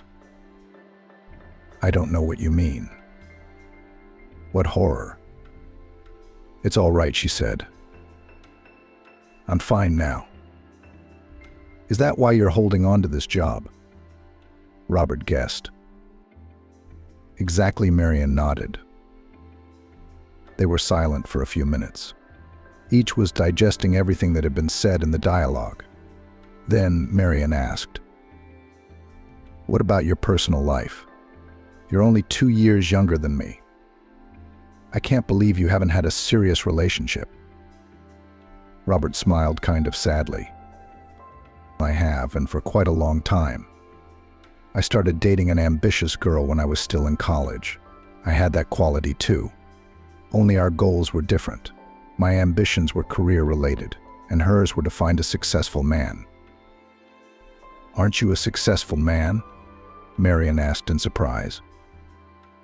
Thank you for saying that. It's hard for me to judge that myself. Then I tell you that you are a successful man, interrupted Marion. Much obliged, Robert replied. Well, anyway, my beloved did not consider me a successful man, and she broke up with me because she said she was worthy of more. A very stupid woman, commented Marion. After that statement, I'm obliged to pour you more wine, Robert said, indicating to the waiter to repeat himself. Oh, sighed Marion. I haven't drunk so much in a long time. So Robert continued. She left me, and I decided that I would become the successful one, and she would come back to me. And how did it go? Marion asked. Great. In the process, I realized that I don't want to be with a woman for whom I'm not good enough, for whom I'm important not as a person but as a social status. Marian nodded. And I don't want to be with a man who gave birth to 3 children. And then he left, leaving only a note on the table, she confessed. Robert smiled sadly. I fully support such a wise decision. In the morning, Marian woke up with difficulty. Her head ached and her mouth was dry. The light of the sun shining through the curtains seemed unbearably bright. I overslept, she thought with horror. And I probably didn't even set my alarm clock last night. The clock, however, showed it was still early. Marian showered, brushed her teeth. After making sure the children were still asleep, she slipped quietly out of the outhouse and into the house. Camila was already bustling about in the kitchen. "Oh, Marian." The woman greeted her cheerfully. "Good morning. How are you up early this morning?" "Yes," said Marian hoarsely. "It seems I had a very stormy day off yesterday." Camila smiled understandingly. "Now everything will be. In an hour you will be awake and cheerful, like a 15-year-old schoolgirl." A minute later, she put a huge cup of fragrant tea in front of Marian, smelling of berries and herbs. "The best cure for a hangover," said Camila confidently. "And eat this too." She set down a plate with a large sandwich with meat, lettuce, tomato, and egg. "This is the most delicious thing I've ever eaten in my life," Marian said blissfully as she ate her breakfast. "You're magic." "Thank you," Camila replied, embarrassed. By the beginning of the working day, Marian had recovered enough. Jacob had been unusually friendly today. Perhaps it was the meeting with his relatives, but he hardly commented on Marian's actions and did not make any derogatory comments. "You're remarkably quiet today," said Marian, as they went out for their traditional afternoon walk after lunch. "Don't let it get to you while it's quiet," Jacob said, but not in a mean-spirited way. "All right, I won't," Marian said. "Those are your children, aren't they?" He pointed to Alex and Molly, who were chasing each other around the fountain. Stephen was sitting on a bench, reading a book with one eye and watching the younger ones with the other. "Mine," replied Marian, horrified at the thought that she was about to be reprimanded. But her ward only nodded. "They're good, and they seem to be friendly." "Thank you," Marian replied cautiously. "Are you raising them alone?" Continued to show unexpected interest, Chief. "I am now." "That's why you put up with me," Jacob said, realizing it was a statement, not a question. "I wanted to have many children when I was young, too," Jacob said suddenly. "It didn't work out." "You've been married 4 times, haven't you?" Marian asked in surprise, and then a twinge. It was hardly appropriate to know such information. But strangely enough, the chief did not comment on it. "Yes, he replied. Jacob stared ahead, as if he were mentally reviewing his whole life. "Didn't your first wife want children?" Marian asked. "Yes, I didn't at the time, either," Jacob answered. "She and I were young and spoiled. Both of us from rich families wanted to have fun and enjoy life. Or rather, my wife did. I was interested in building a business at the time." "So why did you get married?" "My parents insisted. It was good for the business. Actually, I didn't mind. She was a pretty girl. I thought I'd get used to her. Well, after a few years, it became clear that we were completely different people. I got divorced and went to work." He stopped talking. "Can I have some water, please?" Jacob asked suddenly. Marian hurriedly held out the bottle. "Please," she thought, wondering for the first time in weeks what was happening to him. Jacob sipped and continued. "I don't have much to say about my second, third wives. I married them. I don't know. just for status. Young, beautiful. I thought it would be great, but every time I realized quickly that it wasn't what I wanted. And all they wanted from me was money. He fell silent again. Marion held out the water, but the old man shook his head negatively. Then there was another situation. This is what could have been true love. Your fourth wife? Marion asked. No, that was before her. I didn't marry that girl. It was a waste, as I thought many times afterwards, but I don't want to talk about it. It's too personal. And what he's telling me now isn't too personal, thought Marion, but yet for some reason he chose to share it with her. The fourth wife became more of a friend to me, Jacob said. I already knew about her diagnosis when I proposed marriage. Diagnosis? Marion asked. Yes, Samantha had cancer. In fact, she and I had known each other for years, too. Our parents had been friends since childhood. Over the years, we'd kept in touch from time to time, and then suddenly we met and talked and decided that we could spend a few years together. Were you with her all the way to the end? Marion asked. The man nodded. She was a wonderful woman and a true friend. After she died, I didn't need anyone else, Jacob said. I sympathize with you, she said sincerely. It was as if Jacob woke up. You and I have been talking, he said. Come on, let's go home. It's time for my evening pills.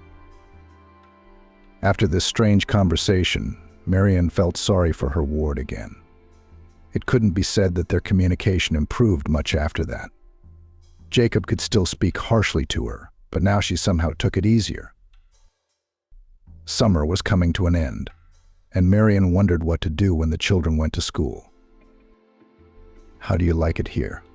She asked them one day.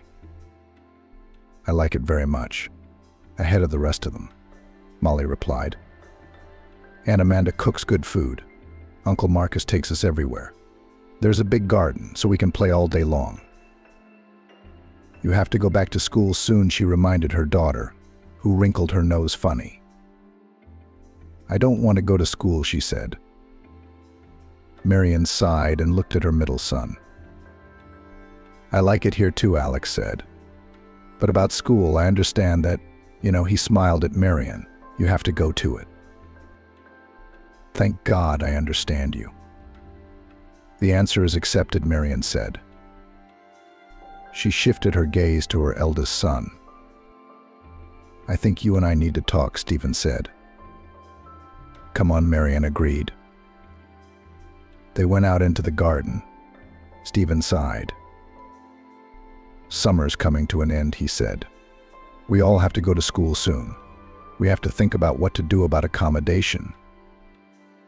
Marion smiled. You've got a good eye for detail, as always. The son nodded. Dad called me the other day, he admitted. Marion's eyes widened. When a few days ago? Why didn't he call me? Afraid, I guess.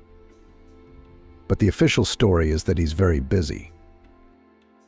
I see, sighed Marion. What did he want? As I understand it, he wants to meet you, maybe to discuss the divorce, or, on the contrary, wants to make up. Marion laughed. Reconcile? Well, maybe. Marion hesitated, but then decided to ask her son the question. Do you want that to happen? Stephen shook his head negatively. I don't mind the younger ones seeing him if they want to. I'll see him too if I have to, but the rest is up to you. He's your father, she said, but I don't think I love him anymore, and I can't forgive him for what he did. You don't have to forgive him. As for our school, maybe we should talk to Robert now. Will he think of something? I'll try. You're the smartest, she hugged her son. Everything will be fine, he said. Tell your father I'm ready to talk to him. Let him call. Don't be afraid. I'll tell him Stephen promised. A few days later, after Marian and Jacob had finished their morning routine, Robert came in. "Ready, Jacob?" the assistant asked. "Where can I go?" The chief replied calmly. "Let's go." "Are you coming too?" Robert turned the last word to Marian. She was surprised. "She is, of course," replied the ward calmly. "I have a lot of documents to sign and some personal meetings. You could be needed at any time to change nappies or wipe armpits. I have to have some dignity. What if I have an attack at night? I don't want to suffocate in front of my business partners." As they drove to the business center where Jacob was supposed to do business, the manager explained, "We don't know exactly how long this will take. You can sit in the restaurant. It's in the same building on the top floor. Just tell him to put it on Jacob's tab." "Okay," Marian replied. "If you need anything, Robert will call Jacob at it." At the restaurant, Marian ordered tea and tiramisu.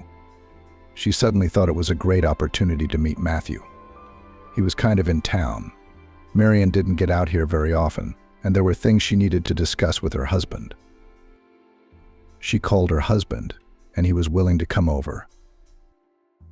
"What a place you picked," he said as he sat down at the table. "You look like you've lost a little weight. But you haven't changed, just like you've lost a little weight. You look amazing," he said. "Thank you," said Marian. "You too." He shrugged embarrassedly. "I'm glad you called me." Marian sighed. "We should have talked a long time ago, at least to decide when to file for divorce." Matthew frowned. "That's exactly what I wanted to talk about. It's great that we're on the same page here." He moved over and placed his hand gently on her arm. "Maybe we're being hasty," he said. "Maybe we shouldn't get divorced." "Should I not believe my ears?" Marian interrogated. "It was you who left me, wasn't it? You left a note and left without even saying goodbye to the kids. Didn't pick up the phone, didn't return messages. Just disappeared from our lives as if we were nothing to you and you hadn't lived with me for 15 years. Just came round one evening for tea." Matthew froze in embarrassment. "I'm sorry," he said. "I don't know what was wrong with me then. It was just some kind of madness. I was out of my mind." Marian sighed and released her hand to rub the bridge of her nose. "Was that it?" she asked. "I won't ask how and how much you cheated on me and why you decided to break up. I've known about it for a long time, but why couldn't you talk to me properly? Why did you abandon the children?" My husband lowered his eyes. "I know," he said. "It must have been a midlife crisis or something. It's just that at some point everything started to go crazy. Work, life, 3 kids. You're always with the kids and I'm in the background. I'm sick of the whole thing." "And your new love?" "Young, fun, carefree, childless?" she asked. "Sort of," he replied. "I lost my head then. I was afraid to tell you, even more so for the kids." "What changed?" she asked. Her husband moved closer. "I've realized in these months how much I've missed you and the children," he said. "And I want things to go back to the way they were." Marian shook her head slowly. "Nothing has changed," she said. "We'll get back together. In a couple of weeks you'll go off with another girl." "No, I won't do that," Matthew assured her. Marian sighed. "Jaroslav," she said, "I've had a lot of time to think about it, and I've realized that I can't forgive you, and my love for you has disappeared in that time too. I'm sorry, but I think we need to agree and decide when we go to file for divorce." Her husband's face suddenly changed. Marian suddenly saw clearly how his contrived tenderness and remorse came off. "Then we must talk about the division of property," he said in a harsh tone. Marion was surprised at this abrupt change of subject. In fact, it amused her. "Let's talk," she agreed. "Your car goes to you. My flat goes to me and the kids." Matthew shook his head. "No, let's sell it and split the money in half." Half Marion smiled. "I'm raising 3 kids on my own." Her husband was embarrassed, but he continued to stand his ground. "I was paying her mortgage. And you didn't work? Sitting on my back?" "Yes, because I was taking care of the house and the 3 kids. And now I'm paying the mortgage. You left me out of the blue and didn't even help the kids. You can't imagine what I've been through these past few months." "Well, then we'll get back together." The husband returned to the old topic. "And we won't have to share the flat." Marion sighed. "No, Matthew, I've already said everything." So you have her husband's voice suddenly lowered like a snake's hiss. "And who will need you alone with 3 children? Do you think any man but me will look at you? You stupid pet chicken. All you know how to do is cook soup." Marion felt tears coming from her eyes. It hurt her to hear such words from the father of her children, from the man she had loved for so many years. "Let's not play innocent," her husband continued. "You yourself will come to me on your knees." She will not, said a familiar male voice behind her. She did not have time to see what happened next. Only Matthew suddenly flew across the restaurant and collapsed to the floor. Robert shook the hand that had just collided with her husband's jaw. "That was harsh, but I guess it was understandable," Jacob commented. Marion looked up and saw the supervisor. He looked as pleased as a cat for some reason. "And you're here?" she asked in amazement. "Everyone heard," he said rather dryly. Matthew rose slowly from the floor. He pressed his palm to his bloody lips. "We'll talk to you again," he threw to Marion. "Wow," Jacob said admiringly. "I should get out of the office more often. This place is fun." "Shall we go home?" Robert asked Marion. "We will," she answered quietly, wiping away her tears. She was sent to Camila's kitchen to drink tea and calm down. "We have something to discuss with the boss," Robert said. "You get some rest. I'll call you." But Marion had no appetite. She was replaying in her head what had happened in the restaurant. What's going to happen now? Will she be fired? Probably get fired. Jacob hardly needs a problem employee getting his assistant into fights in the middle of the business center. And what about the flat? Do we have to split it in half? Where will she and the kids live then? What if she has to find a new job, even if she doesn't get fired today? The school issue hasn't been canceled. With so many problems, Marion's head was spinning. "Marion, let's go," she raised her head. Robert's face didn't make it clear what judgment she had been given, so she stood up and obediently walked with him into the chief's office. "What a show you put on today," Marion, Jacob said cheerfully. "I'm sorry," said Marion. "I didn't know that was going to happen." "Well, it was kind of funny," the chief said. "We have other things on the agenda." Marion squirmed. Now he was going to tell her everything. "Do you want to continue working here?" Jacob asked. "Are you firing me?" Marion asked. "Do you want to?" "No," she answered quickly. "Then I'm not." Goody nodded. "Soon your children will have to go to school." "Yes," Marion confirmed cautiously. Jacob nodded. "We'll get them a car and a driver," Robert said, "to take them to school and bring them back." Marion opened her mouth. "But why?" she asked. "Because I don't want to look for a new employee," the chief replied calmly. "Thank you," Marion muttered. "And we also need to solve the housing issue. Robert added.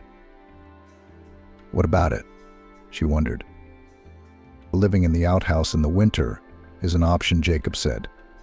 It's warm and everything, but it's not very comfortable to run out in the cold for breakfast. So let's look at your new rooms. New rooms? Marian shook her head incredulously. There is an almost empty wing in the house, Robert explained. That's where we intend to put you. They left the study and went in the direction of rooms where Marian had never been before. What wing is this? She asked curiously. Jacob sighed. It's a part of my past, he said. I wanted to forget it, not remember it. But now I realize it's time to let go of the past and look to the future. They went into the largest room. This is the common room, said the chief. From here there are 4 bedrooms. There's enough for you.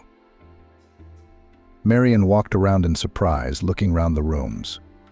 Each room looked like a separate work of art. Beautiful, tastefully chosen furniture, paintings on the walls, everything is thought out to the smallest detail. Except it looked like it hadn't been used in years. I wonder why, Marian thought. Suddenly she saw under the white cloth the outline of an object from her childhood. A grand piano. Marian exclaimed in amazement. May I? She turned to Jacob. He shrugged his shoulders. Marian carefully removed the white cloth that covered the instrument and ran her fingers over the keys. The instrument was a little distressed, but it was quite playable. Marian sat down. And she began to play the only tune she could remember, the one her mother had played, and many, many times since she was a little girl. The first few notes were difficult, but then her hands remembered it, and her fingers flew over the keys with ease. She sat with her back to Jacob and didn't see the change in the old man's face. First he stretched it out in astonishment. Then he turned his head, as if he wanted to make sure his hearing wasn't deceiving him. Then a tear rolled out of his right eye, then another from his left. Robert walked quietly over to the piano and stood facing Marian. He looked at her, and then suddenly he looked at the chief and couldn't hold back his astonished cry. Jacob, what's the matter with you? Marian immediately stopped, turned round in amazement. The old man was sobbing unashamedly and wiping his face with his shirt sleeve. How do you know that tune? He asked. It was composed just for me. When Jacob was calmed down by the joint efforts of Marian and Robert, the chief asked for tea to be served to everyone. They returned to his office, and there the chief began his story. When I met Vivian, he began, I was still married to my 3rd wife. She and I hardly ever saw each other even then. We only met to discuss how we were going to divide the property. He sighed and rubbed the bridge of his nose. Anyway, I was getting really tired of it. Work, divorce. One day I just walked out of a business meeting, let the driver go, and just went to the park, sat on a bench, and realized how nice it was. Just sunshine, birds singing, trees turning green. And then I saw her, Vivian. Marian froze. Her heart was beating very fast. She couldn't believe what was happening. So beautiful. I've never seen such a beautiful woman, Jacob said dreamily. And then she looked at me and smiled. And I knew I was lost. Marian saw Robert looking at her and smiling. When he noticed her gaze, he seemed confused and started to look at his boss, who seemed to be oblivious to his surroundings. He was completely immersed in the memory of events that had taken place over 35 years ago. My feet led me to it, Jacob continued. And for the first time in my life, I was scared. I was so afraid she'd refuse to meet me. I'd been with a lot of women, but none of them had ever struck such awe in me. At first sight, to my delight, she said yes. He smiled blissfully. I've probably never been so happy. My wife and I were no longer living together. And so I brought Vivian into this house and made this wing just for her. It's the sunniest side of the house. And the piano. She played for you? Yes, Marion interrupted him hoarsely. Vivian taught music, and that tune you played she composed especially for me. Why did you break up? Marion asked. Another tear rolled down Jacob's face. A fool, because he said calmly. I wanted to marry Vivian, and she refused me. Why? Marion asked. He sighed. Said we were from different worlds, that she didn't want to turn into just a rich businessman's wife and stay at home. That's how it is, muttered Marion. Yes, I persuaded her. I told her she could do whatever she wanted and be herself. She refused and ended our relationship first. Then why do you say it was your fault? Marion asked. Jacob sighed. Because I didn't insist. Because I gave in easily, because I didn't find out then that she was pregnant. Marion looked up at him. Jacob was looking straight at her. Yes, he said calmly. I'm sure you're my daughter. Marion stretched her legs blissfully and lifted her head, letting the sun shine on her face. She liked it here. The sea had always done her good, especially now that they got out there as a family every year. Mum, did you see it? Molly came running up to her. I swam the fastest. No, you didn't, shouted the middle son. It was obvious that he was tired and shutting down, but he was showing that he was inferior to his younger sister, who had been going swimming for 3 years and was performing well. He didn't mean to. I just gave in to you, Alex stated. Yeah, sure, the girl blurted out. She was already well aware of her own abilities and knew that her brother was swimming at full strength. Alex ran off resentfully towards the cabin. And you had to tease him, Marion gently reprimanded him. He wanted to compete. What am I supposed to do now? Go take a shower, we'll go to dinner soon. When her daughter ran away, she stretched, reluctantly got up from the sunbed and walked towards the cabin. She saw Stephen lying in the hammock, talking on the phone as usual. Talking to his girlfriend again, thought Marion. What's her name? It's either Jennifer or Ashley. He's all grown up now. In half an hour, she said to her son, and he nodded, showing that he had heard his mother's words. It was cool in the spacious cabin. Jacob and Robert were sitting in the living room playing chess, as usual. We're going home in 3 days, and you haven't even burned, Marion sighed.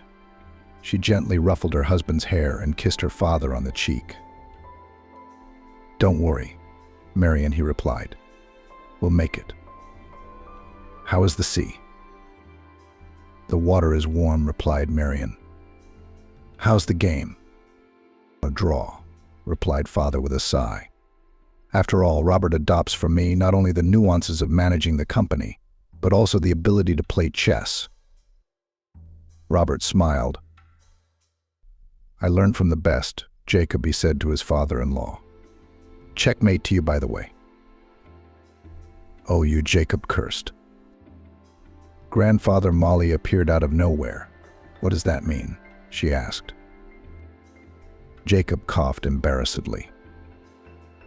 It means, young lady, he said with feigned sternness, that you're not legally allowed to say that for another 8 years. We have worse swearing at school, Molly said, laughing and running off to the shower. Change schools, Jacob said firmly. I won't have my only granddaughter using that kind of language. Marion walked over to her father and kissed him on the top of his head.